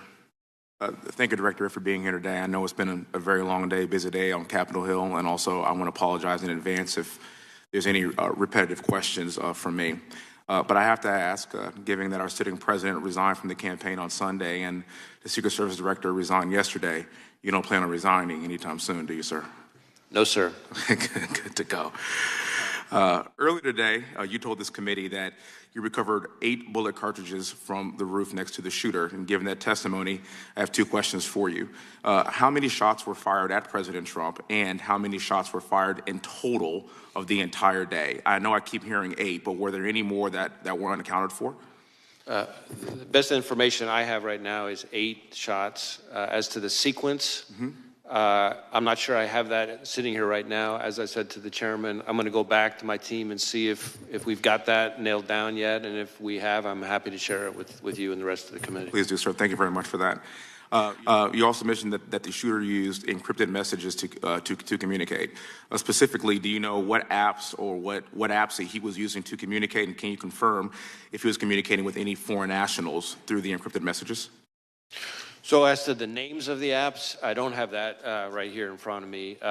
As far as communicating with any foreign actors, I'll say two things. One, we haven't, as I think I've testified before, but we have not, at the moment at least, identified any accomplices or co-conspirators, foreign or domestic. Sure. So that, as to foreign contacts, of course, that's part of why we want to get access to the encrypted messages, because that might tell us whether he'd been in contact with somebody. Thank you. Let's talk about motive. I know the FBI has taken a lead role in investigating the assassination on President Trump. Your team has searched the shooter's phone, conducted countless interviews, done extensive research into his motives. As of today, July 24th, 2024, do you and your team know the motive of the shooter or have any idea on what could have driven it? Well, know and have any idea are two very different things. Okay. We do not know the motive. That is obviously one of the central questions in our investigation. And it's been very frustrating to us that a lot of the usual kind of low-hanging fruit places that we would find at have not yielded significant clues about his motive. Okay. Having said that, we have seen indications that he was interested in public figures. Mm-hmm. And that in the period around July 6th, leading up to July 13th, he does seem to have become very focused on this particular rally and former President Trump. But exactly what his thought process was in doing that, that's something that's still very much under investigation. I want to make something clear to the American people to try to help out what motive could be. And again, it's not my job to steer it, but here are some of my thoughts.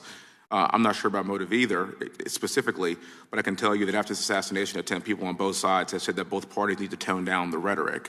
But recently, just on Monday, in fact, President Biden called into the Harris campaign event and said that President Trump was a threat to democracy. Just take a look behind me at these photos. This is a magazine cover of the New Republic from June 2024, published just 1 month before the assassination attempt on President Trump. In a tweet explaining the cover, the New Republic said this: "Today, we at the New Republic think we can spend this election year in one of two ways. We can spend it debating whether Trump meets the 9 or 17 points that define fascism, or we can spend it saying he's damn close enough and we'd better fight. We unreservedly choose the latter course." Sir, I know you said that the FBI doesn't have a clear motive yet, and you've explained that, but in your professional experience as an investigator, do you think that language like this could radicalize someone to engage in political violence? I certainly understand the point of the question. What I would tell you is that, respectfully, I don't think it's appropriate for me as FBI director to be characterizing or engaging in public commentary on specific people's rhetoric, and that's because it's not that I don't understand why you're raising the question, but I'm saying that in my role, I have to be very careful to make sure we speak through our work and we speak through our cases and our intelligence products, not the FBI director chiming in the public square on different people's political commentary. I understand. For the record, there was an assassination attempt on an American president, and I will be asking these same questions even if it were President Biden. And my message to the American people is that we need to do better. I yield back the rest of my time, and thank you for being here, sir. I know it's been a very long day. Gentleman yields back. Gentleman from South Carolina is recognized. Thank you, Chairman, and thank you, Director, for being here. Actually, it's refreshing. I was in the oversight hearing earlier this week, and although we don't have an idea on everything, your ability to come in here and actually give way more than Director Cheadle ever did is somewhat refreshing. You saw some pretty bipartisan frustrations exhibited in that particular hearing. I'm sure you've seen part of it. I want to follow up on a couple of lines of questions that I had with Director Cheadle that she actually answered, which was remarkable. One, she had indicated that Secret Service at the Trump rally did not have any radio recordings. Is that, in your investigation, is that accurate? I'm not sure I know the answer to that. I believe there may be some recordings on the local law enforcement side. As to whether or not we have recordings on the Secret Service side, I'd have to drill back into that. And the reason you might say, well, how the heck can you not know? Well, we certainly have interviewed lots of Secret Service employees. So what we know from the interviews versus some other source, as I sit here right now, I don't know. So on this particular case, but in your experience, and again, it's a different agency, but she had indicated, Director Cheadle had indicated that recordings sometimes are done from radio recordings, I guess, of what happens at a Trump rally or any other thing that they're engaged in. Is that your experience as well, that sometimes there are audio recordings of communications between law enforcement officials? Just speaking very broadly, there are times when there are recordings, but it'd be hard for me to be more precise than that. And I know you can't answer whether they were here in this instance or not, but what would cause recordings to not exist for the Trump rally, if, as a hypothetical, what would be the reason that would happen? I'm afraid I don't know the answer to that. I mean, if they didn't record, there may be situations where they just don't record in the first place, and why that would be, though, I'm not sure I can answer that.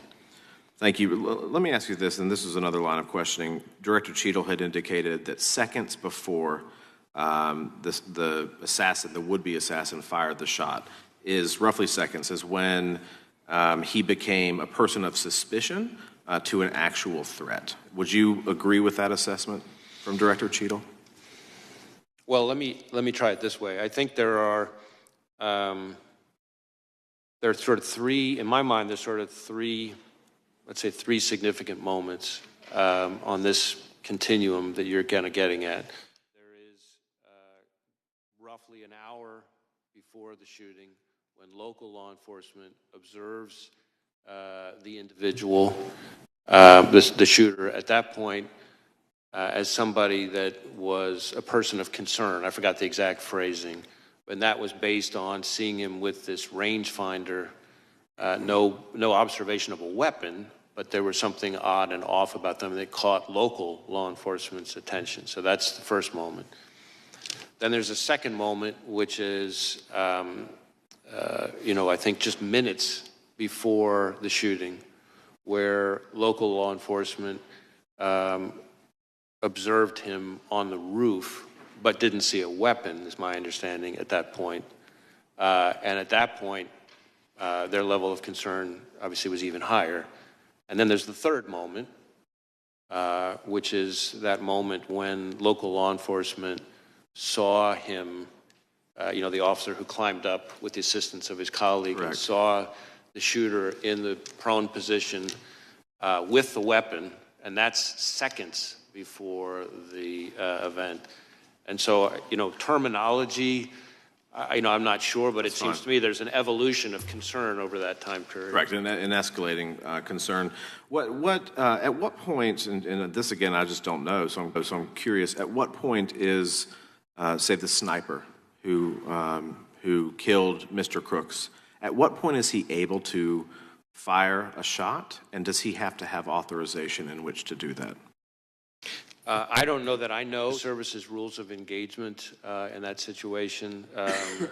It's possible that our interview of the counter sniper has uncovered that. Again, our focus has been, I certainly understand why you're asking the question, but our focus has been on the shooter himself and his actions and the attack. These two other reviews, the DHS Inspector General and the outside independent panel, are both looking at the performance of the Secret Service, which would, I'm confident, include the question that you're talking about. Thank you. And I actually think, from a legislative purpose and what this body will probably ultimately do, it's of great importance that we break down barriers of communication and that we allow, officers to do their job without, so that this doesn't happen again. And I appreciate you being here. Thank you, Director. Gentleman yields back. Gentleman from Ohio is recognized. Well, once again, as Congressman Fry said, we want to thank you for your time and a lot more information today than Monday. So thank you for that. I just have a handful of questions. I would love to have just a simple yes or no so we could get done with this. So on day one, President Biden issued an executive order mandating DEI programs in the executive branch. You responded by hiring FBI's first ever chief diversity officer. You're even on the Bureau's website quoting saying that diversity and inclusion of the workforce is something I care deeply about because the success of our efforts impacts our operations, our culture, and our future, end of quote. So, Director, just a simple yes or no, do you still find DEI hiring practices to be central to the FBI's operations cultures and future? I believe that diversity is an important part, is a core value of a high-performing organization. Do you have any concerns that our homeland security efforts will be hampered if the FBI continues to use DEI as a primary hiring measure? I don't believe that we use DEI as a primary hiring metric. I would say that we have not lowered our standards. Yes or no, please? Let me, if I could finish. It's not a yes or no question. We have not lowered our standards, and the facts back that up. Are you aware of a 112-page report compiled by senior agents and analysts which stated, quote, if the current trajectory of the FBI special agent recruitment and selection continues, using DEI as the primary and sole measure of our homeland security efforts will be significantly hampered. Do you know about that 112-page report? I'm aware of a report from a number of anonymous former employees. Thank you. Do you agree that protecting former president falls under the umbrella of homeland security? Well, protecting the former president, the physical security, the protective detail on the former president is the province of the Secret Service, which is part of the Department of Homeland Security. It is my understanding that historically the FBI had 100,000 applications for special agents on file at any given time of the year. So talking about slipping recruitment, are you aware that on February of 2024, a letter from the FBI's Assistant Director for Training Division, which reported that FBI only received an estimated 48,000 applications over a 2-year period? I don't know if we're comparing apple to apple. What I can tell you is that in the time that I've been FBI director, the number of Americans applying to be special agent has gone up dramatically. To the tune of, in some cases, double or triple the pace so it was when I. If I could finish, sir, if I could finish, please. To a rate that is higher, you'd have to go back about a decade or so to find the number of Americans applying to be special agents that are currently applying. Okay, so for the record, that 48,000 is probably wrong then in your eyes? I don't know. I don't have the letter in front of me, but what I'm not sure of is that we're comparing apple to apple in terms of time periods and everything else. In advance of the Trump shooting, United States Secret Service Special Agent in charge Tim Burke reportedly told law enforcement partners that NATO summit in Washington, D.C. limited his resources available to the Trump rally. The service has similar DEI hiring aims and failed their zero-fail mission to protect President Trump. Director Cheadle has since stepped down. Could the hyperfixation on hitting Biden administration's imposed DEI rules by causing the FBI and the federal law enforcement agencies to not only miss their prime candidates, but also potential threats? Well, I can't speak to Secret Service's hiring practice. What I can tell you is that, in my view, diversity, like everything else, is something that has to be done in the right way. Just like everything else, there's a right way and a wrong way to achieve it. I think we can and have achieved improvements in diversity and, at the same time, not lowered our standards. And I think part of the reason we've been able to do that is because of the encouraging increase in the number of Americans applying to be special agents. The investigation to the planting of pipe bombs at the RNC and DNC headquarters has been going on for over 3.5 years and will soon have lasted longer than the Biden presidency. I look forward to you proving yourselves because we haven't received any update right now on the Trump shooting since July 15th, and the people really need that. Can the public expect a more transparent and timely investigation into the attempted assassination of former President Trump? I've been testifying here all day about the investigation into attempted assassination of former President Trump, and we've done multiple briefings, and I've answered multiple questions. And we appreciate that because, okay, like that's I said, what you were asking. Well, it just seems like there hasn't been a press conference to the people to go through all the different details that were already presented today. And I'll just leave you with one final question. The government is not doing their job. Do you feel as the director that perhaps like not only the FBI but the Secret Service needs to have a complete reconstruction? Or do you think it's still put together the way that could best do its job? The FBI that I see every single day, having visited all 56 of our field offices at least twice, many of them 3 times, the FBI that I see engaging with state and local law enforcement from all 50 states that I hear about from prosecutors, judges, business leaders, community leaders, foreign partners is an FBI that is respected, trusted, appreciated, and that is there for people when they need them the most. And that is the FBI that I see, and I'm very proud to be a part of them. Any comment on the other agencies? I'm not going to comment on agencies. Appreciate your time, sir. Yield back to the chair. Gentleman yields back. Director, I have just a couple quick questions, but I want to give to the ranking member a chance to say some remarks or questions, and then we'll be done. Thank you, Mr. Chair. First, I'd like to say, as somebody, when I grew up, I watched The Untouchables, and I think Elliot Ness would be proud of you. I don't know about J. Edgar Hoover, but Elliot Ness for sure. Let me ask you this. In Memphis, you put Memphis and Nashville's FBI together, kind of consolidated, and in one office. And I know you've worked with our U.S. Attorney and others to work on our crime situation there, and it's gotten better. But is this change in the FBI relationship there where we're not going to have an office necessarily? Tell me how that's going to affect Memphis. So I want to be very clear. We're not leaving Memphis. What we are doing is... Nobody should leave Memphis. In fact, most of the songs are about people going to Memphis. We are... They leave Nashville. They go to Memphis. Recognizing population growth and the threat environment, we have instead taken, if you look across the state, instead of having 2 field offices in Knoxville and Memphis, we're creating a Tennessee division headquartered in the middle in Nashville. But we are keeping the offices in Knoxville and Memphis. And in fact, when it comes to Memphis specifically, not only will it not result in any decrease in the number of agents there to work, actually, strange as it might sound, it's going to allow us to increase the number of agents who will be assigned to the Memphis office, including to tackle things like violent crime, which I know is of huge concern.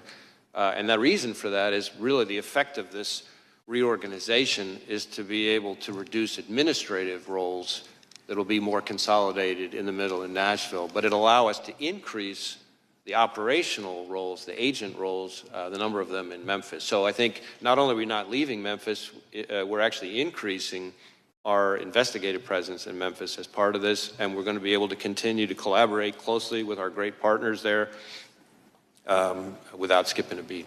Thank you. That's reassuring. One of the questions was asked over here was about previous assassination attempts on presidents.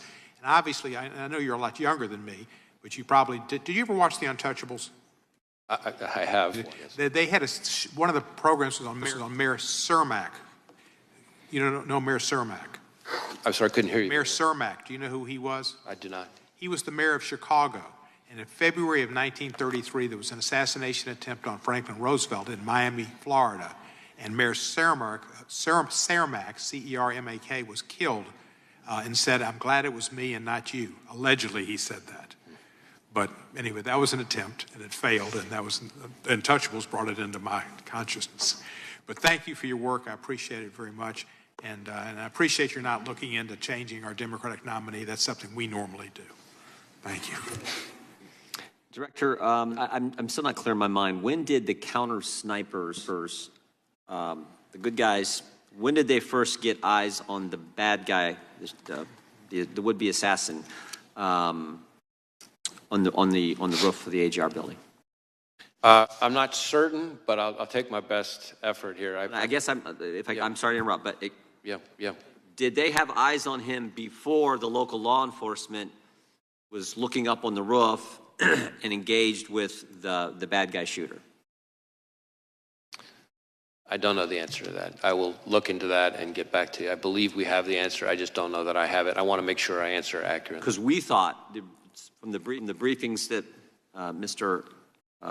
Abate gave us, Abate gave us, and the briefings you gave the Congress that they did, but it wasn't clear from your testimony. So if you can get that answer to us, that would be helpful. I want to circle back just a third time, if I could, to the Iranian threat to President Trump and some others, former members of our government.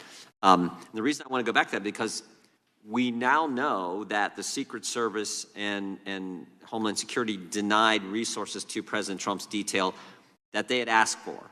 And it seems to me if that all happened after you guys knew about the Iran threat and had briefed the Secret Service on that real threat, that's an even bigger problem.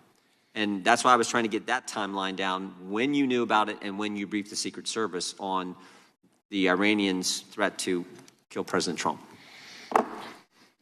So again, I really want to be careful to both be accurate, but also not to kind of stray into any kind of classified information or confirm the existence of classified information. So let me see if there's a way for us to get back to you on that question. I understand why you're asking.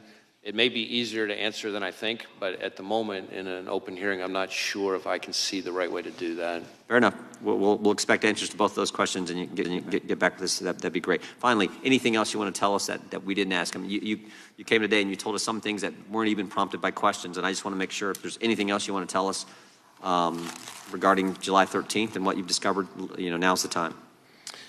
Well, we're going to continue to engage with the Congress. I think we've covered a lot of the points that I really wanted to make sure that I got across, and just as I'm looking at my list, in one way or another through the course of today's questioning, I think we've gotten through most of it. That concludes today's hearing. We thank our witness for appearing before the committee today. Without objection, all members will have 5 legislative days to submit additional written questions for the witness or additional materials for the record. Without objection, the hearing is adjourned.